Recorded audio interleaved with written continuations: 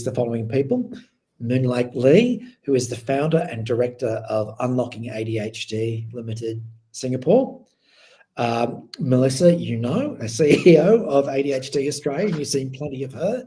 And after a good night's sleep, he is back. Henry Shelford, the CEO of ADHD UK. Welcome back, folks. Thank you, and well done on everything you've done during your day. It's been a riveting series of presentations, as indeed last night was as well. So things seem to be going very, very well. And this is a good point to remind everyone that obviously the videos are kept. They will be on YouTube. Everyone can catch up. No one's expected to watch all 24 hours. That's not how this works. We chase the sun, going around trying to bring experts from insights from around the world. And that's what we've done. It's lovely to have this collective of ADHD charities here. Awesome. Now, before I got any questions, Mel or Moonlake, would you like to add anything? Otherwise, please do, and then I'll go into questions. I'm very excited to be here. Yeah.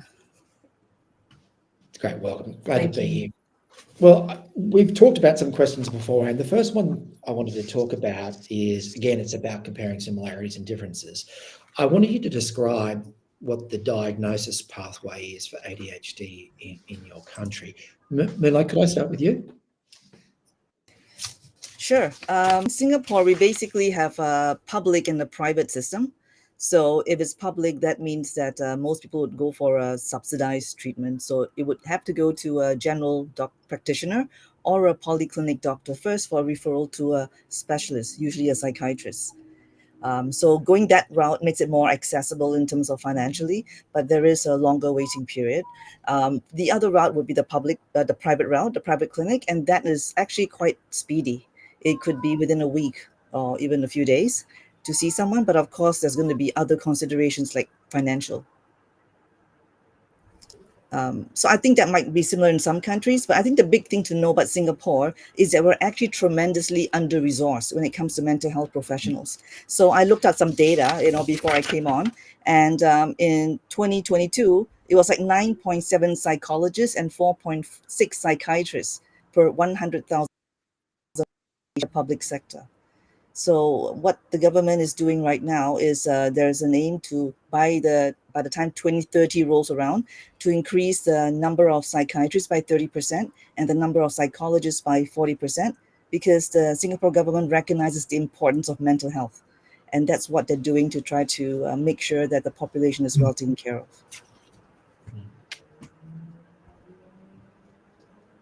And I think it's good. I think we have some almost replication here in Australia. So in Australia, what we find is there is similar, I'm going to say, system in the sense that we also as well, many individuals can go privately. We also as well have individuals that go through what we have as a Medicare.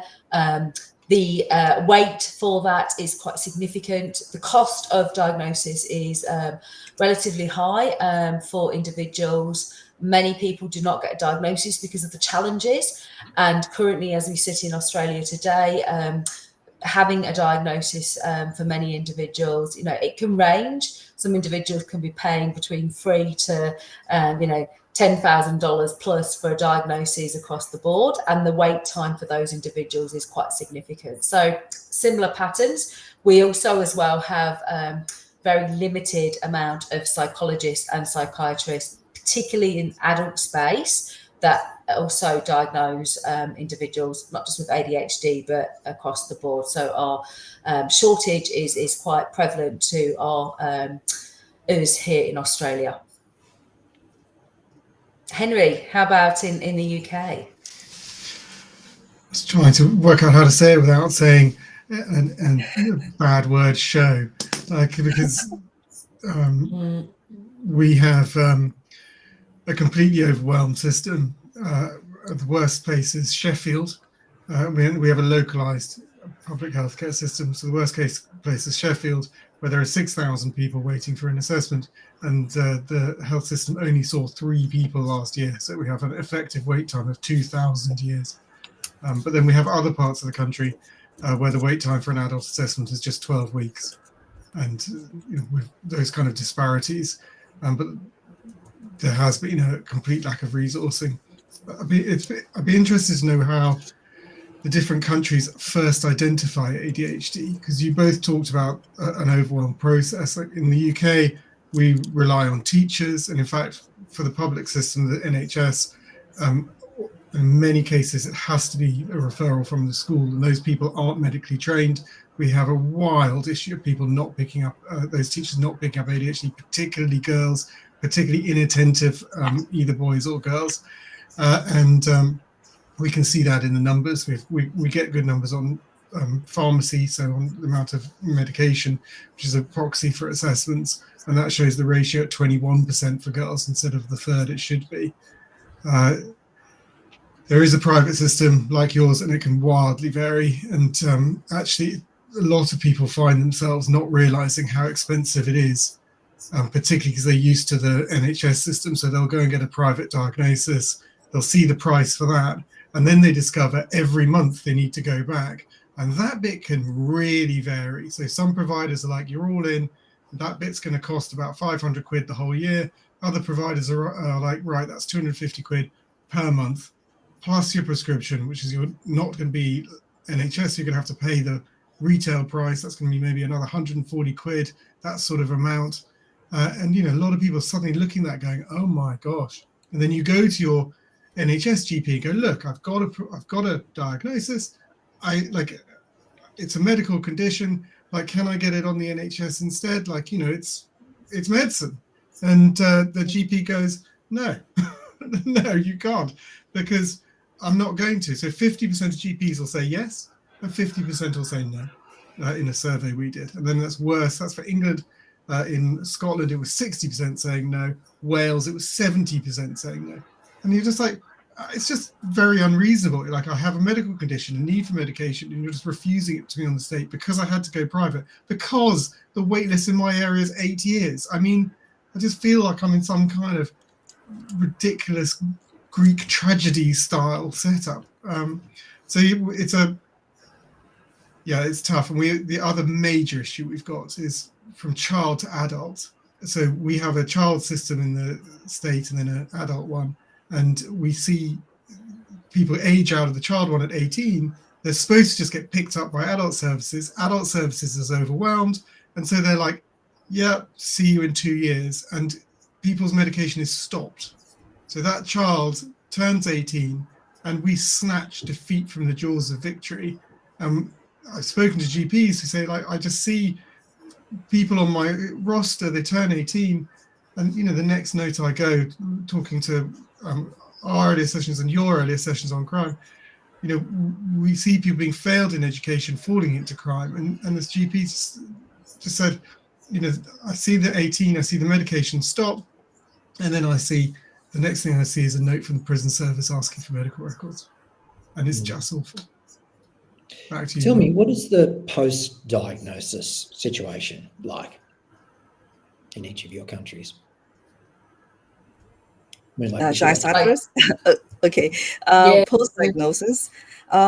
I think it really depends on the professional that is making that diagnosis and whether it's in a public hospital or in a private clinic, because it really varies. And that's the thing that we're trying to do here, to be more consistent, because for many years, a lot of people in the ADHD community were thinking that medication was the only way to manage ADHD. And it is an important strategy, but there's other ways too, whether it's therapy, coaching, lifestyle changes. So not everyone is presented with as comprehensive list of tools as we would like. So what we're trying to do now as an organization is to work alongside the mental health professionals to let them know that we are very much community-based and we're there to support from a peer perspective. So in between appointments, if people need support online, in person and so on, and also trying to come alongside to upskill the knowledge of professionals in the field, whether it's mental health professionals, teachers, even those working in HR departments, so that there's better understanding and support for the condition. So it's really scattered in one word, I guess, if you were to say, yeah. Mm-hmm. Yes. It's interesting. I mean, like we're similar. Look, what I would say is children, and when a child has a diagnosis, often that's still probably similar to your comment, Henry, earlier. A lot of that is stemmed around the school seeing some challenges and they're wanting to engage. They see that there's some challenges. The child don't necessarily know what it is, but seek family to get some additional support. What can then happen is when a diagnosis happens, depending on the person that does the diagnosis, around also the family's ability to be able to purchase therapy and the availability of therapists, or the availability of coaches or support, and or cost ability from a family perspective, or a person as an adult if they're working. So it can vary. But if you're an individual that has received a diagnosis, and you've had a diagnosis, for example, by a psychologist, and you may come away, if you're a person that doesn't necessarily have the financial stability to back you up, that what that could look like is for you may not get the supports. So seeking a therapist, seeking some additional supports could be quite limited. We have a lot of, in Australia, family help groups, volunteer groups and supports that are really trying to step in and really trying to work with other family members and other individuals also with ADHD. And there's a lot of work that's trying to be done. But in terms of paid services and the ability for ADHD in Australia to be recognised in the way that it needs to, there's a huge amount that needs to be done for people, a real lack in education across the board. Henry, I'm going to hand across to you to see how different we are in the UK.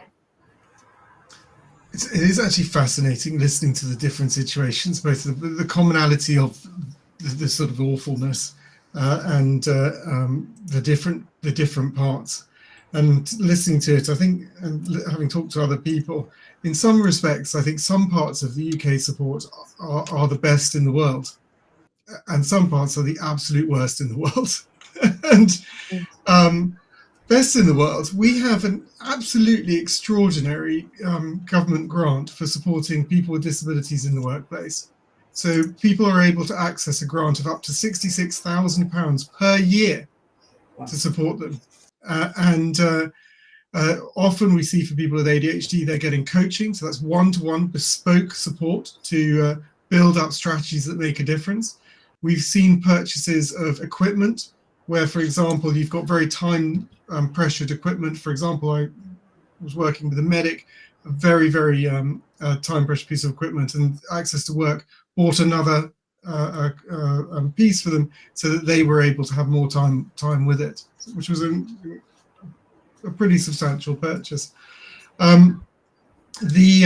Obviously we then managed to mark that up somewhat, and the wait time is 8 months, which means that although it's important to know that if someone starts a new job, then they accelerate that, and you'll expect to be seen within 2 to 4 weeks. So they recognise that first start point is important. Worst, within the health system, I mean it's just absolute shambles. So you've got to laugh how awful it is. Right, you go and get a diagnosis. You wait often years. You go and see the person, you get an assessment, and they go, right, you have ADHD. And you go, okay.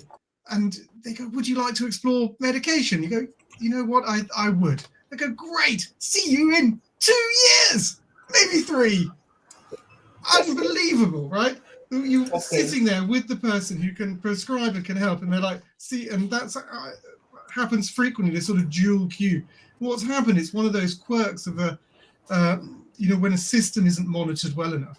So the wait times for getting an assessment, people have started to pay attention to. And so a number of the regional areas have gone, right, people are looking at that. They're not looking at this. What we can do is we can release resource. If we do titration, I don't know, on the never, but later. And that then means we can use that same resource for assessments, which is being measured. And so you suddenly saw this dual queue thing happening. And so that's been, can you imagine, you get this recognition and you suddenly like, right, I know I've got ADHD now, I want to change my life. And one of the most significant tools is withheld from you. And so Yeah, that's why I think some of us, it's groundbreaking. The support in the workplace is like it has so many problems in terms of particularly the wait of 8 months for most people when they're getting they're not a new starter. But for do you have people across to we have a lot of people that can't get supports in a state and they go to a different state, so they up and take not just themselves but their family in some situations to live in a different state because the supports are just not in one of our states or some states. So we have situations where people have because of the lack of supports kind of, and in some areas it may be, I'm going to say not fantastic, but a little bit better. We see situations where people move across state to state, and it'd be interesting if in the UK and Singapore you have that as well. Well, Singapore is a really small place, so we can't really move around too much. Maybe just to a different area, but it's still the once very small island. Yeah. And do you have people move out of Singapore though, just actually to get to a different place? Do you find that? I think that there is some people underground trying to arbitrage, in terms of things like medication and all that. Or if people do have family members and they were from a neighboring country, they might go back there. It might be maybe easier access. But the fact that the regular appointments make it a little bit prohibitive, except the person is going back and forth quite regularly for business or for other reasons. Yeah. That's an interesting. And Henry, how about you? I just thought that's interesting, the sort of international aspect of Singapore, that people are going to other countries. Yeah, again, I like I don't know if it's a theme, but like best and worst. Again, so in NHS England, they realised we got nicknamed the postcode lottery, which is our sort of zip code, where people in one area, as I talked to earlier, you've got a 12-week wait, and another area you've got a 2,000-year wait, and some legislation was passed to say that you could be seen in any part of the NHS England. So if you are in the 2000, you could be seen elsewhere. Now that meant absolutely nothing prior to the pandemic, because you're not going to do regular appointments, just as Moonlake's talked about, in a completely different area. It's just not feasible. But with the advent of this, the virtual meeting and the associated virtual assessments, it is possible. And so post-pandemic, we suddenly saw this explode in terms of people using that system, and it's called Right to Choose. We have very extensive guidance. And what the other big thing that happened was some subcontractors for the NHS were allowed to, you're allowed to go straight to them. And so essentially you're going to a private company within the state system, and that's, we've been monitoring those in terms of wait times. And the shortest wait time you go to is 6 weeks, which is incredibly different from 2,000 years. But worst, we have this devolved nation system. So we've got Wales, we've got Scotland, we've got Northern Ireland. We have some nice guidelines that provide the rules and what you should expect. They don't apply in Scotland, and Scotland doesn't even have guidelines for ADHD. They had some, they got rid of them because they got out of date. But that's a big deal, because you have to provide the service in the guidelines. So we spoke to someone in Wales. They weren't offered, they were told there was no adult ADHD service. And we said, fine, you can actually force the local area to pay for you to go anywhere you want, private cost, because it's a service that should and has to be provided. And in Scotland, we can't say the same. So we have people, we spoke to someone recently, they said, I went to my GP, I got a referral, I was put on a list, I called the list, and the people running at the hospital running it, and they said, we don't have one of those. We've got no ADHD service. Your queue is a fake queue. And it's just made to make you feel happy, and it does nothing. And obviously, they have talking to their MSP, the Member of Parliament for Scotland, and to try and address and say how awful that is. But so in those areas, you can't go out of the postcode lottery. So if you're in Wales and you're told, as someone was, your wait time's going to be 8 years, you're just like, man, sucks to be me. And that kind of disparity needs to change. Mel, could I ask you a question? How confident are people in declaring their ADHD status in the workplace in Australia? From what I know and from my personal experience, there's still a lot of organisations where people with ADHD feel very uncomfortable disclosing. I know that individuals themselves, people I've worked alongside, and we did a presentation earlier about individuals feeling that they're nervous. The higher you go into particular roles, leadership roles, executive roles, people feel more nervous about disclosing their ADHD.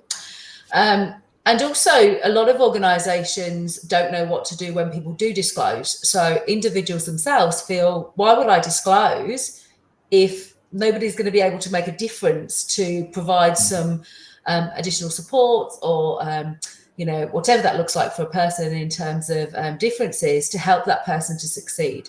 So we know that people choose often not to disclose, and the outcome of not disclosing for some individuals is really tricky. So that could look like people having to mask at work and struggling from a ongoing perspective of being somebody different in the workspace to your genuine you.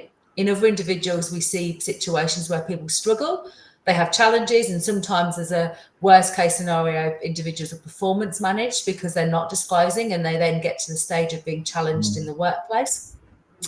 And then in other situations, when people do disclose, it's really difficult because individuals feel as though the people working with them do not understand their needs. And in some cases, people actually have very negative experience of disclosure. I know personally, I have ADHD, and I basically am successful in the workplace as an executive. I have disclosed, and I know that disclosing in my case has helped other people disclose not only ADHD, but disability. So my advice is where leaders can disclose, I think it's better then, because it gives that sense of security for the team. I don't know, Moonlake, if you have a similar experience or what it's like over there in Singapore. You see me nodding my head, okay? So I definitely resonate with you. You know, many similarities, and I think there's a little bit more conservatism here because ADHD or the awareness is not as established as, you know, for Australia and the UK. It's not even considered a disability in Singapore at the moment. So, you know, there's lesser frameworks for accommodation. What we normally share with our community who ask this question over and over again is we say, treat it like a date. You know, you're not going to like reveal everything the first time because you don't know what the recipient knows about ADHD or thinks about ADHD. You know, wait until the at the right time. But definitely we do encourage people to share. And in fact, yesterday we were celebrating our hangout and we had our board member, who's a very senior financial industry professional, share with everyone. And he's very open about it. And he says that that's something that is important for him in his position to share too, so that there's more openness and more acceptance. And for Unlocking ADHD in Singapore, for ADHD Awareness Month, we're having this you know, Champion for ADHD campaign, particularly on LinkedIn, because we want people, particularly on LinkedIn, because most of them are like working folks, you know, who have ADHD, to feel comfortable to share. Because as you said, Mel, when one person shares, then people don't feel they're so alone and they feel the courage to also share. So that's what we're trying to do here, to make it a little bit more and conducive to have that openness. Excellent. Thank you. I love the analogy of dating. I think it's fantastic. I think I shall use that myself. There is one question I want to ask, because I'm sure it varies from country to country, but what is the supply chain situation in your country regarding medication? Is it improving or is it more of the same? Henry, can I start with you? Yeah, sure. So, and particularly because we have a UK problem on this one.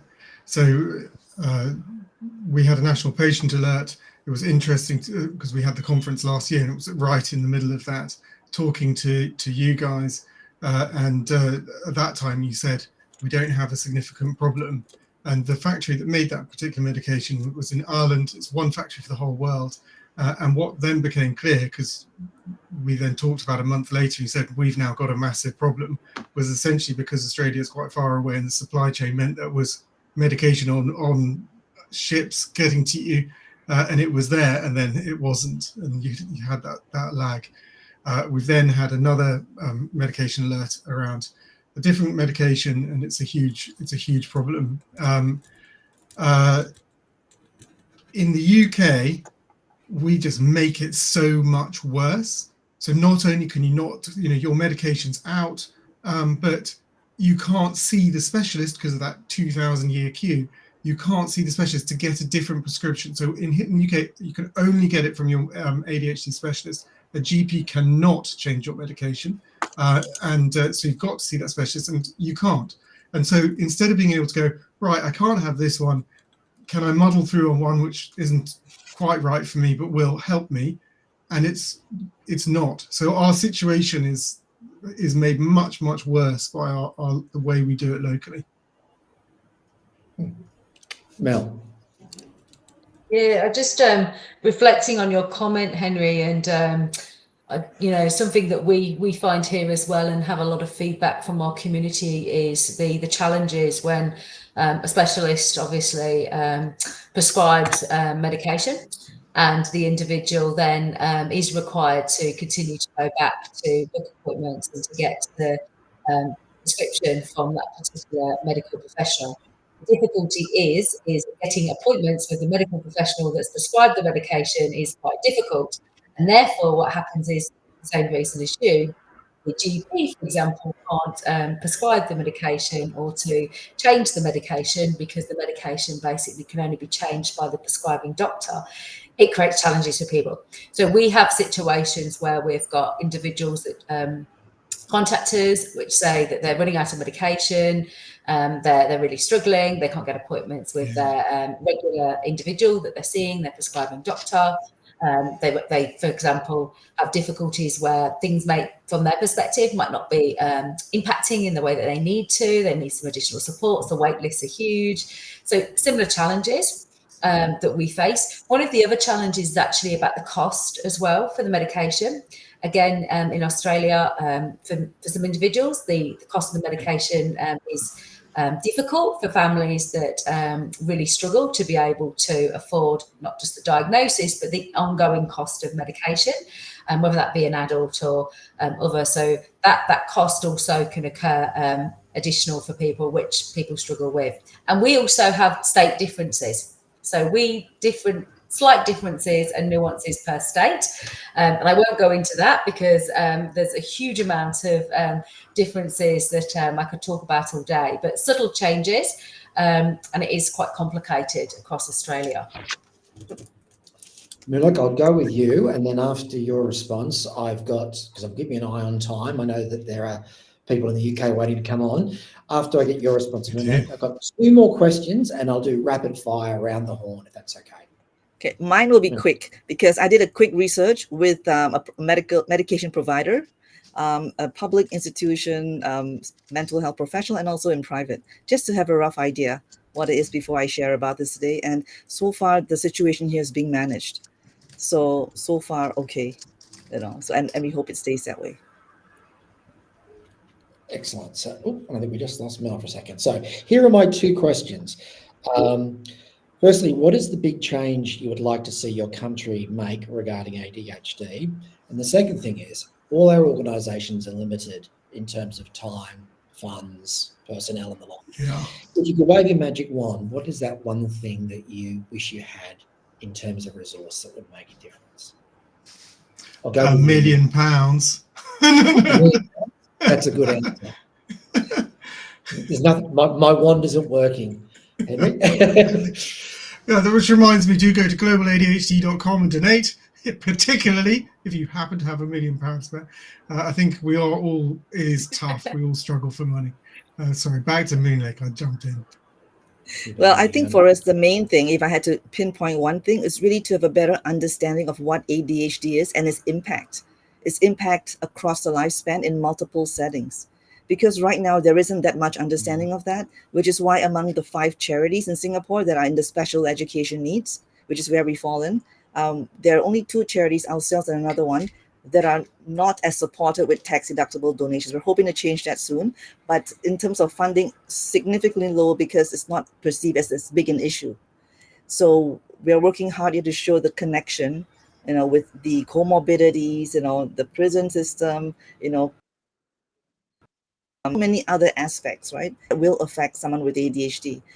So that's what the magic wand is. It's really to understand the social, the economic impact of ADHD. Thank you. Mel, the two questions were, what would you most like to see change in Australia regarding ADHD? And the second thing was, in a world of limited resources, what is the one thing that you would put ahead of all of others that would help ADHD achieve its objectives? Yeah, look, I think from my perspective, we've just had a fantastic inquiry, as you know, an ADHD inquiry. There's been some amazing recommendations that have been pulled out of that. I would love to see some of them come to reality. So from a diagnostic perspective, research perspective, looking at education, right the way through to the workplace, really being able to enact upon those recommendations to make a significant difference to the lives of those young people and those adults with ADHD, and the people also working alongside them and supporting them as parents and carers, to be able to make that difference. So it's really about, we've got the foundation here in Australia. It's about putting it into actually make it happen, and you know, supporting with that, obviously, from a government perspective. Excellent. Excellent. Well, Henry, we said that we would hand off to you at this time. This is what we'll do now. Thank you, Moonlake, for joining us. It was a compelling and fascinating conversation. I appreciate the time. Mel, I'll let you do the formal handover to Henry. People in the Southern Hemisphere can continue to watch, but we might retire and hand the stage back to the maestro. You are looking fresh as daisies. Like, it's very impressive. It's facadism. Over to you, Mel. Thank you. Did you want to parting words? So I just wanted to say, you know, wow, it's been a fantastic experience. I feel really privileged to be able to have great conversations with obviously yourself, Moonlake from Singapore, Henry, today, as countries getting together to have a conversation. The experience that we've also had sharing the conference across the 24 hours, outstanding. I don't know how we do it, but we do. And I'm just really, really delighted to hear all of the messages and emails and feedback that we've received so far. Really, really great outcomes. And it's an honour to obviously do this every year, and really, really looking forward to being able to continue to share these stories, because as you mentioned earlier, Henry, this is obviously as it sits today, live, but many individuals won't be able to see it live. So creating that opportunity for people to look back and look at it at their own time as well.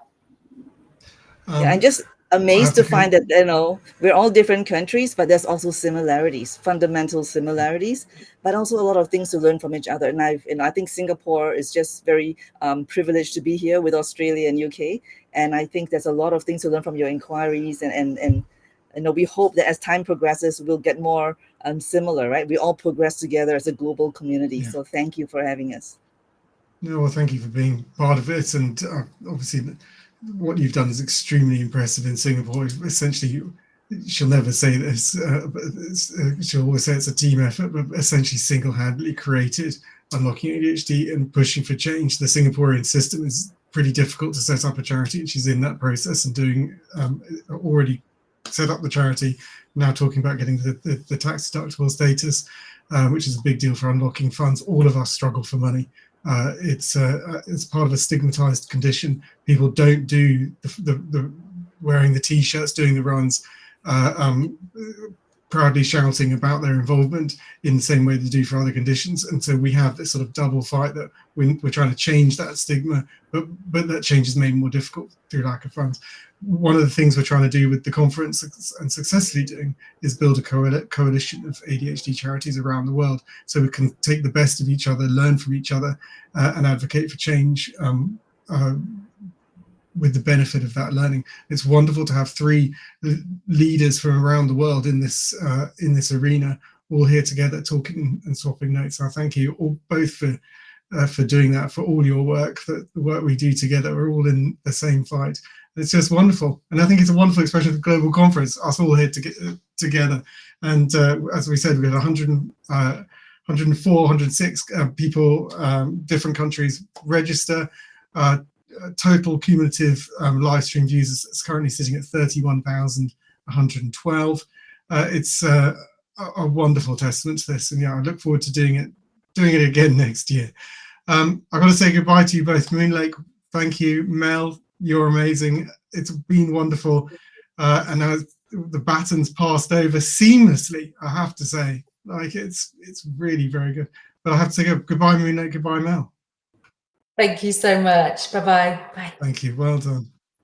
Bye, Moonlake. Absolutely wonderful. We have started a few minutes late, so we're 7 minutes late. And like, what's annoying about that, particularly annoying about that, I have to say, is that it's my fault. Like, I had it over 9 minutes late to Australia. So they've actually done a good job on some catching up. It's you're hung by your, what is it, blown by your own petard, blown up by your own petard. Right, we are very excited about this next segment. It's a big deal. I've got Louise and Rachel waiting in the wings. Louise is the CEO of Brain in Hand. Brain in Hand is a hybrid support system, which is both digital tools. So it's a fantastic app. It's one-to-one coaching and 24/7 human support, helping neurodivergent people manage overwhelm and anxiety. And it started about 15 years ago. In terms of the development, launched 10 years ago. Like, I know no one, honestly, that can touch them for what they've done. They've got a significant lead, initially starting around targeting sort of individuals with autism. But obviously, 40% of people with autism have ADHD. So naturally, we're in fact supporting lots of people with ADHD, and are now focusing on ADHD only as well. And it's a support package that's bought by multiple individuals and organizations, particularly around schools and NHS, and it is something like they are pioneers in this and absolute leaders, and it is a truly privileged to have them here and talking and telling us about what they learned. So I'm very, very excited. Right, without further ado, let me bring in Louise and Rachel. Hello there. Hello. So is our tech working? Can you hear us all right? We can hear you fine, loud and clear, and we can see you. Thank you very much for being here. We're absolutely thrilled. Obviously, it's pretty early, well, good preschool audience. Handing over to you. So you should, if you want to share some slides. Yeah, so that's going to be the first challenge. Let's see if we can get. And we've got Hayley as well. There's apologies. So lovely, right? And we have to give props to Rachel, who just messaged saying in the private chat, make sure that to bring that in. Yeah, so if one of you shares your screen, your slides, I can then bring them in, and then I'll. So I'm trying to. Is that working? I'm trying to share that. Is that coming up? No. We don't have it as yet. Okay. I don't know if we have the slides as well, because I can share as well. So I was a little worried about technology being a bit right. Okay, let me see if this works now. Okay. Just the excitement of yes, we've got something now. You need to now I just need to do go the screen presentation aspect. There and present. One of the great challenges of doing a continuous live conference is that you obviously can't sit and there's no back room where you can go and sit with the people and go, right, this is what we need to talk about. Is that working now, Henry? Is that showing? That is working perfectly. Brilliant. So let me bring those slides in. Hand it over to you. Okay, wonderful. So we're delighted to be part of this conference, and thank you, Henry, for your very, very warm and generous introduction. So I'm with my lovely colleagues, Hayley and Rachel, who are coaches at Brain in Hand.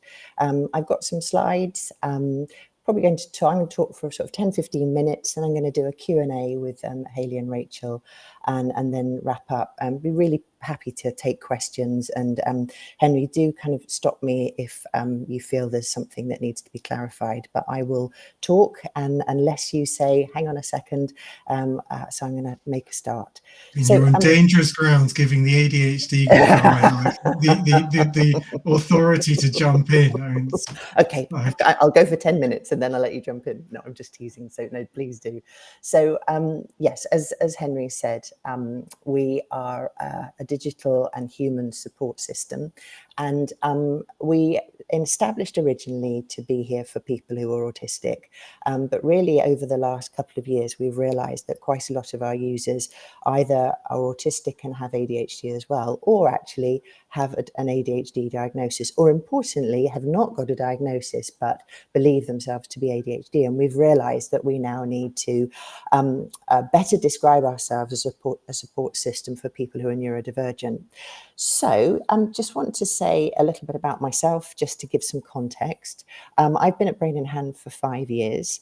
I am not neurodivergent, but I do have a very kind of personal story that my son is extremely dyslexic, and he's now 23. But as a parent of a dyslexic young person and seeing their experience in education and the frustration of wanting to see them flourish and have all the tools that they need and not see those tools provided, it gave me a real kind of passion to do what I do now, which is making sure that technology is exploited in the best possible way to enable people to flourish and be their best. And so that's the kind of thing that gets me out of bed in the morning, as well as having spent 20 years in research and trying to understand what is it that actually is most effective in helping people. And doing that for a long time, I think doing some really good research and then actually struggling to see that research put into practice. So I have the wonderful opportunity at Brain in Hand of doing something that I'm passionate about, getting the evidence together to demonstrate what works and how we can improve it, and then getting out there and hopefully affecting and improving lots of lives. So I have genuinely got the best job in the world.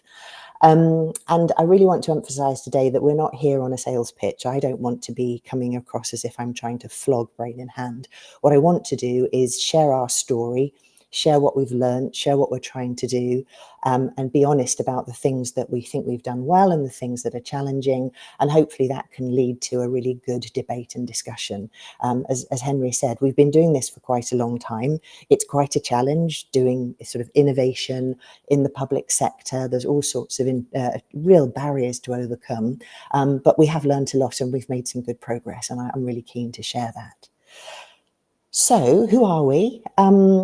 As you see, there's a lovely group of people there, and that really sort of sums up the kind of vibe at Brain in Hand. We're a smiley bunch, we're friendly, and we're very mission driven. We want to make the world a fairer, more accessible place, because we know that if you are neurodivergent, if you're autistic, if you have ADHD, you will encounter barriers that will make it harder for you to flourish in education, do well in work, access work in the first place, and perhaps just generally in society, participation can be more challenging.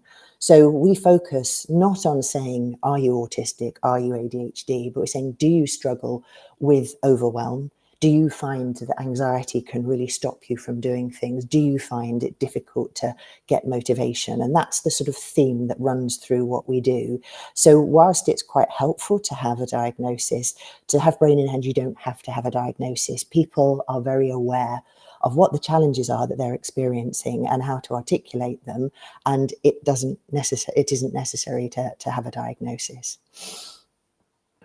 So I've mentioned already that research is an important part of, for me, what I do and what we do at Brain in Hand. And I've just got a few stats here pulled from various bits and pieces that we've done, just to give you a flavour. So, for example, a large number of our users are students, and over 4/5 of them said that Brain in Hand had actually helped them be more able to cope with their day-to-day stressors. So this idea of being practical and helping people overcome barriers is really captured by that stat, that we want people to be able to just get on with their day. And for students, that's obviously practical things like being able to manage a program of lectures and doing study and living independently. We've also got users who are in the workplace, and you can see the stat on the right there where we've got 1/3 of people said that having Brain in Hand has enabled them to feel more likely that they could stay in their job, that they won't feel a need to leave because of trying to manage their neurodivergence in the workplace. And the central stat there, about 2/3 of people saying that Brain in Hand's help them with stress or anxiety. That's very much at the core, helping people to be able to cope with anxiety and do things in spite of it and manage it. So our commitment to research is fundamental. We have a research team. We've had about £1 million in grant funding to do independent research on determining whether or not brain in hand is actually beneficial, because we don't want to be promoting something that doesn't work. And we've had articles published in peer-refereed journals. We're just about to publish a study, and I'm going to be sharing findings at the end of my presentation that are hot off the press from that study about ADHD. So hopefully that's a hook to keep you with us. So yeah, research is really important, and we've invested quite significantly in that, because I don't want to be promoting something that isn't making a difference. And also, the other thing that's very important to us in our sort of DNA as an organisation is co-production.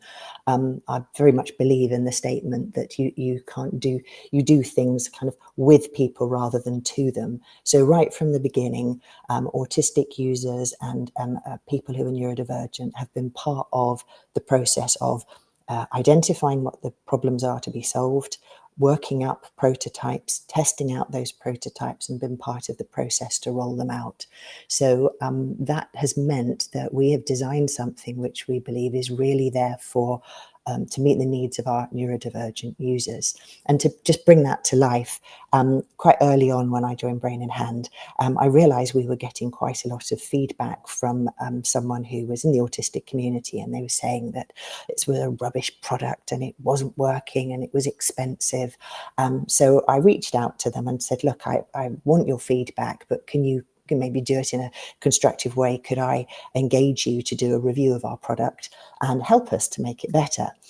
So that was quite a few years ago. So Connor is the person who made those criticisms, and he's now part of our team, has been our co-production lead, and has got right in the heart of how we develop our product, and has really helped us, along with many other people, to make our product better. So that's an authentic commitment to co-production. So what is it? I've said what our company does, but let me give you a bit more of an insight into how we do what we do.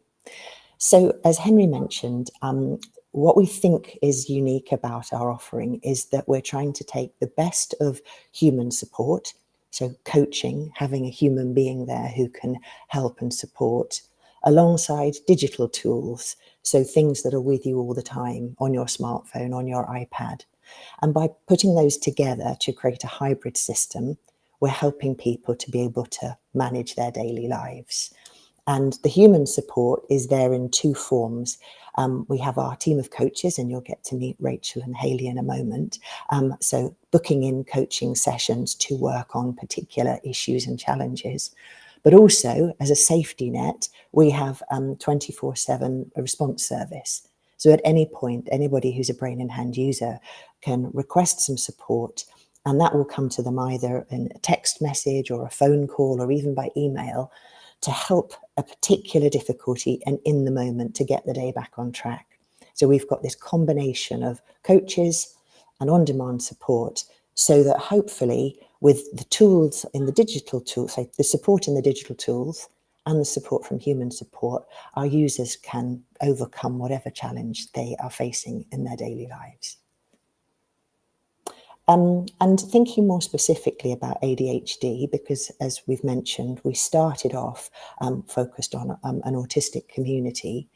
So just to pull out a couple of features. So as I've said already, there's a 24/7 support. So if something is challenging, say perhaps in the workplace, there's a meeting coming up, feeling very anxious, not knowing how you're going to cope with it, just requesting some support from our response service, maybe just to talk through how you're feeling, or reconnect with a couple of strategies that you've developed before for how you cope with high pressure meetings.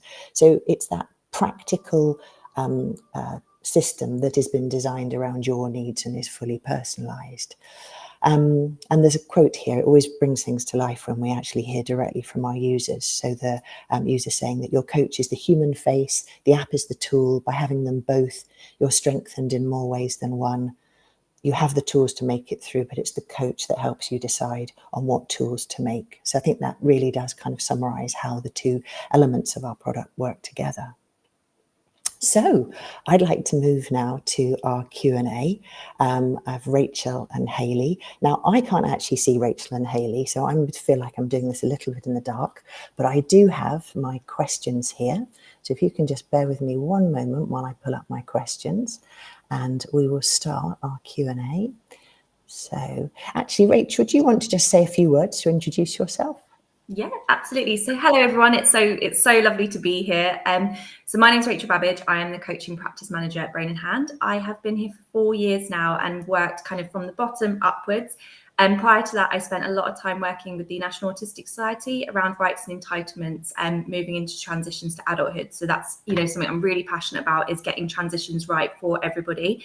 I also am a parent of a little girl. She's autistic ADHD. So I'm also learning to kind of put my skills, hopefully as a professional, into practice as a parent. So it's a new journey for me and it's an exciting one. Lovely. Thanks, Rachel. And Hayley, do you want to introduce yourself? Yeah, of course. Good morning, everybody, or good afternoon, evening, and afternoon, depending on where you are. It's really lovely to be here. I've been at Brain in Hand for nearly 5 years now as well. I also started at the bottom and kind of worked my way up, now being senior coaching manager, which is fantastic. I've sort of experienced lots of things and get to support the team to develop and kind of deliver great support.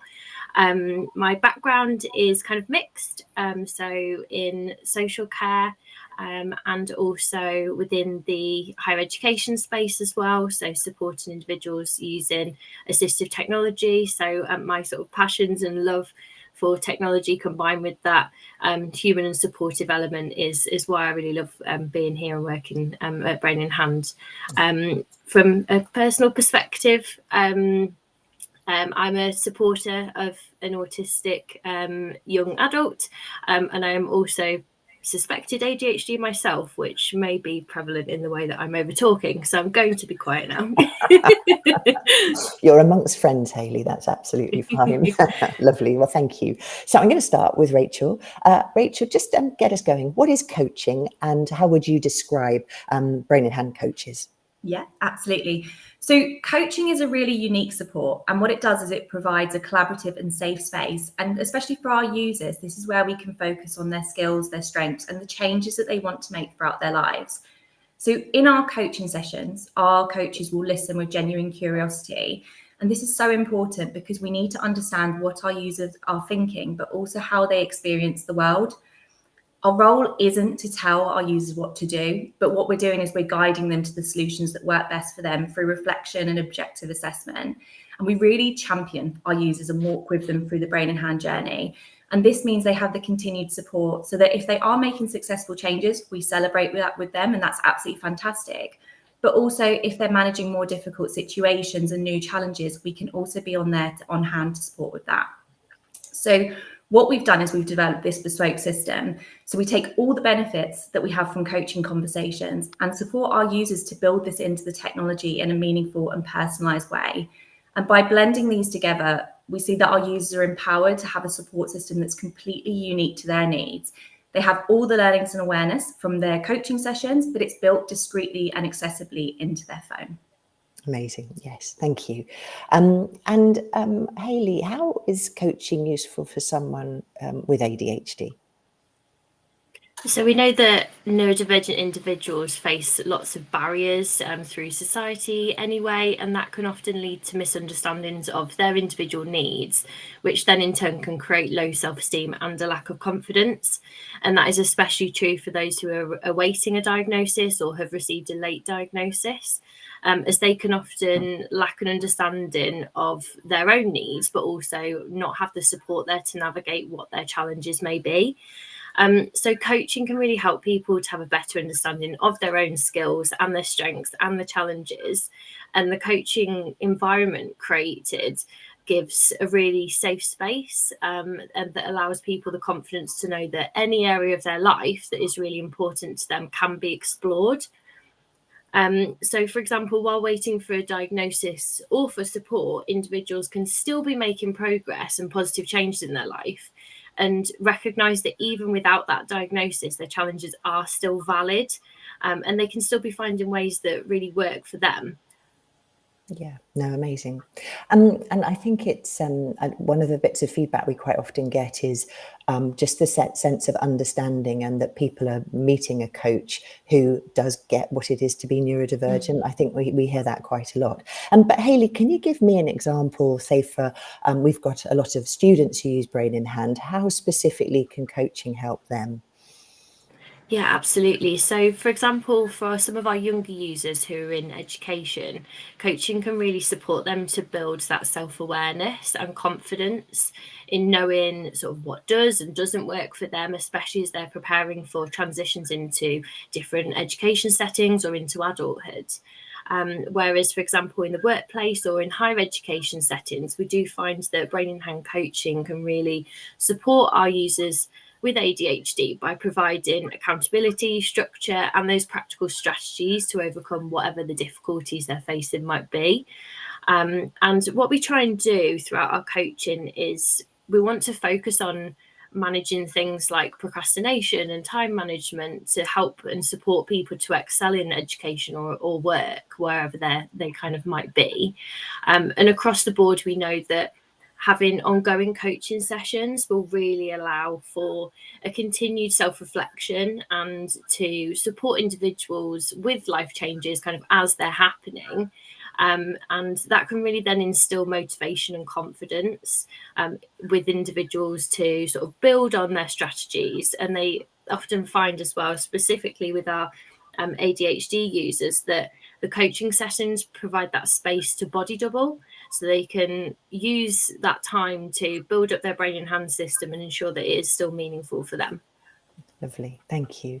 Yeah, and you just sort of reminded me there, talking about is that about half of our team are neurodivergent, aren't they? So we did a survey of the workforce and found, so we've got a team of neurodivergent individuals. Quite a few of our coaches are neurodivergent, so it just adds to that sense that we kind of understand our users. Just coming back to you, Rachel, thinking about ADHD, what concerns do our ADHD users commonly bring to coaches? Yeah.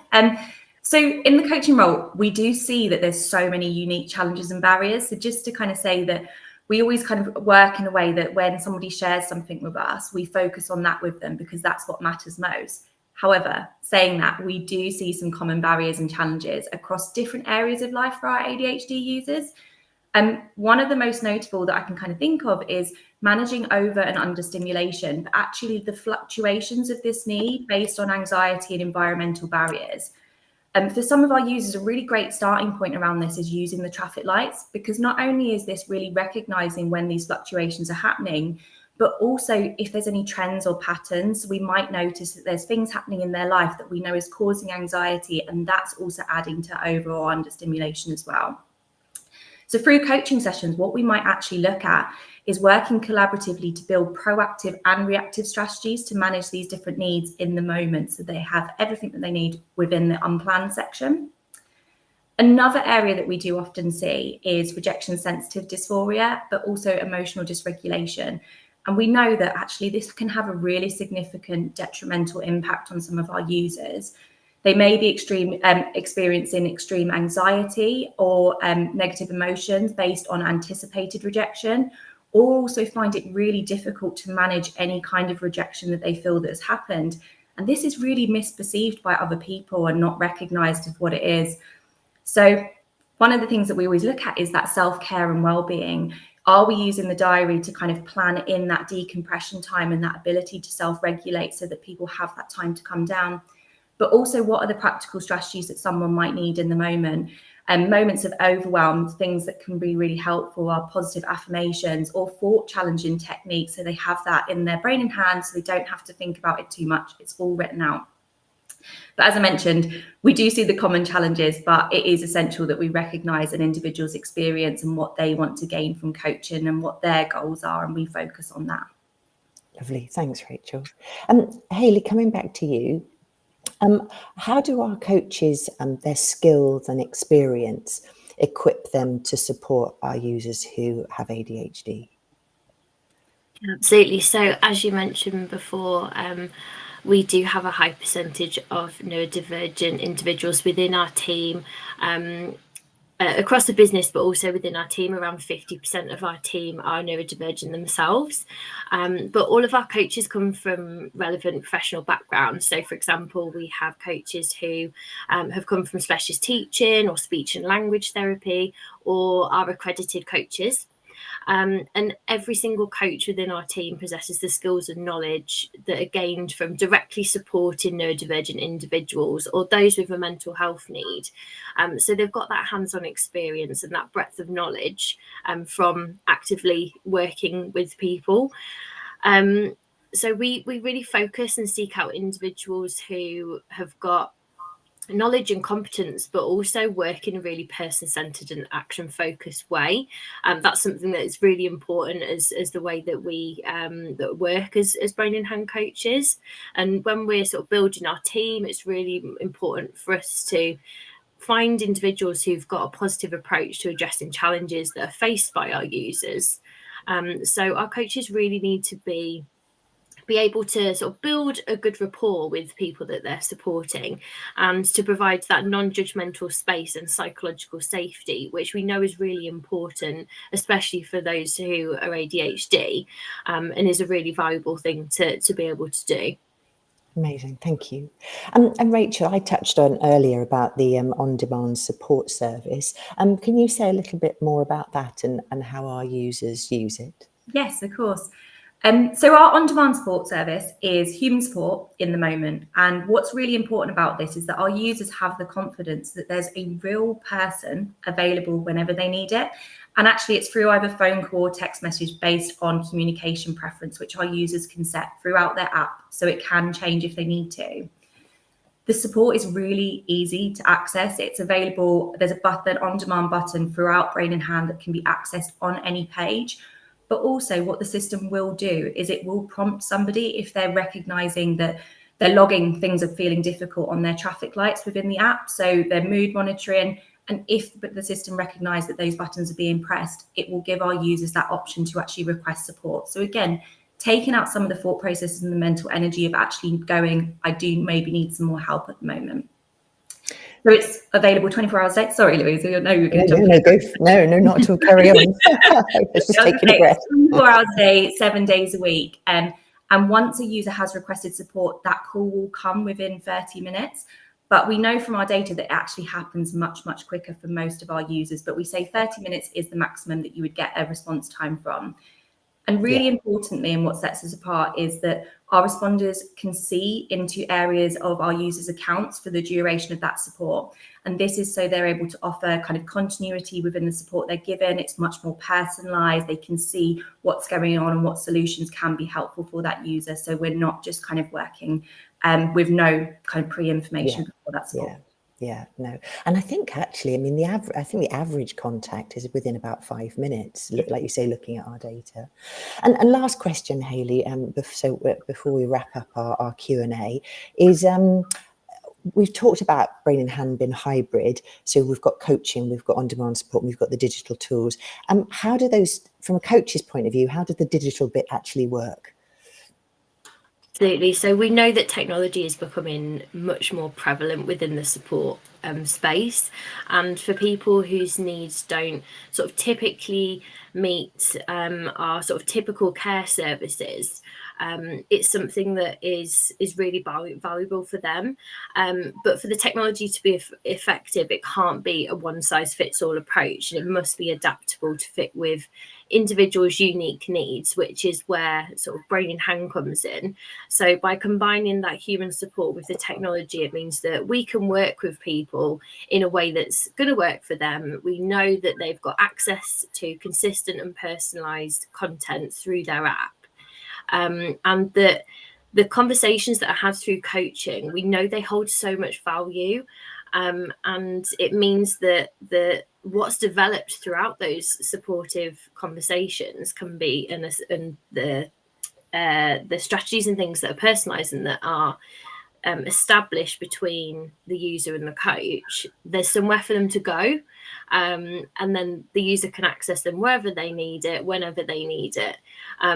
we know that some people will need support to understand how technology works, but they also might need support to personalize their brain in hand system and find a way that it'll work actually best for them.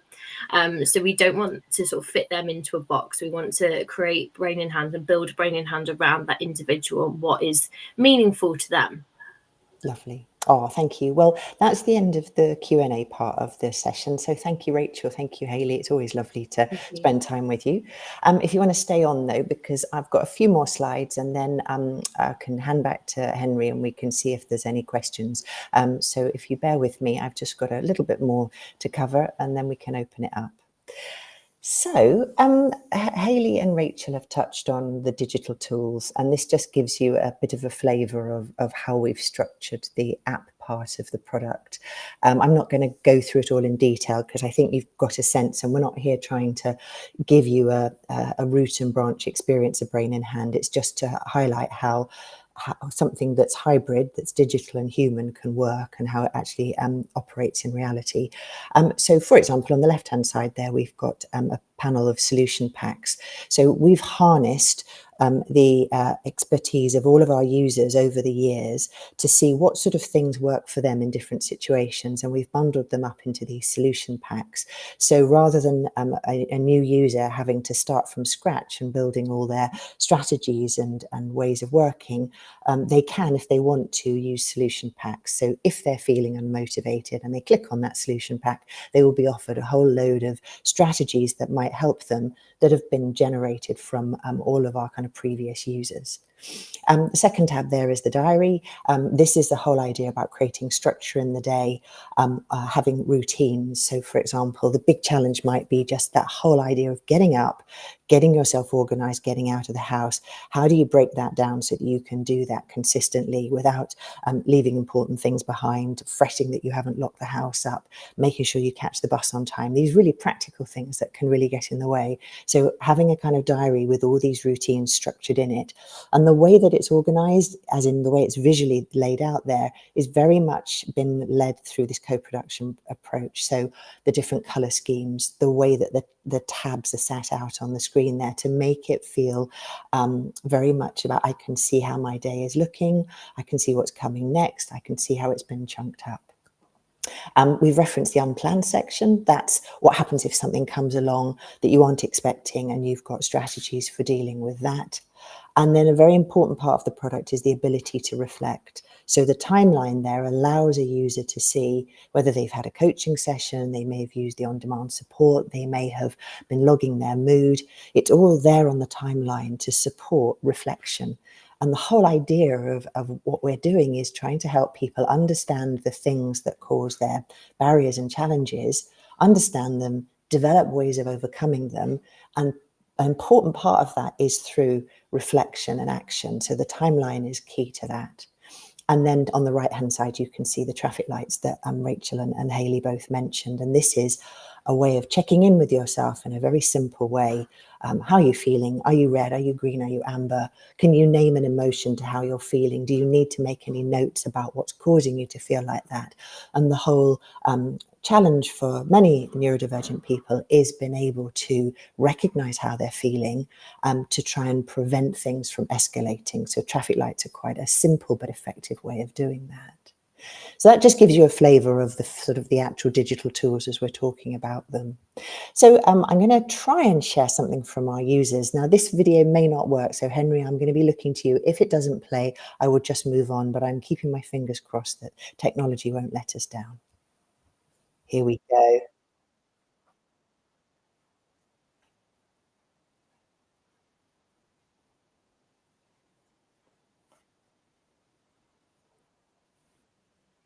Unfortunately, it doesn't seem like we've got sound.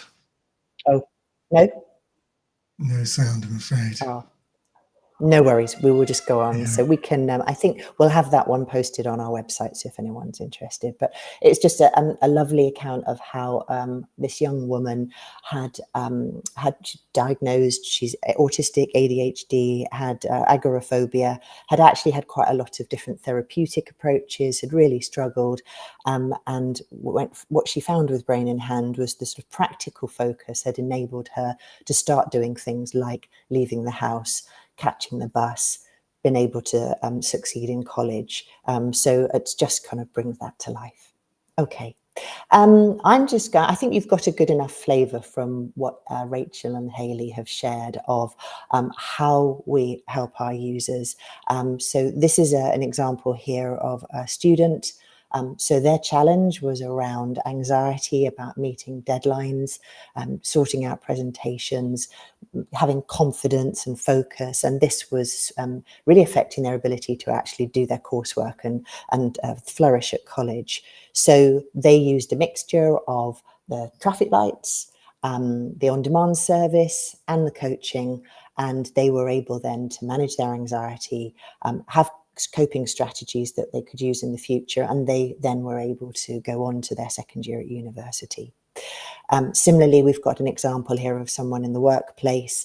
They were struggling with managing sort of burnout and anxiety, found that the diary was a way of being able to kind of keep on top of things, that they were doing much better by monitoring their mood and anxiety by using the traffic lights. And that then in turn meant that they had lower burnout, bit more confidence, and they too were at a university and managed to have better attendance. So it just gives a flavour. So I just want to touch on this, and again, like I'm saying, this is not a sales pitch. This is if anyone has heard from what we've said that it's interesting to them, just to make you aware of how we're trying to enable this to be funded. And this applies to all sorts of assistive technology, not just brain in hand. Just to emphasise, we are only in the UK. So those of you from the other countries, the global audience, I apologise. We're sharing this. We do want to go international, but at the moment we're just in the UK. So our mission at Brain in Hand is to make Brain in Hand as accessible to as many people as possible. And we've tried to negotiate different government funding sources to do that. So we're very fortunate that the Department for Education actually approved Brain in Hand as an assistive technology for students. And so if someone has a diagnosis of ADHD or autism, through something called Disabled Students Allowance, they can see a needs assessor. And if a needs assessor thinks that Brain in Hand is good for them, it will be fully funded through that government grant. So that means thousands of students have Brain in Hand. It doesn't cost them anything. It's covered by government funding. Also, those of you who are in work, you may be aware of something called Access to Work, which is another government grant that is managed by the Department for Work and Pensions. Again, this isn't just relevant to Brain in Hand. This is all sorts of assistance that someone might require if they have a difficulty in work and they need some addition. It's beyond a reasonable adjustment. They may be eligible for this grant. We have an increasing number of users who are in the workplace who are getting access to work funding to pay for their Brain in Hand. So that's two areas where we've been able to unlock government funding. And the third area, which is much tougher, as you can imagine, because we know local authorities and the NHS is under a huge amount of strain, but we have a number of local authorities across the UK who have committed to buying a bundle of licenses and that then make them available. So, for example, at the moment, we've got a big project that's just kicked off in Warwickshire. We have users in Kirklees. We've got quite a lot of local authorities that have done this, but it's a more complicated process to access those licenses. And then we do have the option if people want to self-fund, or perhaps their employer is willing to fund them. And we're doing everything we can to find other funding streams to make Brain in Hand more available. So I want to close by just sharing these hot off the findings research, hot off the press research findings. We have done a longitudinal study, which means we've followed a cohort of over 100 Brain in Hand users over a 6-month period to see what were the challenges they had when they started using Brain in Hand, and in any way has Brain in Hand been helpful. And one of the things we wanted to understand with this study was what was the mix of needs of these users, and was there any kind of difference? So was the benefit more profound for someone who was autistic or not? And so what we found, and these literally are sizzling, they're so hot off the press, that we had, after 6 months, we showed that we are able to deliver the same benefit for people who have ADHD as people who are autistic. And 53% of the cohort did have ADHD, either a joint ADHD autism diagnosis or just ADHD. So we've been able to show that we can reduce anxiety, reduce social anxiety, increase the ability to manage overwhelm, and increase quality of life. And it's really lovely to see this from my point of view, because this was an independent study. We partnered with the Behavioural Insights team, who are a really, really reputable research organisation that were originated in the UK Cabinet Office. And so they've done this analysis and demonstrated this. So we're incredibly proud, and we'll be getting this hopefully published in a peer-refereed journal very soon. And that's where I'm going to finish. So, Henry, I'm going to stop sharing my screen, hopefully, and come back to you. I hope that was what you were wanting from us. Have I stopped screen sharing? You have. It's perfect. Lovely. There we go. That was absolutely spectacular, and it's so interesting. I brought back the wrong Henry. The reason there's two Henrys is there's a backup in the side, which is a laptop with a Wi-Fi hotspot connection. So if I lose power here, we're still rolling. You have a proper plan B there, don't you? It is the proper plan B.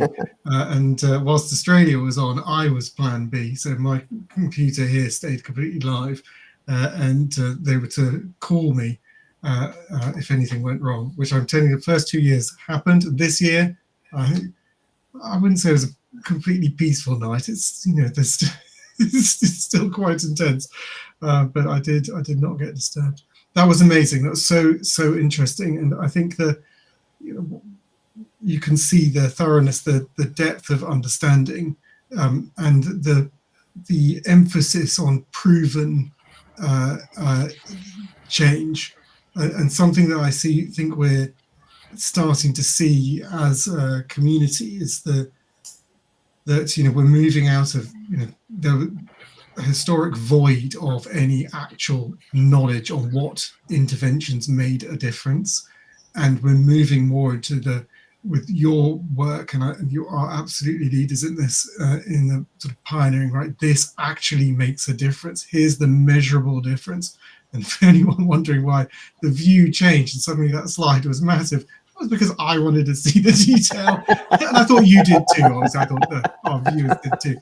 And talking of which, our viewers have jumped from, we have cumulative live stream as a metric. And throughout that's gone from 31,000 to 45,000 over the period of this. So an additional 10 and a bit thousand have tuned in during this. So we've got questions from the floor.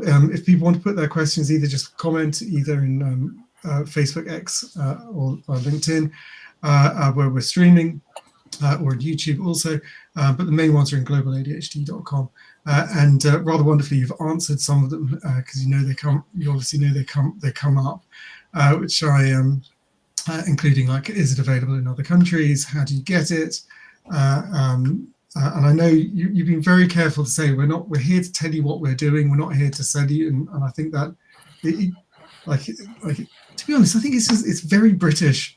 Like, I want good things to be sold. Like, I want people to know, and I want to. You did share, so there is the option of buying it privately.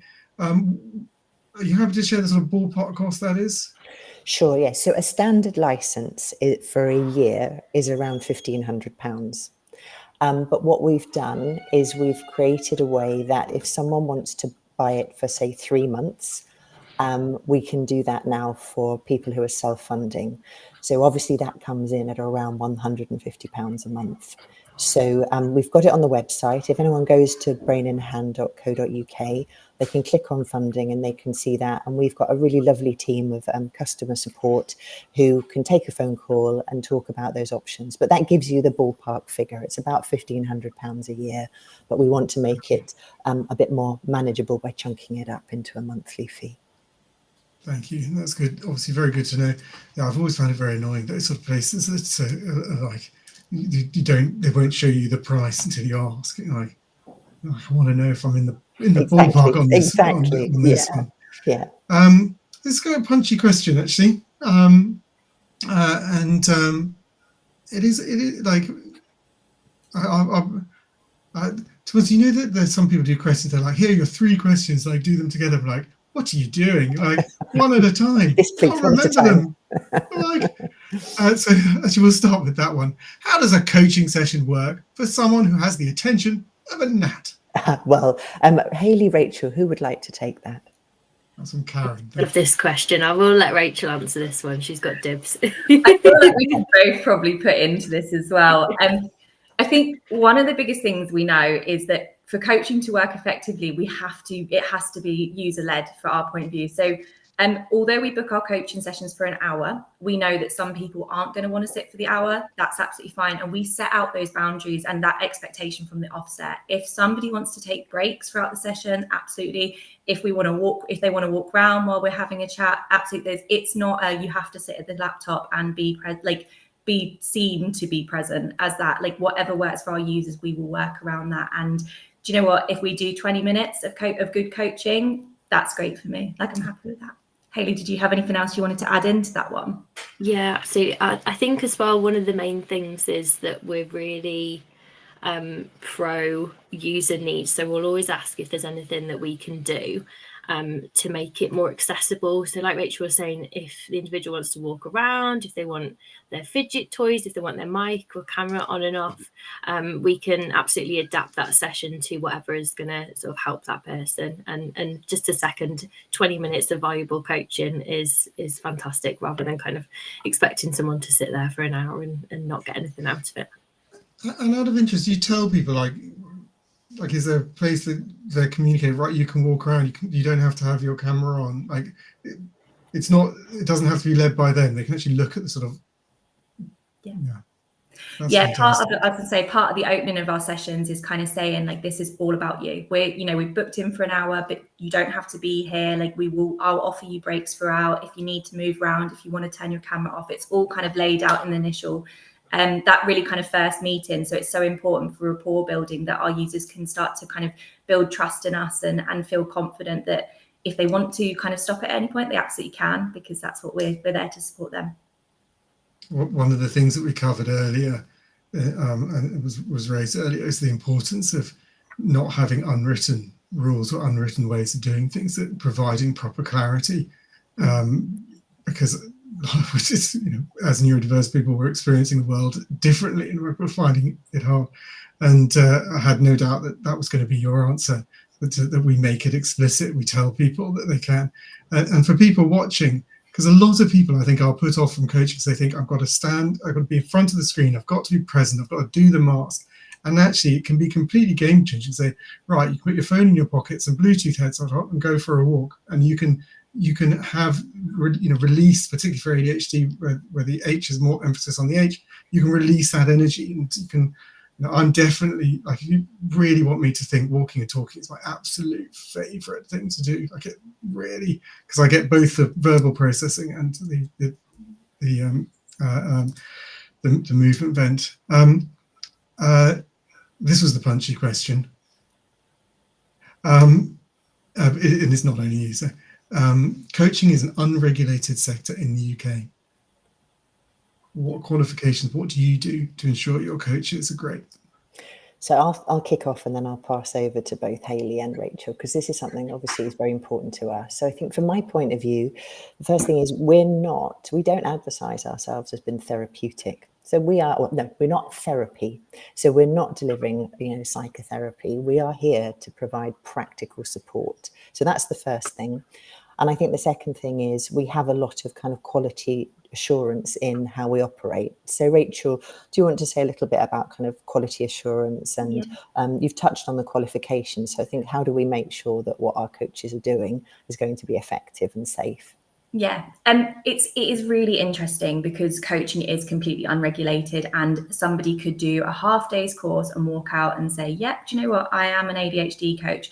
So we are very, what we're looking at is obviously we work very bespokely in what we're doing, but the core kind of skills and foundation skills that our coaches are having is from a solution-focused coaching courses, but also ILM and effective coaching. So both of these are underwritten by the EMCC, the Global, I can't get my words out this early, the Global Code of Ethics in Coaching. So although we recognise that it is unregulated at the moment, we are still working towards those governing bodies' best practice models. And that's something that we are really kind of high on. We don't want to deliver a half-hearted service. What we want to do is make coaching amazing at Brain in Hand. And through that, we also have our kind of quality assurance, which is around kind of reflection. So it's about us looking at different coaching sessions, exploring what the kind of good practice was and sharing that, as well as looking at areas for development and monitoring that as well. And as Hayley mentioned, we also do lots of kind of peer supervisions and support groups. As I said, there's such a wealth of experience and practice and people coming from different backgrounds where coaching has always been that foundation. And actually for our coaches to be able to share that with each other, we know that that's something that we can continue to develop on. And it's something that is a huge part of my role, is looking at, okay, what else do we need to kind of continue that best practice, but also kind of make what we do like continue to be fantastic. Yeah, and I guess, I mean, just one reflection is, because of we're trying to create something that actually has a structure to it, because of the way that the tools are organized in the app, and there is a standardized way of delivering a coaching session, that then means that we're there is a kind of a level of kind of structure around what our coaches are doing. So it's not just being a coach and freewheeling. So I think that's another part of it, because we're looking at the effectiveness of Brain in Hand by evaluating it and saying, okay, these are the elements of what works, and we need individuals who can do that. So I think there's the combination, isn't there, of their professional qualification and that they're doing that within quite a tight structure to personalize to the user. Hayley, is there anything you'd want to add on that? Yeah, absolutely. I think just to sort of echo what you're saying there, Louise, I think it's we've got that foundation and that structure, and although that's there, we do lead the session by that individual, and we know that we can bring in those coaching elements. We use that solution focused approach and the key sort of core coaching questions, if you will, to really find out what it is that is important to that individual and how to implement that into Brain in Hand. And that's really where the sort of the beautiful harmony comes from, that hybrid support. Yeah, no, lovely. No, I don't know about you, but there, I thought we'd lost you, Henry. I thought we were freestyling then. You're okay. Well done for freestyling. We actually had a sound engineer get in touch, and he's like, Henry needs to alter his sound setup. We can hear him typing, I'm now like, right. As I try and do the managing of this, I'll go off to do that and set up different things. This is quite the ride. So this 24-hour conference is now 27 hours due to overachieving on quality content, and also some very, very kind coaches who created some work on some key areas which you will be familiar with. So some advice on what to do when first diagnosed, identifying and managing overwhelm, which is, I think, when we talk about it, ADHD is wildly under talked about, particularly when you look at the impact that overwhelm has, and it can be career ending, because if you're completely overwhelmed and you're not fulfilling your job, it can completely change the trajectory of your life quite quickly, and it's a big deal. So the sort of support you're talking about, and I think your approach of the complete integration between app and person and emergency. So you've got the app with the support and the technology and evaluating. You've got the coaching for the building up of bespoke strategies and working through, and then you've got the 24/7. Right, I need help now, and it is an extraordinary package. Like it is. And talking of which, and so our last question: how do you measure success? So I think there's two ways for me that we measure success. Well, actually three, to be honest. So the first is the research. So we want, when we're we do a regular user survey, we want to be seeing that we are consistently reducing anxiety, increasing quality of life. So that's one aspect. I think that translates into a more tangible outcome, which is, are people staying in education, getting into work, staying in work, doing the things that they want to do to kind of participate in society. And then ultimately, as a business, the measure of success is, how many users have we got? And is our user base growing? Are we succeeding in making our product available to people who need it? So we have 10,000 Brain in Hand users. I want us to get to having 100,000 users. I'm ambitious to be successful so that anyone who needs it gets it. So I think success looks different. And then I suppose the ultimate one is, when we ask our users, are you satisfied with your Brain in Hand experience? And they go, yes, it absolutely meets my needs, then we've done a great job. So success in quite a lot of different forms, Henry. Yeah, thank you. And it doesn't surprise me, and I think it's wonderful that your first point is, like, we want the numbers, we want the research that says this makes a difference. And obviously, Rachel and Hayley will see more of this. That's then turned, those numbers are individual stories of success, of people like having lives altered for the positive. And as one of our goals as a charity is to get, because people will be going, but it's expensive. And they need to think about quite how expensive a wrecked life is, particularly from the perspective of the government, where you've got one alternative, where we're seeing huge percentages of people with neurodivergent conditions in prison, or other kinds of support, be it benefits, as an example, or having to withdraw from the workplace due to medical breakdown. And then you've got people thriving with jobs. And I don't know if you've looked at the tax on your, like, if you have the pain of looking at the amount of the tax that goes, it dwarfs these things. I think in turn, so immediately someone's got a job, the amount they are paying, and that's both in income tax, but it's also, frankly, just in the money in VAT as they spend. Yeah. It covers these costs multiple-fold. And in Australia, Deloitte did a really great study on the economic impact of ADHD and how the economic value of interventions. And I think one of the real missing pieces in our lobbying work is that economic case, and having some reliable research where we can shout and say, you guys are economic idiots. Like, you should be providing this support, because not only is it the moral decision and it's the right thing to do, but it's economically also the right thing to do. Absolutely. And Henry, there was an amazing study done by the LSE about 5 or 6 years ago, really brilliant economist, Martin Knapp and his team. And they estimated that the annual cost of failing to support autistic people in the UK was 32 billion. And that's more than cancer and heart disease put together. And so it's this kind of untold story. It's like a public health crisis that no one is acknowledging. And it's not just health outcomes, it is affecting the economy. And I agree with you. I feel we need to gather that evidence for ADHD and actually start shouting about it, because it's just not acknowledged. And if you put numbers on stuff, people do start to sort of take notice. So, yeah, I'm completely numbers, and obviously you're in the business of talking to government departments and large governmental organizations, and it's numbers that matter.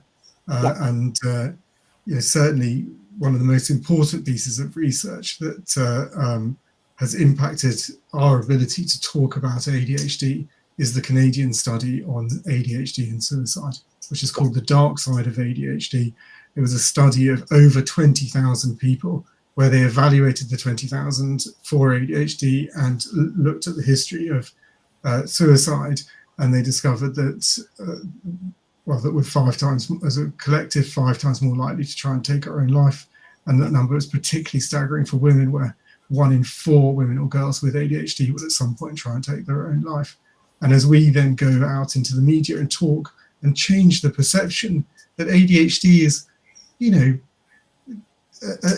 an easy condition and not serious, when we say those numbers, you see people change. and it's a big deal. But we couldn't say that until that major research had been done. And it's then been repeated in Scandinavia. It's been repeated in China, actually, and had the same sort of numbers. And so, and certainly anecdotally, and we both have this where we think very, very hard. And talking of having mentioned suicide, if you go to globaladhd.com, you will find a link through to all the global helplines for crisis support.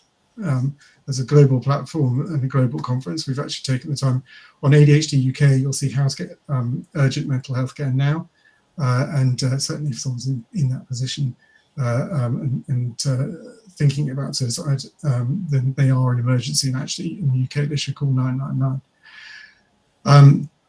But those statistics we talked about, we both have to think very hard about how we do things. We have to put in quite serious safeguarding, both for our participants, but also for our staff, because the prevalence is so high, and that just underlines. So those statistics are very real, people, and this is something we have to talk about, which will lead into our next segment. I have to say goodbye. Thank you. We obviously started a little late with you, and we finished a little late because it was so important tonight. What you're doing is absolutely leading edge, and it's wonderful. Thank you for being part of this. Huge, big deal. Thank you, Hayley. Thank you, Rachel. Thank you. I talked to Louise Morpeth. Thank you so much. Thank you. We're very grateful. Have a great day. Have a great conference. Bye-bye. Thank you so much. Thanks. Right. The next segment is a big deal. It does talk to suicide. If you are in crisis, look, or if you're in that place, on globaladhd.com is a link through to all the global suicide helplines and crisis support helplines. Use them.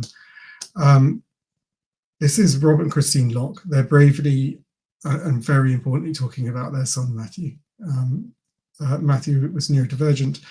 He had ADHD, and an extraordinary number of opportunities were missed to give him a diagnosis and give him the support and knowledge that would have made a difference. Robert and Christine are going to tell us about their son. They're going to share the changes they want to see.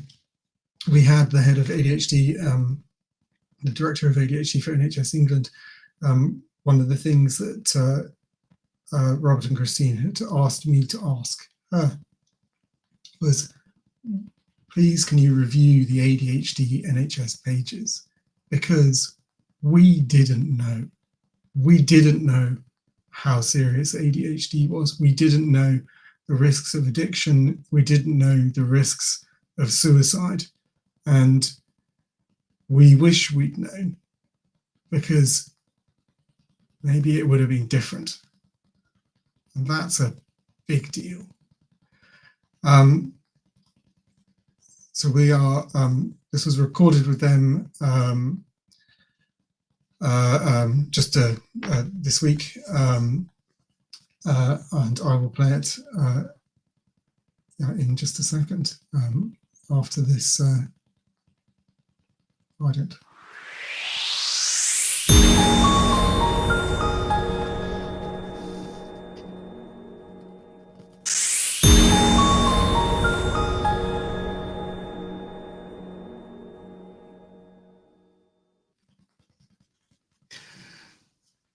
So this is an important section. I'm surely going to invite Richard and Christine Locke to join us, and they're going to talk about their son Matthew. I do need to put up a warning where this segment is going to talk about suicide.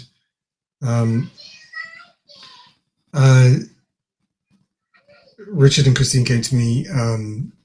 I do a drop-in clinic, a drop-in sort of session every Friday for people to come talk and answer any questions I can. They'd seen me on Good Morning Britain and talking about ADHD, talking about the challenges, and talking about the risk of suicide. And they came saying, we've never seen anyone do that, talk about how challenging ADHD in particular, talk about the risk of suicide. And they said something extraordinarily powerful that frankly chilled me to the bone, and because they said, we just wish we'd known. We wish we'd known that there was this risk. And they are making it their mission to change that. They have a presentation to talk about what happened with Matthew, and I'm going to invite them in now. Hello, Richard, and hello, Christine.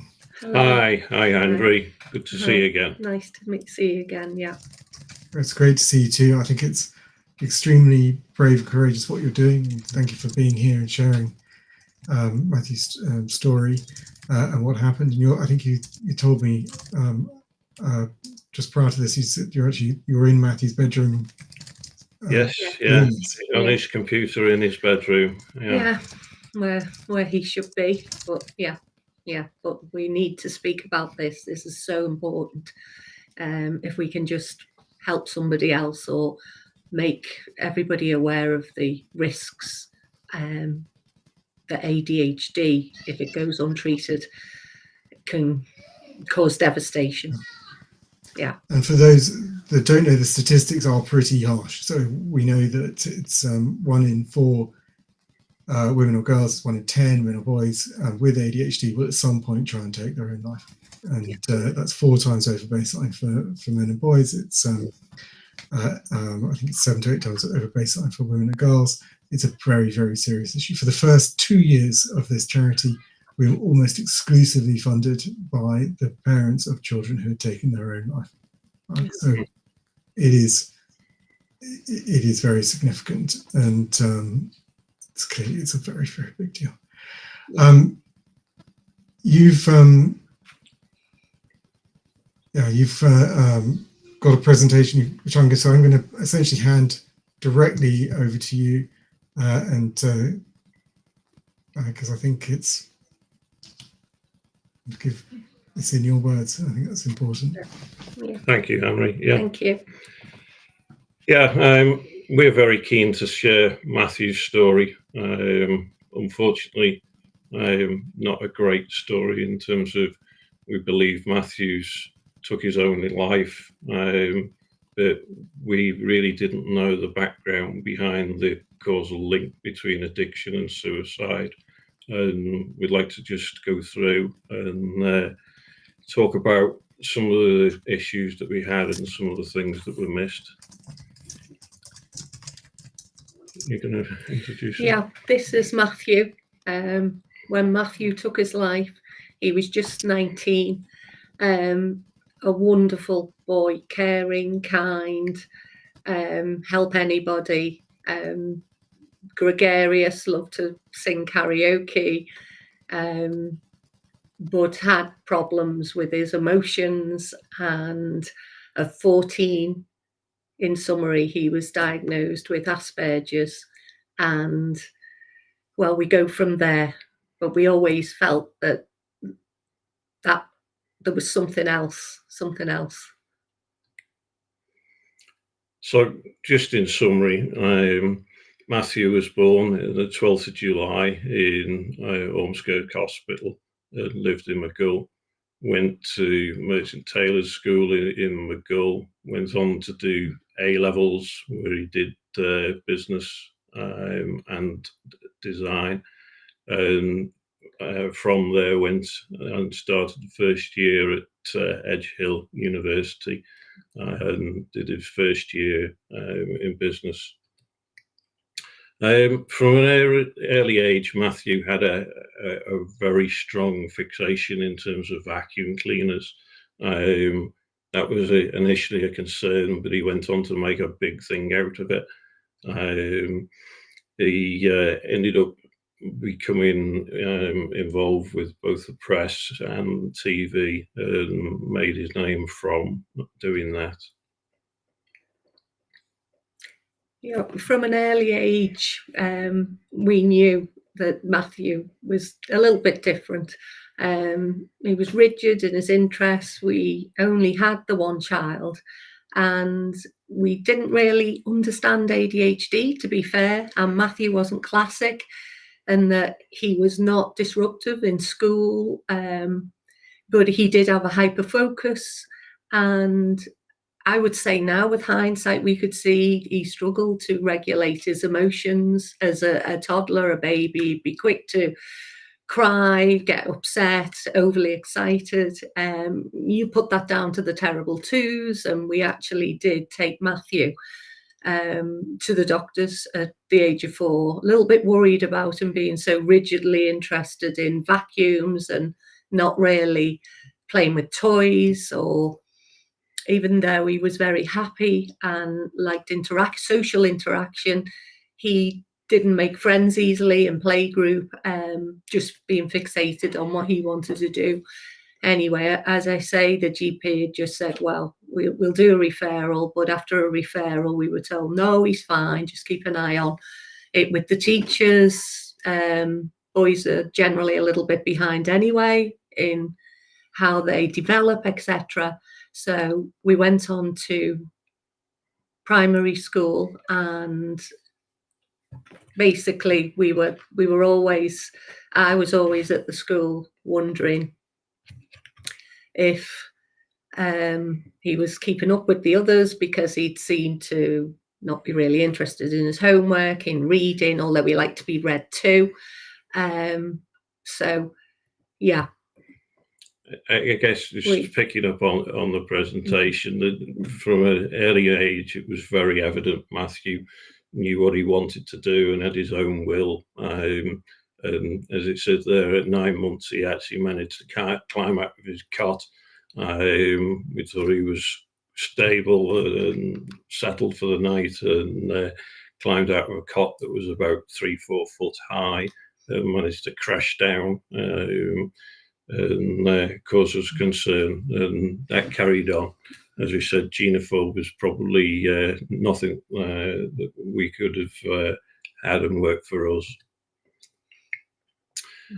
Matthew came to notoriety for his love of vacuums. He started off repairing a nan's, one of his friend's nan's vacuums, and that then grew and grew and grew into a business.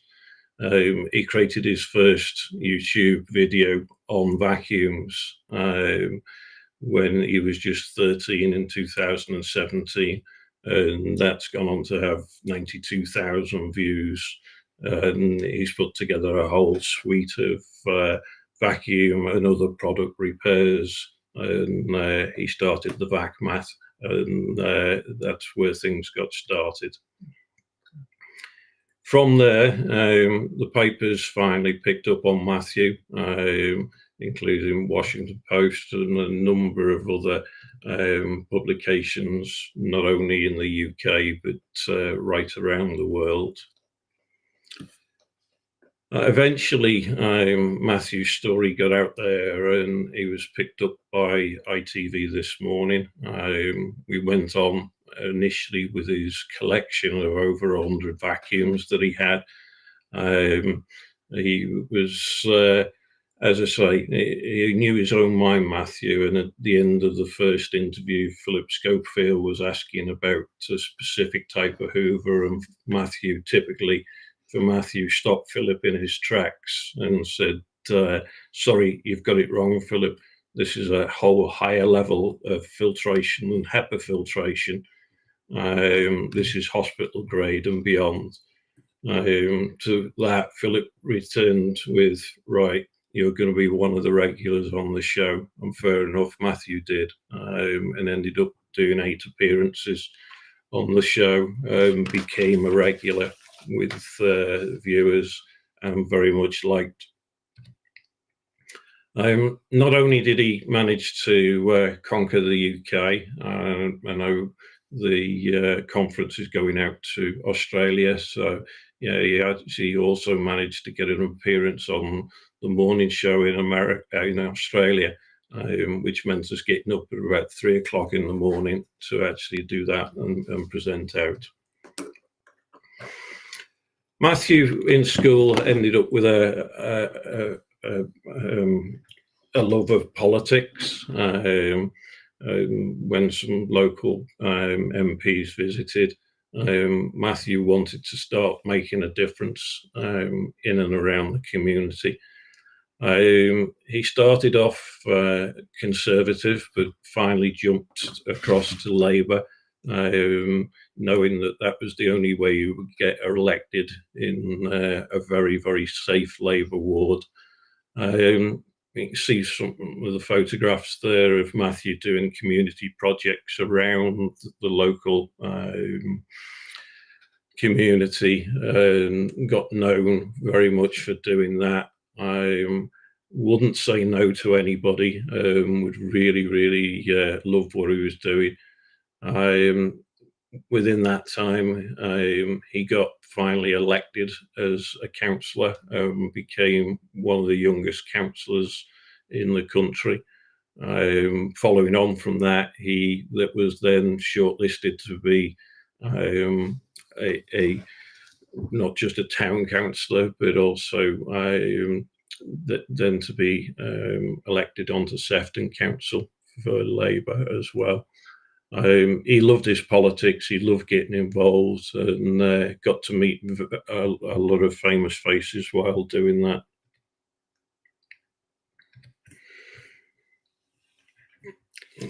Yeah, however, when Matthew was growing up, his rigid interests caused bullying in school. So we knew, he wasn't developing in the way the other kids were interacting. Everybody we spoke to, the GP, the teachers, the SEN, they all said, no, everything's fine, don't worry. Matthew didn't hold his pen correctly, and I used to think, he looks really awkward the way he's writing. Again, go back to the teachers, he just doesn't seem to be able to write for a long time, gets tired. No, that's fine, don't worry. I kept pushing, but thinking, well, okay, maybe I'm being paranoid. The thing is, I didn't understand ADHD. I wasn't aware of all the symptoms and traits of ADHD and the co-occurring conditions, dyslexia, emotional dysregulation. Matthew was having some tantrums, which again, people were putting down to, he's a toddler, he's 4, he's just started primary school. So each time I'd ask and stop and we'd have concerns, they'd be allayed by somebody saying it's fine. If I'd have known what I know now, and I have to say this is just with hindsight, with Matthew now not here, if I'd have understood ADHD at the moment, it's almost like, the classic naughty schoolboy, disruptive, can't sit still, doesn't do as he's told. Matthew could sit still. He would do as he's told. He would zone out, but they were the things where perhaps he went under the radar, basically. And then once we then hit secondary school, then we were hit with further problems with work, not doing homework, making excuses, saying he didn't have homework, and regular meltdowns that we thought, well, okay, now we're coming up to another phase, the teenage years. So he was referred to Alder Hey, and we filled out all the forms, and he was actually diagnosed with autism. And to be fair, I didn't think that you could have ADHD and autism together. That's another thing we were unaware of. So yeah, I accepted that obviously the diagnosis. Matthew seemed fine with that. I think he didn't open up to us. We'll never know how he felt about that, but he seemed indifferent to it. but it explained his obsessional behaviour with the vacuums and his love of all things cleaning. So we went on with that. Yeah. I think if you go back to the slides in terms of where we are, I mean, Matthew had a very rigid fascination with vacuums. Ultimately, he turned it into something really, really positive, but that was evident. And in the early days when he was 4, we took him to Older Hay, but basically we got told, oh, you don't really want to label him, you don't want to put him into a system, he seems okay. So we walked away from that, and you know, that obviously was the early telltale signs of what was going on. By 13, the problem had become a lot bigger in terms of where we are. Do you want to talk a little bit more? Yes. Once he was assessed, they said dyslexia was diagnosed, and he didn't enjoy school at all, whereas he had got through it in primary. He had actually enjoyed it, but once the peer group realised someone's a bit different, then the bullying did start, and we were often up at the school. We were told, well, you know, there are notes missing from his work. So we said, well, you know, what could that be? They referred us to an educational psychologist, and they come back with some accommodations, no reference or direction towards suggestion of ADHD. So we went along with it. Now, the thing is, what we know now and what we knew then, this is where it just breaks our hearts, and we cannot take time back. But we were dealing with somebody neurodiverse and who couldn't focus, who couldn't concentrate, well, could, but on the things he wanted to. And yet, as parents, we were saying, just focus, just think about it, just calm down, just think like everybody else does. And he couldn't, and we didn't understand that. And we feel the years of the misunderstanding and him trying to fit into a neurotypical world and family, that had to impair him on a daily basis. And eventually, at 14, we self-referred to CAMS because we were worried he would have repeated meltdowns, he would pull his curtain rail down, and then he would be sorry, didn't know why he did it, but we were worried.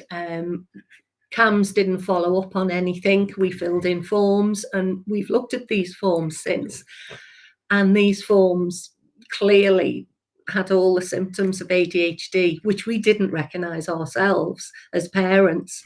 However, the primary care team should have seen that.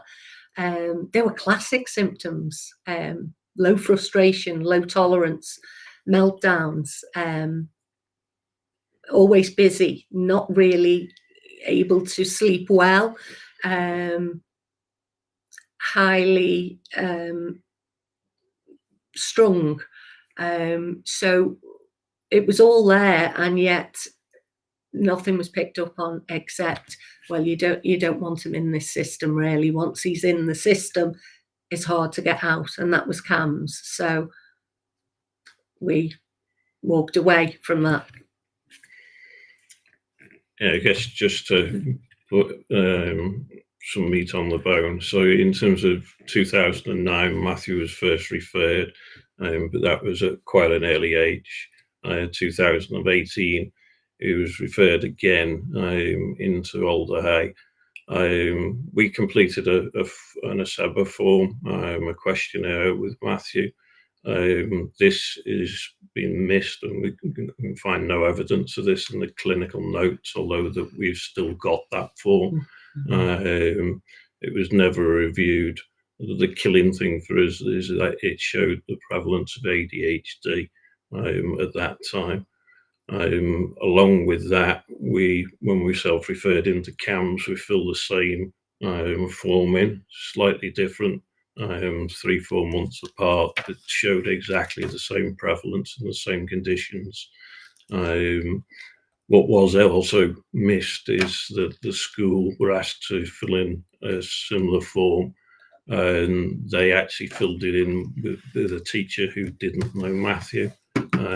So that was filled in incorrectly in a lot of respects and missed the ADHD diagnosis.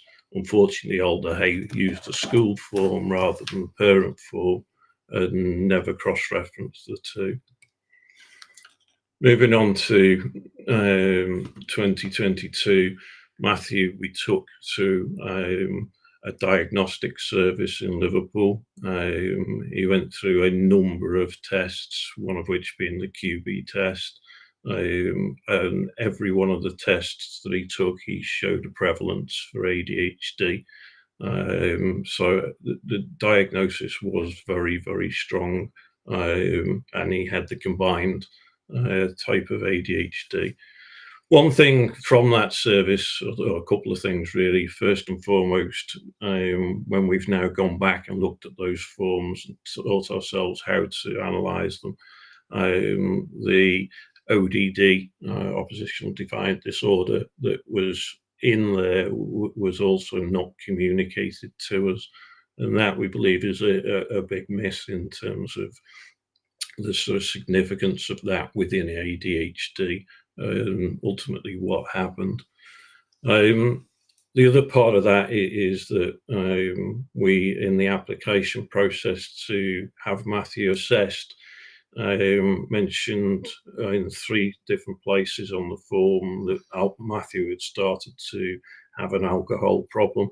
And again, given that, and given Matthew was interviewed in that process, we were involved, we were taking Matthew to do the assessments there.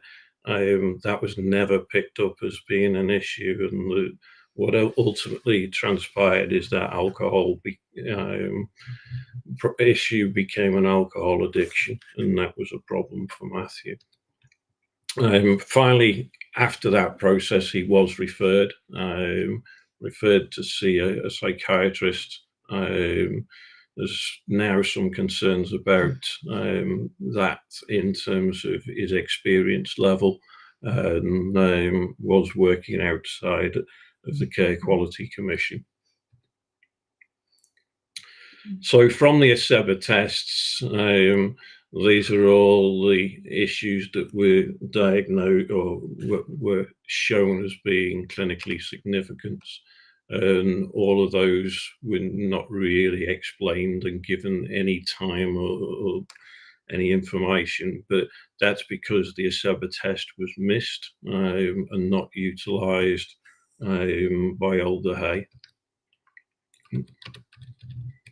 Sorry, I'm just jumping right the way through. So in summary, there were opportunities where Matthew could have been told that there was a link with ADHD and the increased risk of self-medicating through alcohol and substance misuse. That was never raised. Once he'd been diagnosed at 17, he was just 18. That was never given as a factual possibility of ADHD. So as parents, we were worried sick about Matthew. We were happy he'd found friends because he had found it hard to make friends. But at 17, he'd found a new social life. He was enjoying life. He loved going out. He went to festivals, and we were happy. But then we realised there was a problem. Now, not once did we know there was a link between alcohol and the possible self-medication for somebody with ADHD. Matthew was not on medication from the diagnosis. Another thing of medication is there needs to be more education out there, more awareness of what medication can do and can't do. But there is a myth out there generally, and I know people I speak to, oh, you don't want to medicate. Well, we think if Matthew would have been correctly titrated, followed up properly, he may not have self-medicated. And research does show that if somebody is medicated for ADHD, that there is probably an 80% chance of mitigating the risk of substance abuse and alcoholism.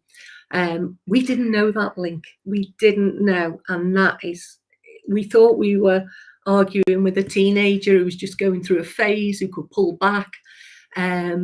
He wasn't drinking or doing things to get high, or he was, as an ADHD brain, he was calming his brain, which we see now, but we only see this since Matthew's passing, which is absolutely catastrophic for us.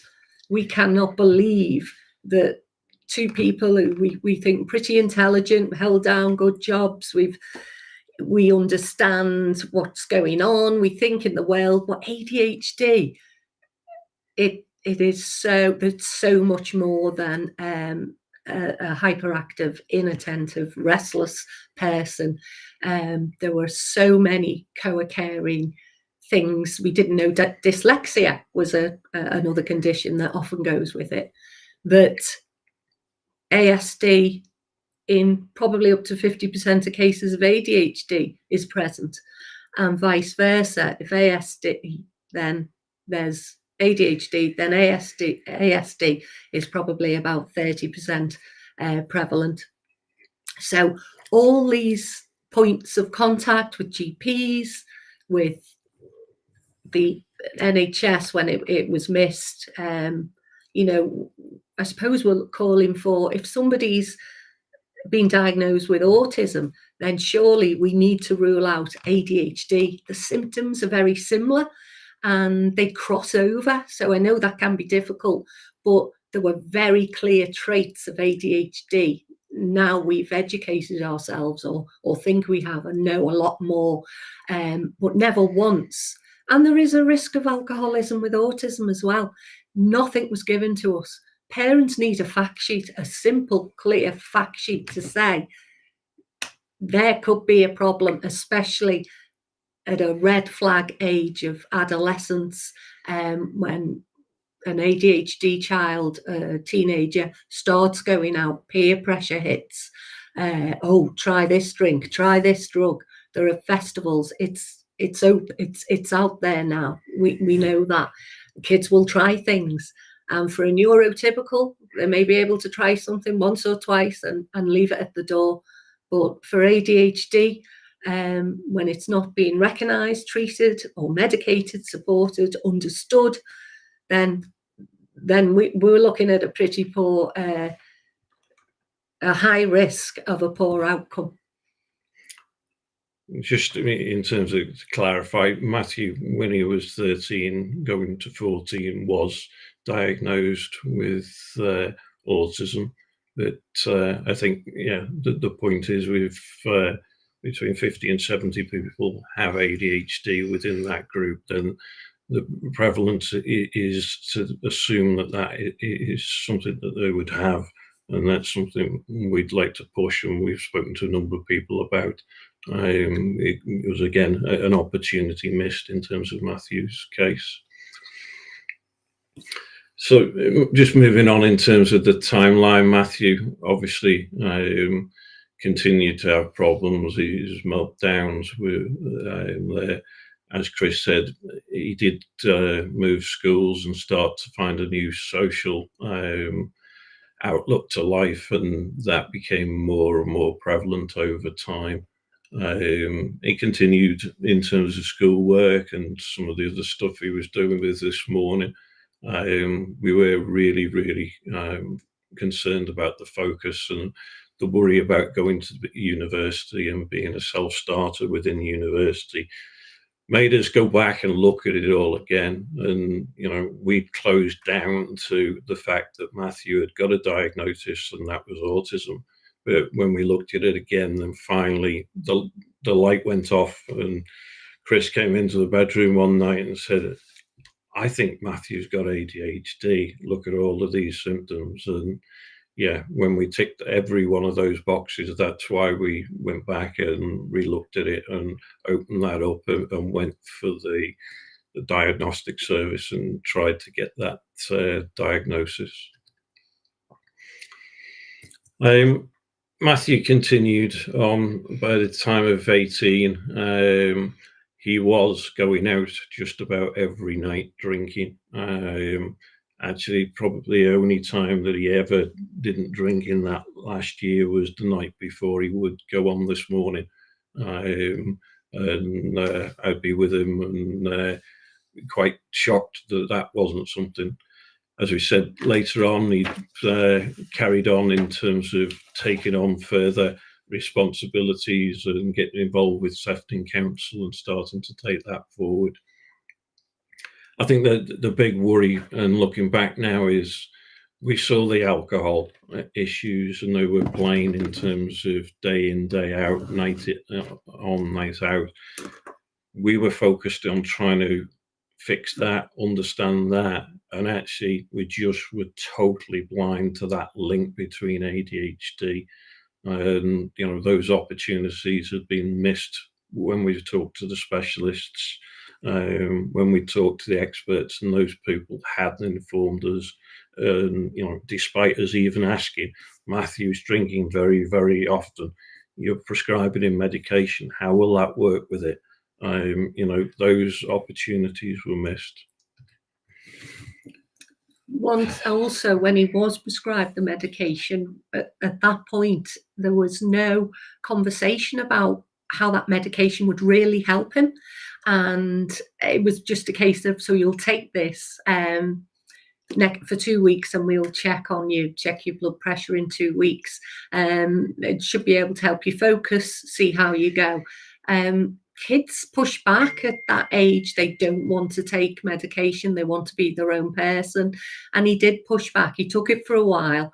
He said it made him feel as though his heart was racing. So again, us not understanding ADHD, what medication can do, why he was drinking. We didn't want to push the medication. So we said, well, okay, if you feel like that, don't take it.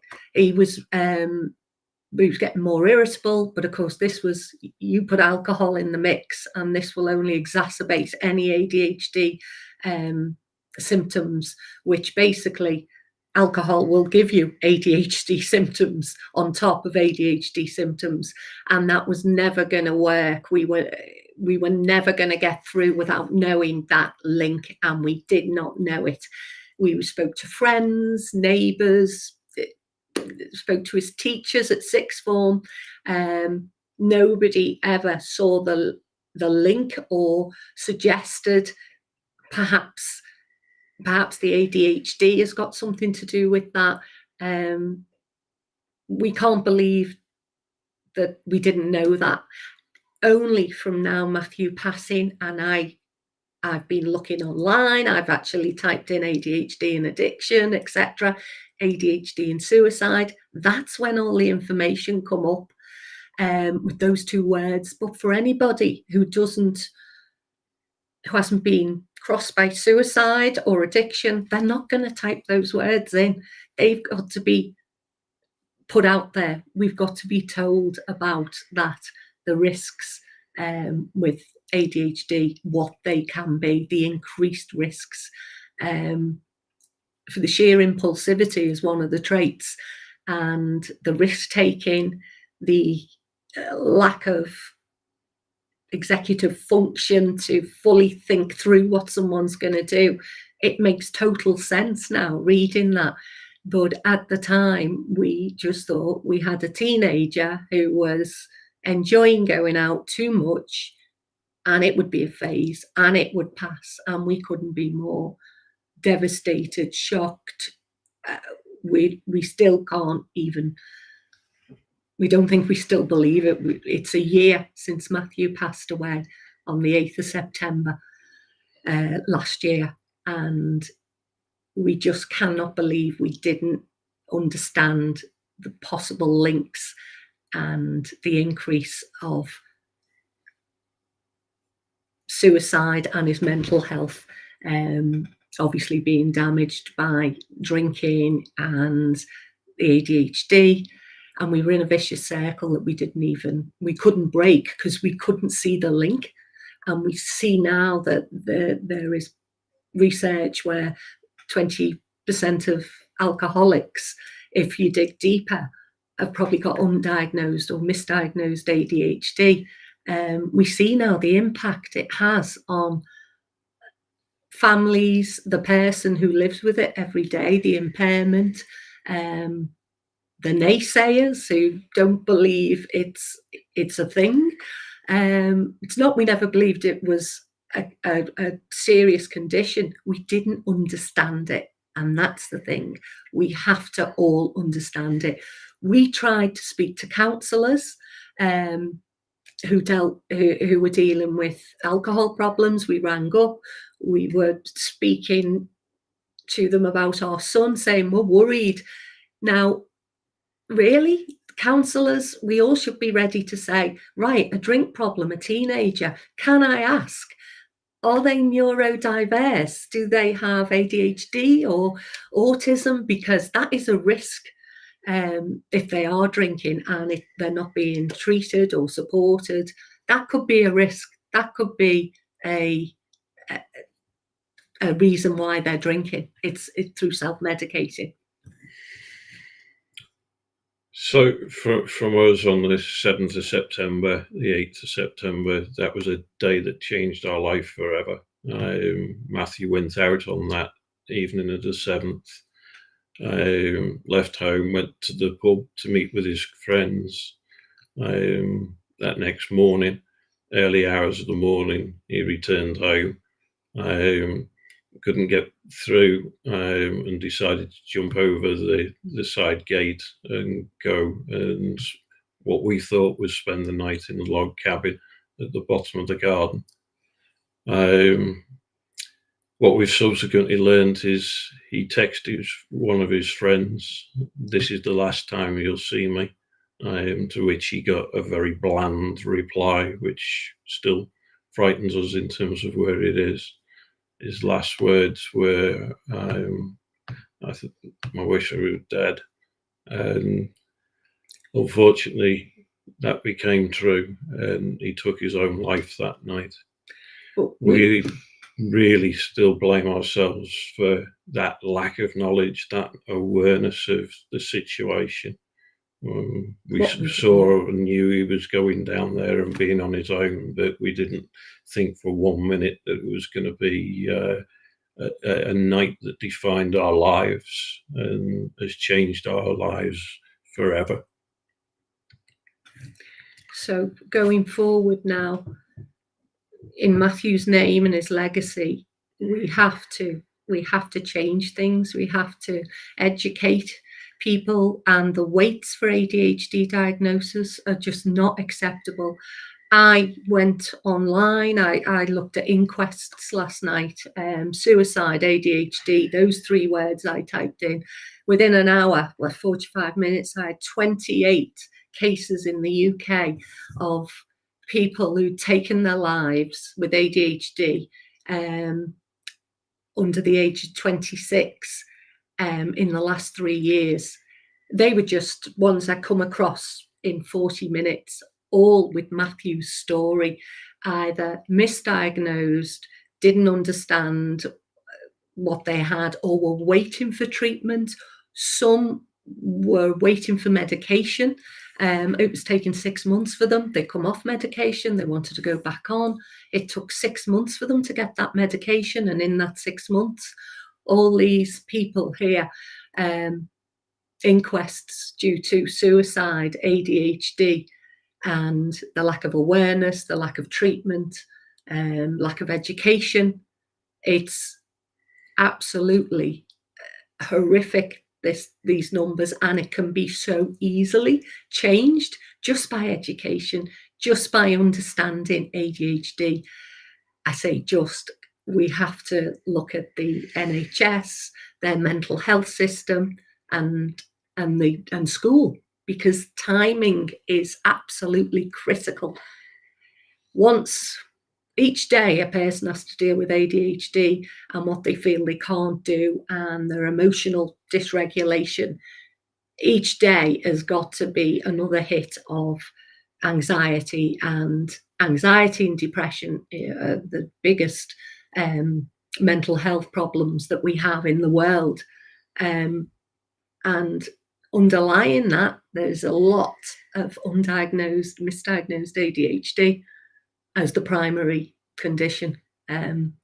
So yes, we need change, as simple as fact sheets being given out to parents, educational courses, schools bringing in classes to understand ADHD, to understand their children in class who have ADHD, and to be patient, to be understanding of the condition, so they're not bullied and victimized, which layer on layer is going to affect their mental health right through their life. So we do not want to be here. Thank you for listening. We feel like we've gone on, but please understand, we just want the awareness out there. If someone would have told me at any point, anybody said, oh, do you know that there's a risk of addiction, and maybe that's why Matthew is drinking, we could have come with this in a totally different way. We could have had a different outcome. And if Matthew would have been diagnosed at 13 when we took him for assessment, and possibly medication was involved, psychotherapy, we could have had a different outcome. Matthew loved life, and we know he did not want to take his life. He's been an impulsive downward spiral, but there's no way Matthew would have wanted to end his life. Yeah, I think you take away any one of those things, obviously the ADHD, but you take away the substance abuse in terms of that, and we wouldn't have ended up to the suicide. So it's about understanding the links between those. As Chris said, in conclusion for us, it's absolutely vital that people get a timely diagnosis, and that's absolutely critical. The right medication, intervention and support is around. Further reaching out to education for parents, for teachers, and for the clinical clinicians out there, because there's enough of those that we've spoken to who just don't know about the risks. And those risks linked to the comorbidities of addiction and suicide are phenomenal. They're huge risks, and that suicide, we would never want anybody to feel like we feel at the moment, which is just total devastation from the loss of our only child as well. We need to make sure that the awareness of that increased risk of poor outcome in later life is understood, yet that can be changed with the medication and support behind everybody else. We're keen to set up and try and make a positive impact. I don't know whether it's a way to try and keep Matthew alive in our own hearts and in our heads, but we want to advocate for change, for certainly within the NHS website. When we did get the diagnosis, that was the turn-to place that we went to, but it doesn't mention suicide, it doesn't mention addiction, and that impairs so many people. We'd like to find a way to get the QB test available into schools so that they can do that early diagnosis and get the benefit for children, and change the outcomes that they have. Last but probably the most important, Henry, you started off this talking about we just didn't know, we didn't understand it, and there's so many people we talk to. We attend suicide groups now, and I think we said it the other day, but when we talk around the room openly, the amount of people that then come up to us and say, oh, I think my relative had ADHD, they took their own life. It's very, very similar story, and we keep hearing the same stories. We've got to stop that. we've got to break that link and we've got to break that cycle. So we're keen to set up a charity. We're not a charity, but we're trying to set one up at the moment. I'll leave you with my favourite picture of Matthew there, in terms of spending a day at Dyson, which he wanted to do all his life, and luckily myself and him had the opportunity to do that. But God, I miss him. God, I miss him. Thanks, Henry. Thank you for listening. You guys are so brave for doing this and talking about Matthew and what happened. It's obviously been a privilege to listen to, and completely heartbreaking. And your bravery and courage to talk is something else. And what you're looking to do is we're obviously on the same fight in terms of trying to change understanding of ADHD. It's why when I do a lot of my media, I talk about the link with suicide, because I want people to know, and I want to adjust people's thoughts on how challenging ADHD actually is, because so many people just don't realise. And and as you said, it was a strange feeling when we got to see you talking about it. And as we said, you're probably one of the first people we've seen out there actually talking openly about it. But first thing we've got to do is get that message out there and get that understood by people, and only that way can we make change and affect change. Yeah, I completely agree. I recognise I recognise how hard that's been, and obviously how important it is. So we've left that up, so there's the people can scan those. We've said more. It's in its infancy, and there's a GoFundMe page, again, both in their infancy, but we've got to set up and go through all the rigmaroles of setting up to be a charity. And all Been there, done that, yeah. We might have effort. questions about that one as well. Oh, happy to help. I think this is the point to, the point to, so thank you very much, and I'm sure this is not the end of us doing anything together, and in terms of us raising this understanding and awareness. You are incredibly brave. My heart's broken for you, and thank you for sharing with everyone today. Thank you. Thanks very much, Henry. Thank you. Yeah, if we can change the outcome for one person, it will be all worth it. Absolutely. Thank you to them. I'm going to sign off to the next session.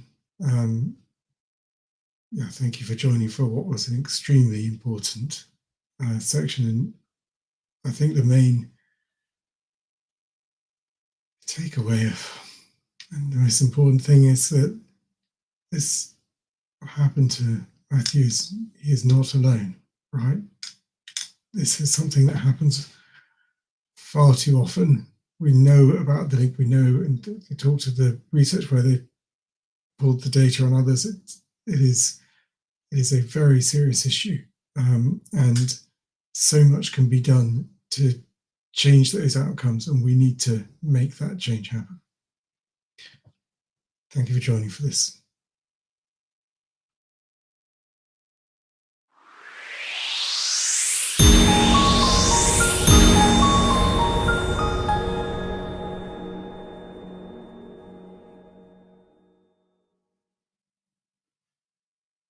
Absolutely heartbreaking, and a very, very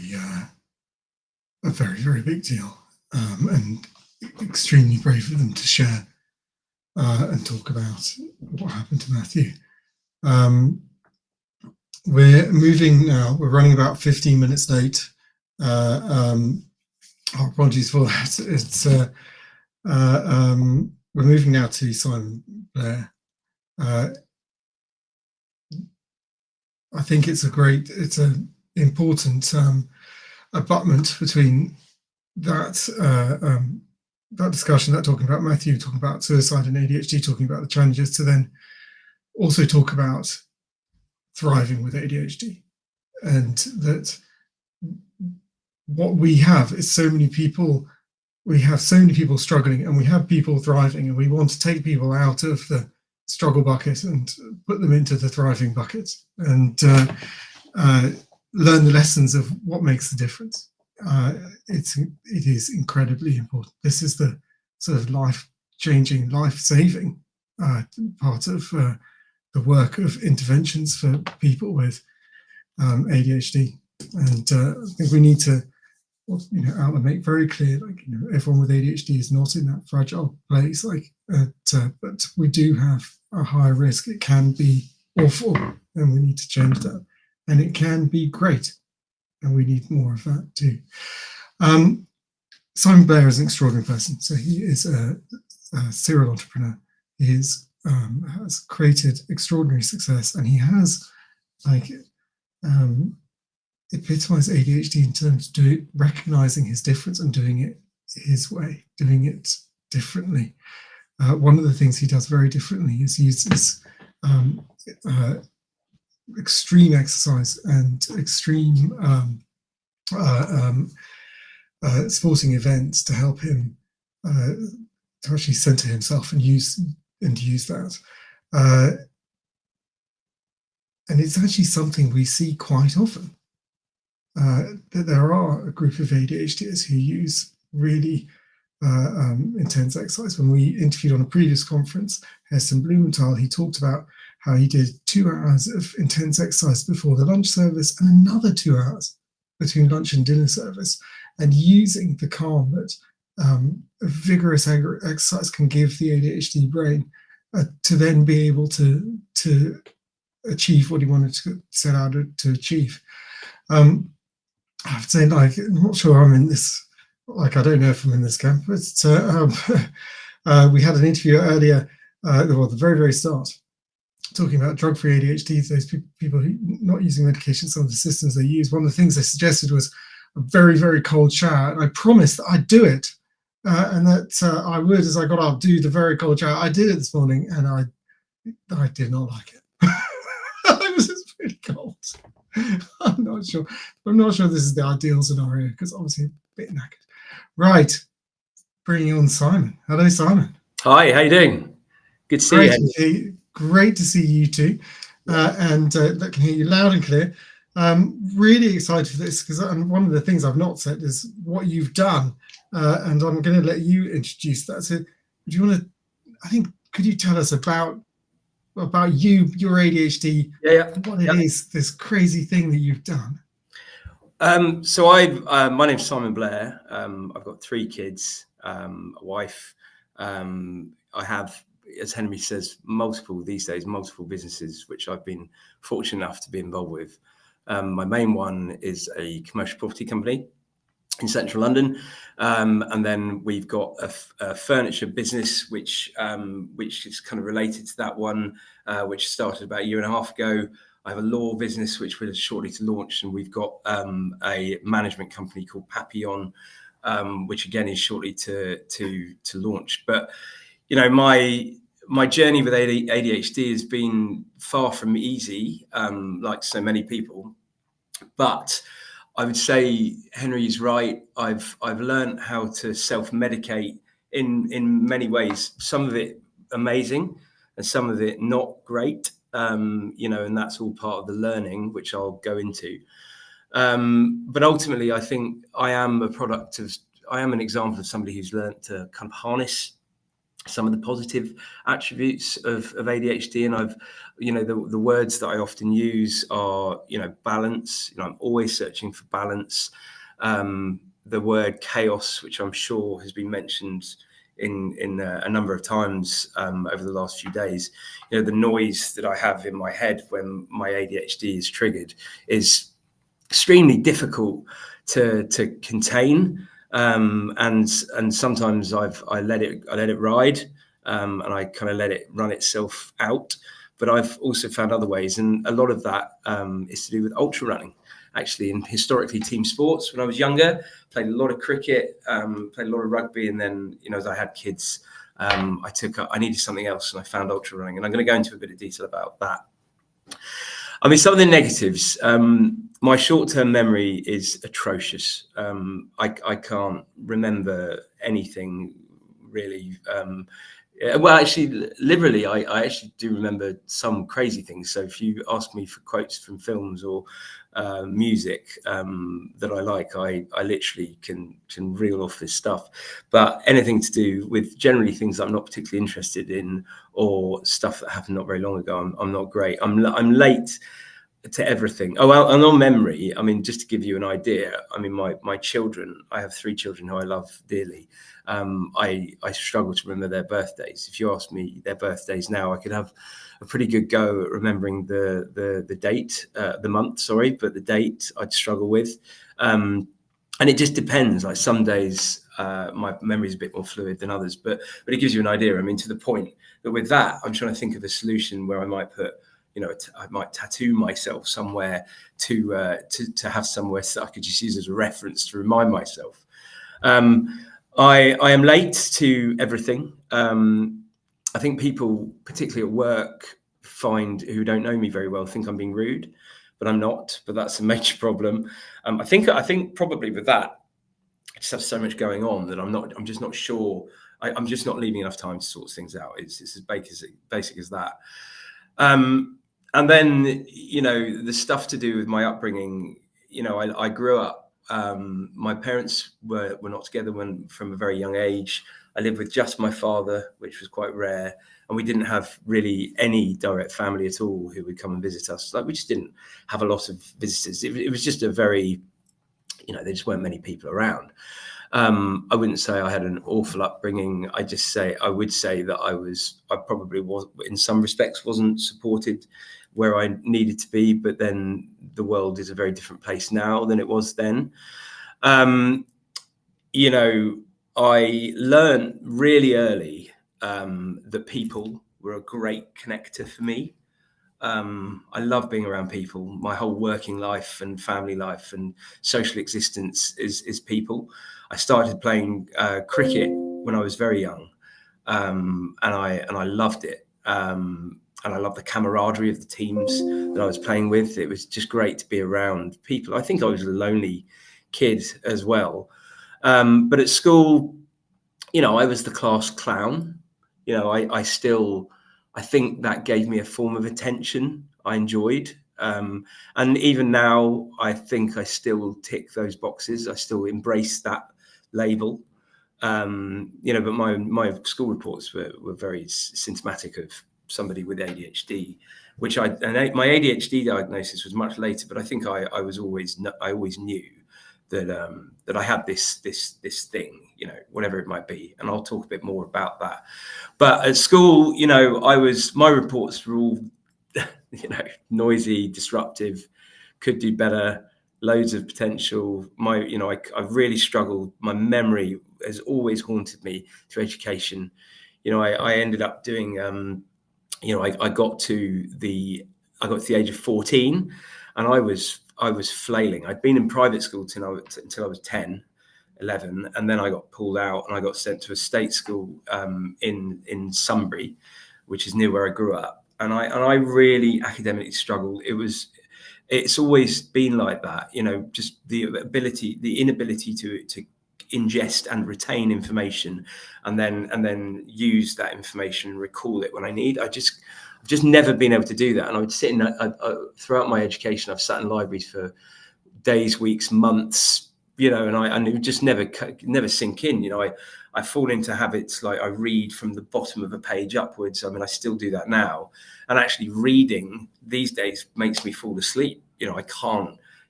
There's something about the way my mind works. It just doesn't connect with things that I'm not particularly interested in doing. But if you give me a film, I found a love of film, you know, which I'll take all that in, and I'll get immersed in this world in the same way that an avid reader might. But by 14, I was dropping back. You know, I was in the bottom sets for most of the meaningful, you know, subjects. So English, science in particular, and maths. I was just not going. It wasn't going great. So, but I had my first example of hyperfocus, I think, on reference, and looking back. I went to school. You know, my father it just wasn't part of his armory to help me too much with my education, and I didn't have anybody else really to help me either. So it was either learn it at school or pick it up myself. But I was freaking out that I wouldn't have the grades necessary to get through to the next phase. You know, and I knew because I'd listened a bit about this and that I needed certain grades in order to get through to A levels and that kind of thing. So I went to school and I got as many papers as I could. And I just locked myself away for the best part of a year, maybe longer. And like, you know, a typical ADHDism, I listened to the same music when I was doing that on repeat. I listened to 3 albums, Best of Queen, Meatloaf and Madness. And I burnt through like maths exam after maths exam, and all with a view to just scraping a C, and the same with English, and the same with science. Now I succeeded with English and maths. I scraped C's, but science I ended up with 2 D's, but it was good enough. It got me to college, so I went to college in Esher, and in Esher, life got a lot better for me. I didn't have a very good time at school. I really wasn't very happy there, and I've made no reservations about that. But Esher, I got to a place where loads of creatives. It was the end of the 90s. Music was awesome. The Blair, you know, the new Labour Blair period was there. Like, it was just, you know, it was just a combination of loads of, you know, enabling things. Like, it just felt things were changing and moving, and I was completely in the middle of it. And I loved being at Esher. I met these great people. My teachers communicated with me in a different way. I had this amazing English teacher, really creative. And when I left college, shortly after my 18th birthday, my father asked me. I had to leave home. And it was a very traumatic period for me. But I had loads of people around me to pick me up. It was amazing, really. You know, that was all through team sport. That was all through my love of cricket, which I was playing every Saturday by that point. From the age of 14, 15, I was playing cricket as much as I could. I couldn't get enough of it. And it was and I guess it was the repetition of the bowling. It was, you know, I was a bowler, and I'll talk about that in a minute, because physical exercise has been the greatest enabler and diffuser for me about my energy, my ADHD energy. I just couldn't ever get to the end of my energy supplies when I was young, and it was chaos. When it was happening, I was just all over the place. But physical exercise and exertion just used up enough of it to just quieten things down a bit for a period of time. And little did I know that was going to be a major thing for me now, you know, actually in adult life, as I have children of my own. But I went, I took a year out after moving out with my father. And then I regretted that immediately, because I really should have tried to go to university then. But I took a job just selling stationery through the Yellow Pages. You know, and anyone who can do that you can sell anything. And that's probably where, although it was an awful experience for a year, it was a very meaningful one for me later, when I started getting into business and doing the surveying thing that I got into. And then that developed into what I do now as a business owner. So I did go to university, but to get there, I went and saw my old English teacher, who was a bit of a hippie, called Jill Roberts. And she told me I should go to this little university in Cambridge. So I went to this old poly. I could play cricket there. They had a school, like an emerging school of excellence for young cricketers. And I went there, and I lost myself there for 3 years. I loved it. It was awesome. And I just played cricket. I scraped with the 2-2. But you know, I worked hard at points for that. But again, these issues to do with ADHD were coming at me. this issue of information retention was just murdering me when it came to the academics.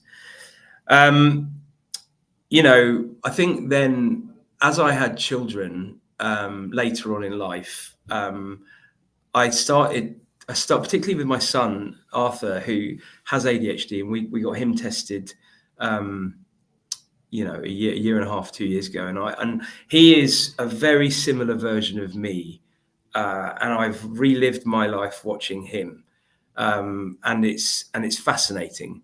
If I was like that, all I see is this whirlwind of energy, this Tasmanian devil of energy. It's all good-natured stuff, but if it's misunderstood and misinterpreted, it can be seen as disruption, and it's like a force for negativity, and it's not.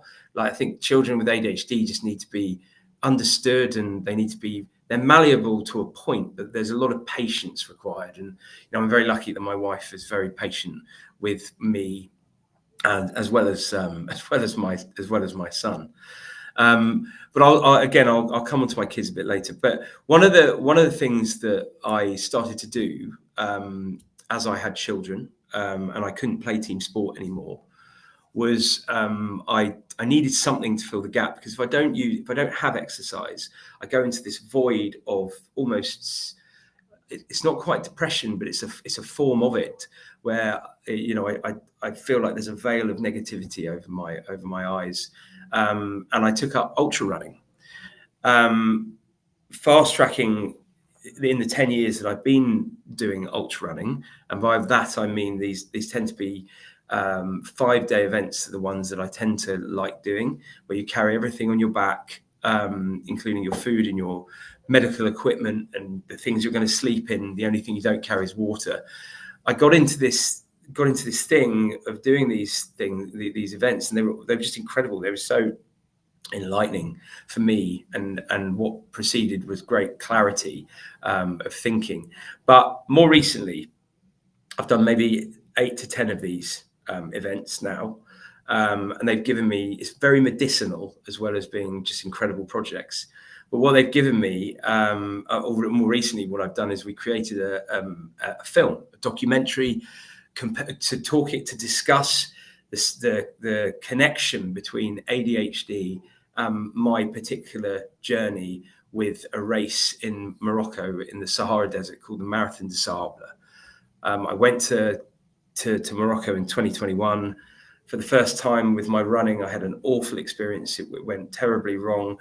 And then it took me, I ended up pulling out of that race after 3 days for a multitude of reasons, which I'll talk about. But in April of this year, I went back and completed the race. But it's about the journey of how that happened and how an ADHD brain deals with that type of failure. And I will refer to it as that, because I didn't go out I went out to succeed. I didn't go out to not finish. And it was in the context of what the end goal was, it was a failure, but there were loads of amazing things that came out of it, which were successes. So that was a film we made. I had a camera with me all the time while I was there, and for the few months beforehand, filming my family, my work, and then of course the race itself with a guy called Ryan Lovejoy. And we created this incredible film, which we recently showed one viewing of in London and one in Cambridge, and we're hoping that it goes to some great places in film festivals. And I'm going to play you a few clips of that today. I'm going to play you 4 clips of it, and here's the first one.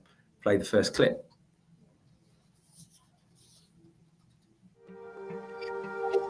In 2021, post-pandemic, I went and tried to complete the Marathon des Sables. I think with some honesty, I probably wasn't quite mentally match fit.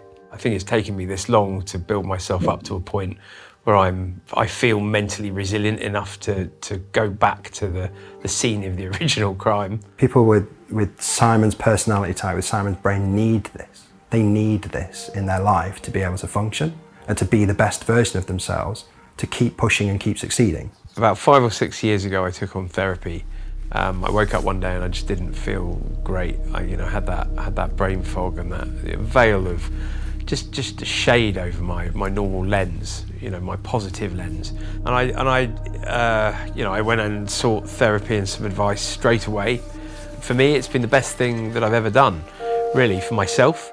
So Simon's diagnosis came about because I'd been doing a lot of mental health education with his team, so he'd got to know and trust me. He recognised that he can be quite impulsive and energetic, and that's been a real strength at work. But at times it meant that he was distracted or struggled to focus, or other people would say, you're not paying attention, you forget details, things, it's hard sometimes to be all over the detail of things. But her opening up that discussion for me led to me getting tested.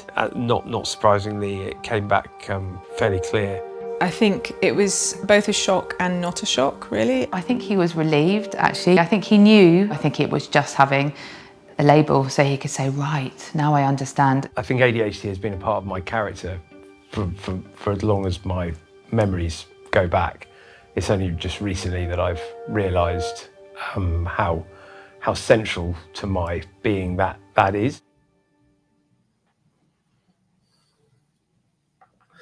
So that's the first clip of the film that we made. I think, it's a really good time to just talk about how that film happened. Look, my journey with ADHD has had its. I'm no different to anybody else in certain respects. I've tried so many different things to like leverage the noise and the problems that come with ADHD.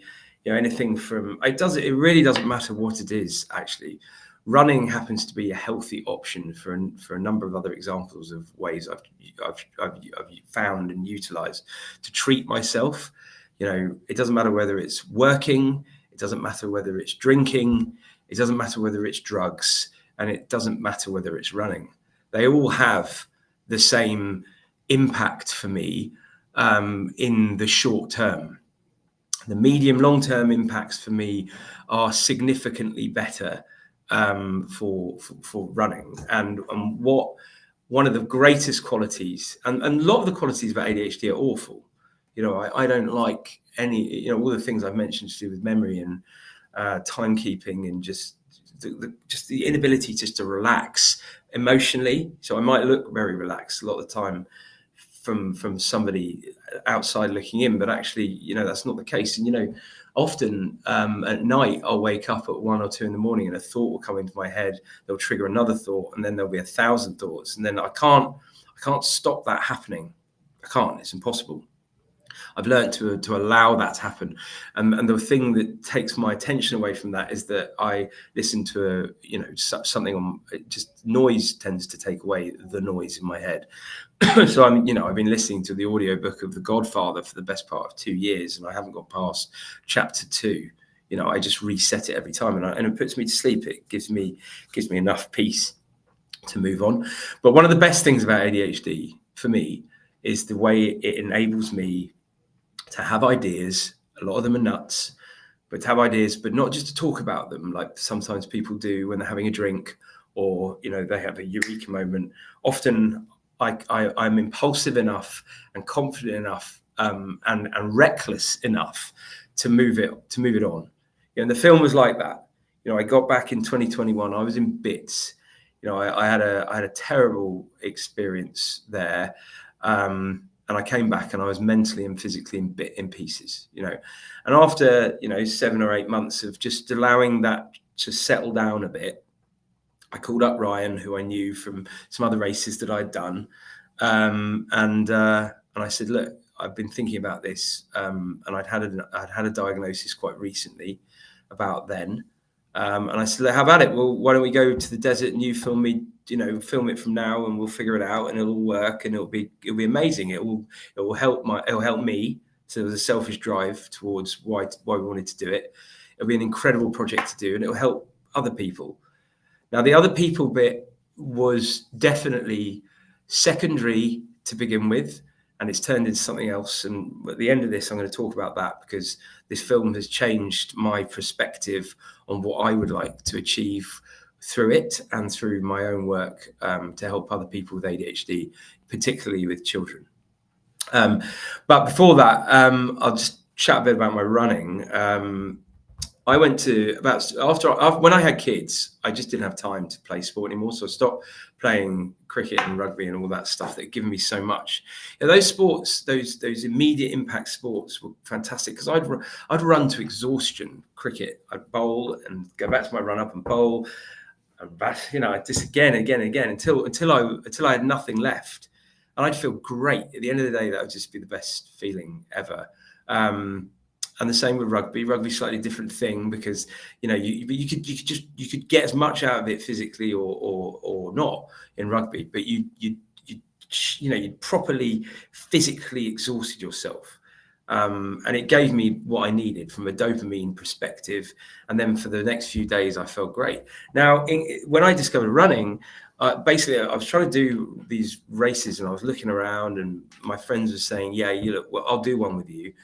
And I found this one in the jungle run by a company called Beyond the Ultimate, which is just the most incredible company run by who has become a very good friend of mine called Chris King. And this race in the jungle, it's through the Amazon. It's 5 days. Again, you carry all your stuff. It's like a massive tough mudder. It's brutal. And all my mates had said they'd do one with me. They all pulled away. And then one day I just had a half bottle of wine. I pressed go. I was like, yeah, let's do it. And that was enough. I was committed then. My mind works that once I've done something like that, something meaningful, I parted with a bit of money, I'd emotionally pressed the button. I was ready to go. I took this thing seriously. I got running. Looking back, I was so primitive about the way that I was dealing with it. The stuff I was wearing, the kit I was going to take with me, the food I was going to eat. It's self-sufficient race. It's an incredible place in the middle of this natural space of wonder, that most people sadly don't go and visit for whatever reason, but I did go there and I loved it. I spent 5 days there. I was utterly broken by the end of it. 5 days of it, I crossed the finish line with all these kids running with me to this little village. I thought they were running with me to support me. Turns out they were trying to nick all my stuff, but I was a willing party to that. Gave everything away, and I called up my wife, and I was in bits. And I said, I'm never doing one of those again. I was really, really quite drained.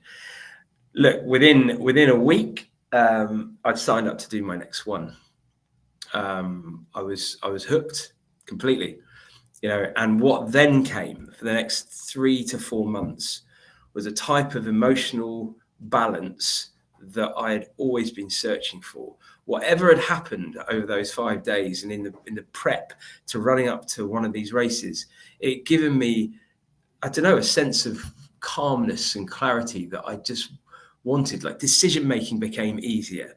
My perspective on problem solving became better.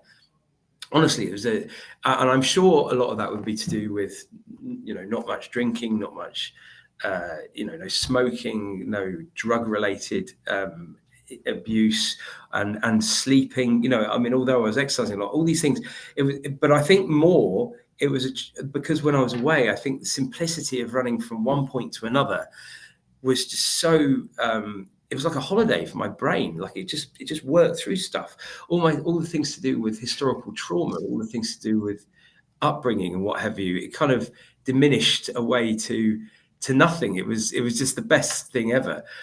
But we do see that. So people with ADHD. So one of the things that's come up is people say, "I have ADHD. I can do anything.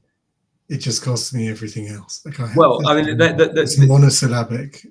The issue with that, Henry, is that ADHD. When people talk about something like hyperfocus, people glorify hyperfocus as if it's like this incredible superpower. That word gets thrown around all the time. Yeah, we always try and say, yes, there's ADHD is a superpower, but let's talk about the kryptonite. What's stopping me being super? With a kryptonite is that when you have periods of hyperfocus, with every up there is a down. You are using so much of that positive energy in such fast and impactful quantities that you need time. It's not never ending. That you have to replenish all of that at some point. You know, and that's what people don't talk about. So in the 1 in 100 occasions where hyperfocus is really useful, the other 99 times it's absolutely awful because you can't focus on anything else. Yeah, you get lost. It's absolutely great. So hyperfocus onto the right thing is a wonderful thing. The wrong thing, you'll blink, it's 3 p.m. You're like, I've done a lot of that, but I need to do this other thing. I've certainly found doing those kind of big events, it does provide a purity of brain because everything just becomes very simplified. Does it help me do this thing or not? And that's my lens. I also thought it was interesting when you've talked about your family, when you're doing these events, that's all you're doing. You call home, like you're isolating, you simplify your life for that. Completely. Yeah. I mean, the glorious thing about going abroad, I think on retrospectively looking back at some of these trips, is that there's no internet, there's no social element to it in terms of Instagram or Facebook or LinkedIn, or there's no work kind of constantly on top of me. Now I flourish in the busyness of all those things, but actually when you don't have those things available to you, it makes you focus on the simplicity of getting to that tree, that stream, the end of that day. It is literally like a brain holiday, and I think maybe there's something in that in the modern day about how busy we all are. There's so much, the modern world is a very dangerous place for a brain that soaks up information in the way that someone with ADHD does. There's just a lot going on all the time. It's just very triggering. There is, and the world tries very hard to grab an individual's attention. Every box in a supermarket, every advert, and that's designed to grab the attention of a neurotypical person. Whereas my attention is just so easily grabbed that's happening all the time to a stressful level. It's different. Now I'm mindful of time. Yeah. Well, do you want to play the second clip? I would like to play the second clip. There you go. Let's do it.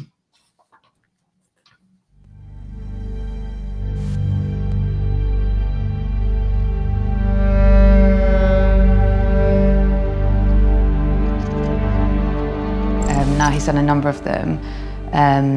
It's a bit medicinal, really, I think. I'm going to have to dig deep. I'm aware of that now.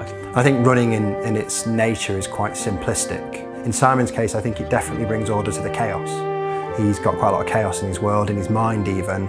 Narrowing down the task list for the day, get from point A to B, can definitely just calm the noise a little bit. Thank you very much. All you've got to do for 7 days, eat, sleep and run. What an existence. Ready? 1, 2. I mean, for me it just sounds treacherous, to be honest, so I can't imagine why he wants to go out and do this. People fall very ill and sometimes die on these things.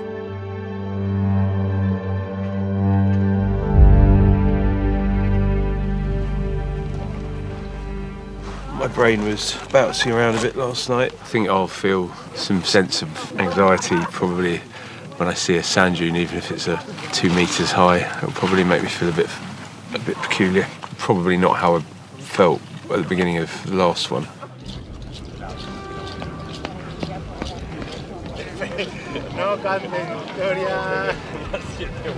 It was good. I think he would hold his hands up and say that he struggles with his mental health, and actually running is one of the things that helps. I feel pretty positive, just got to tick through the miles.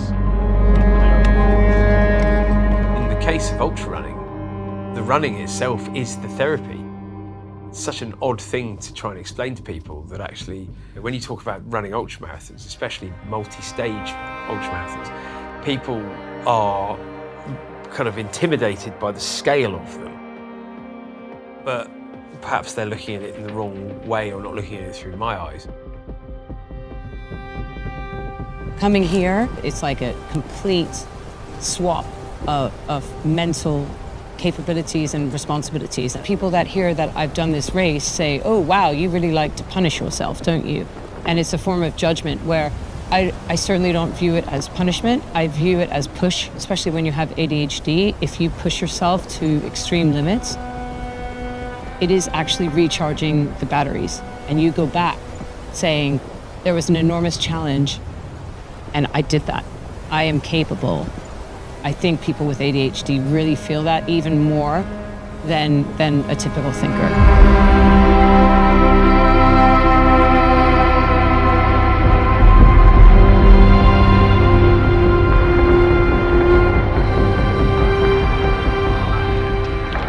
So slow going.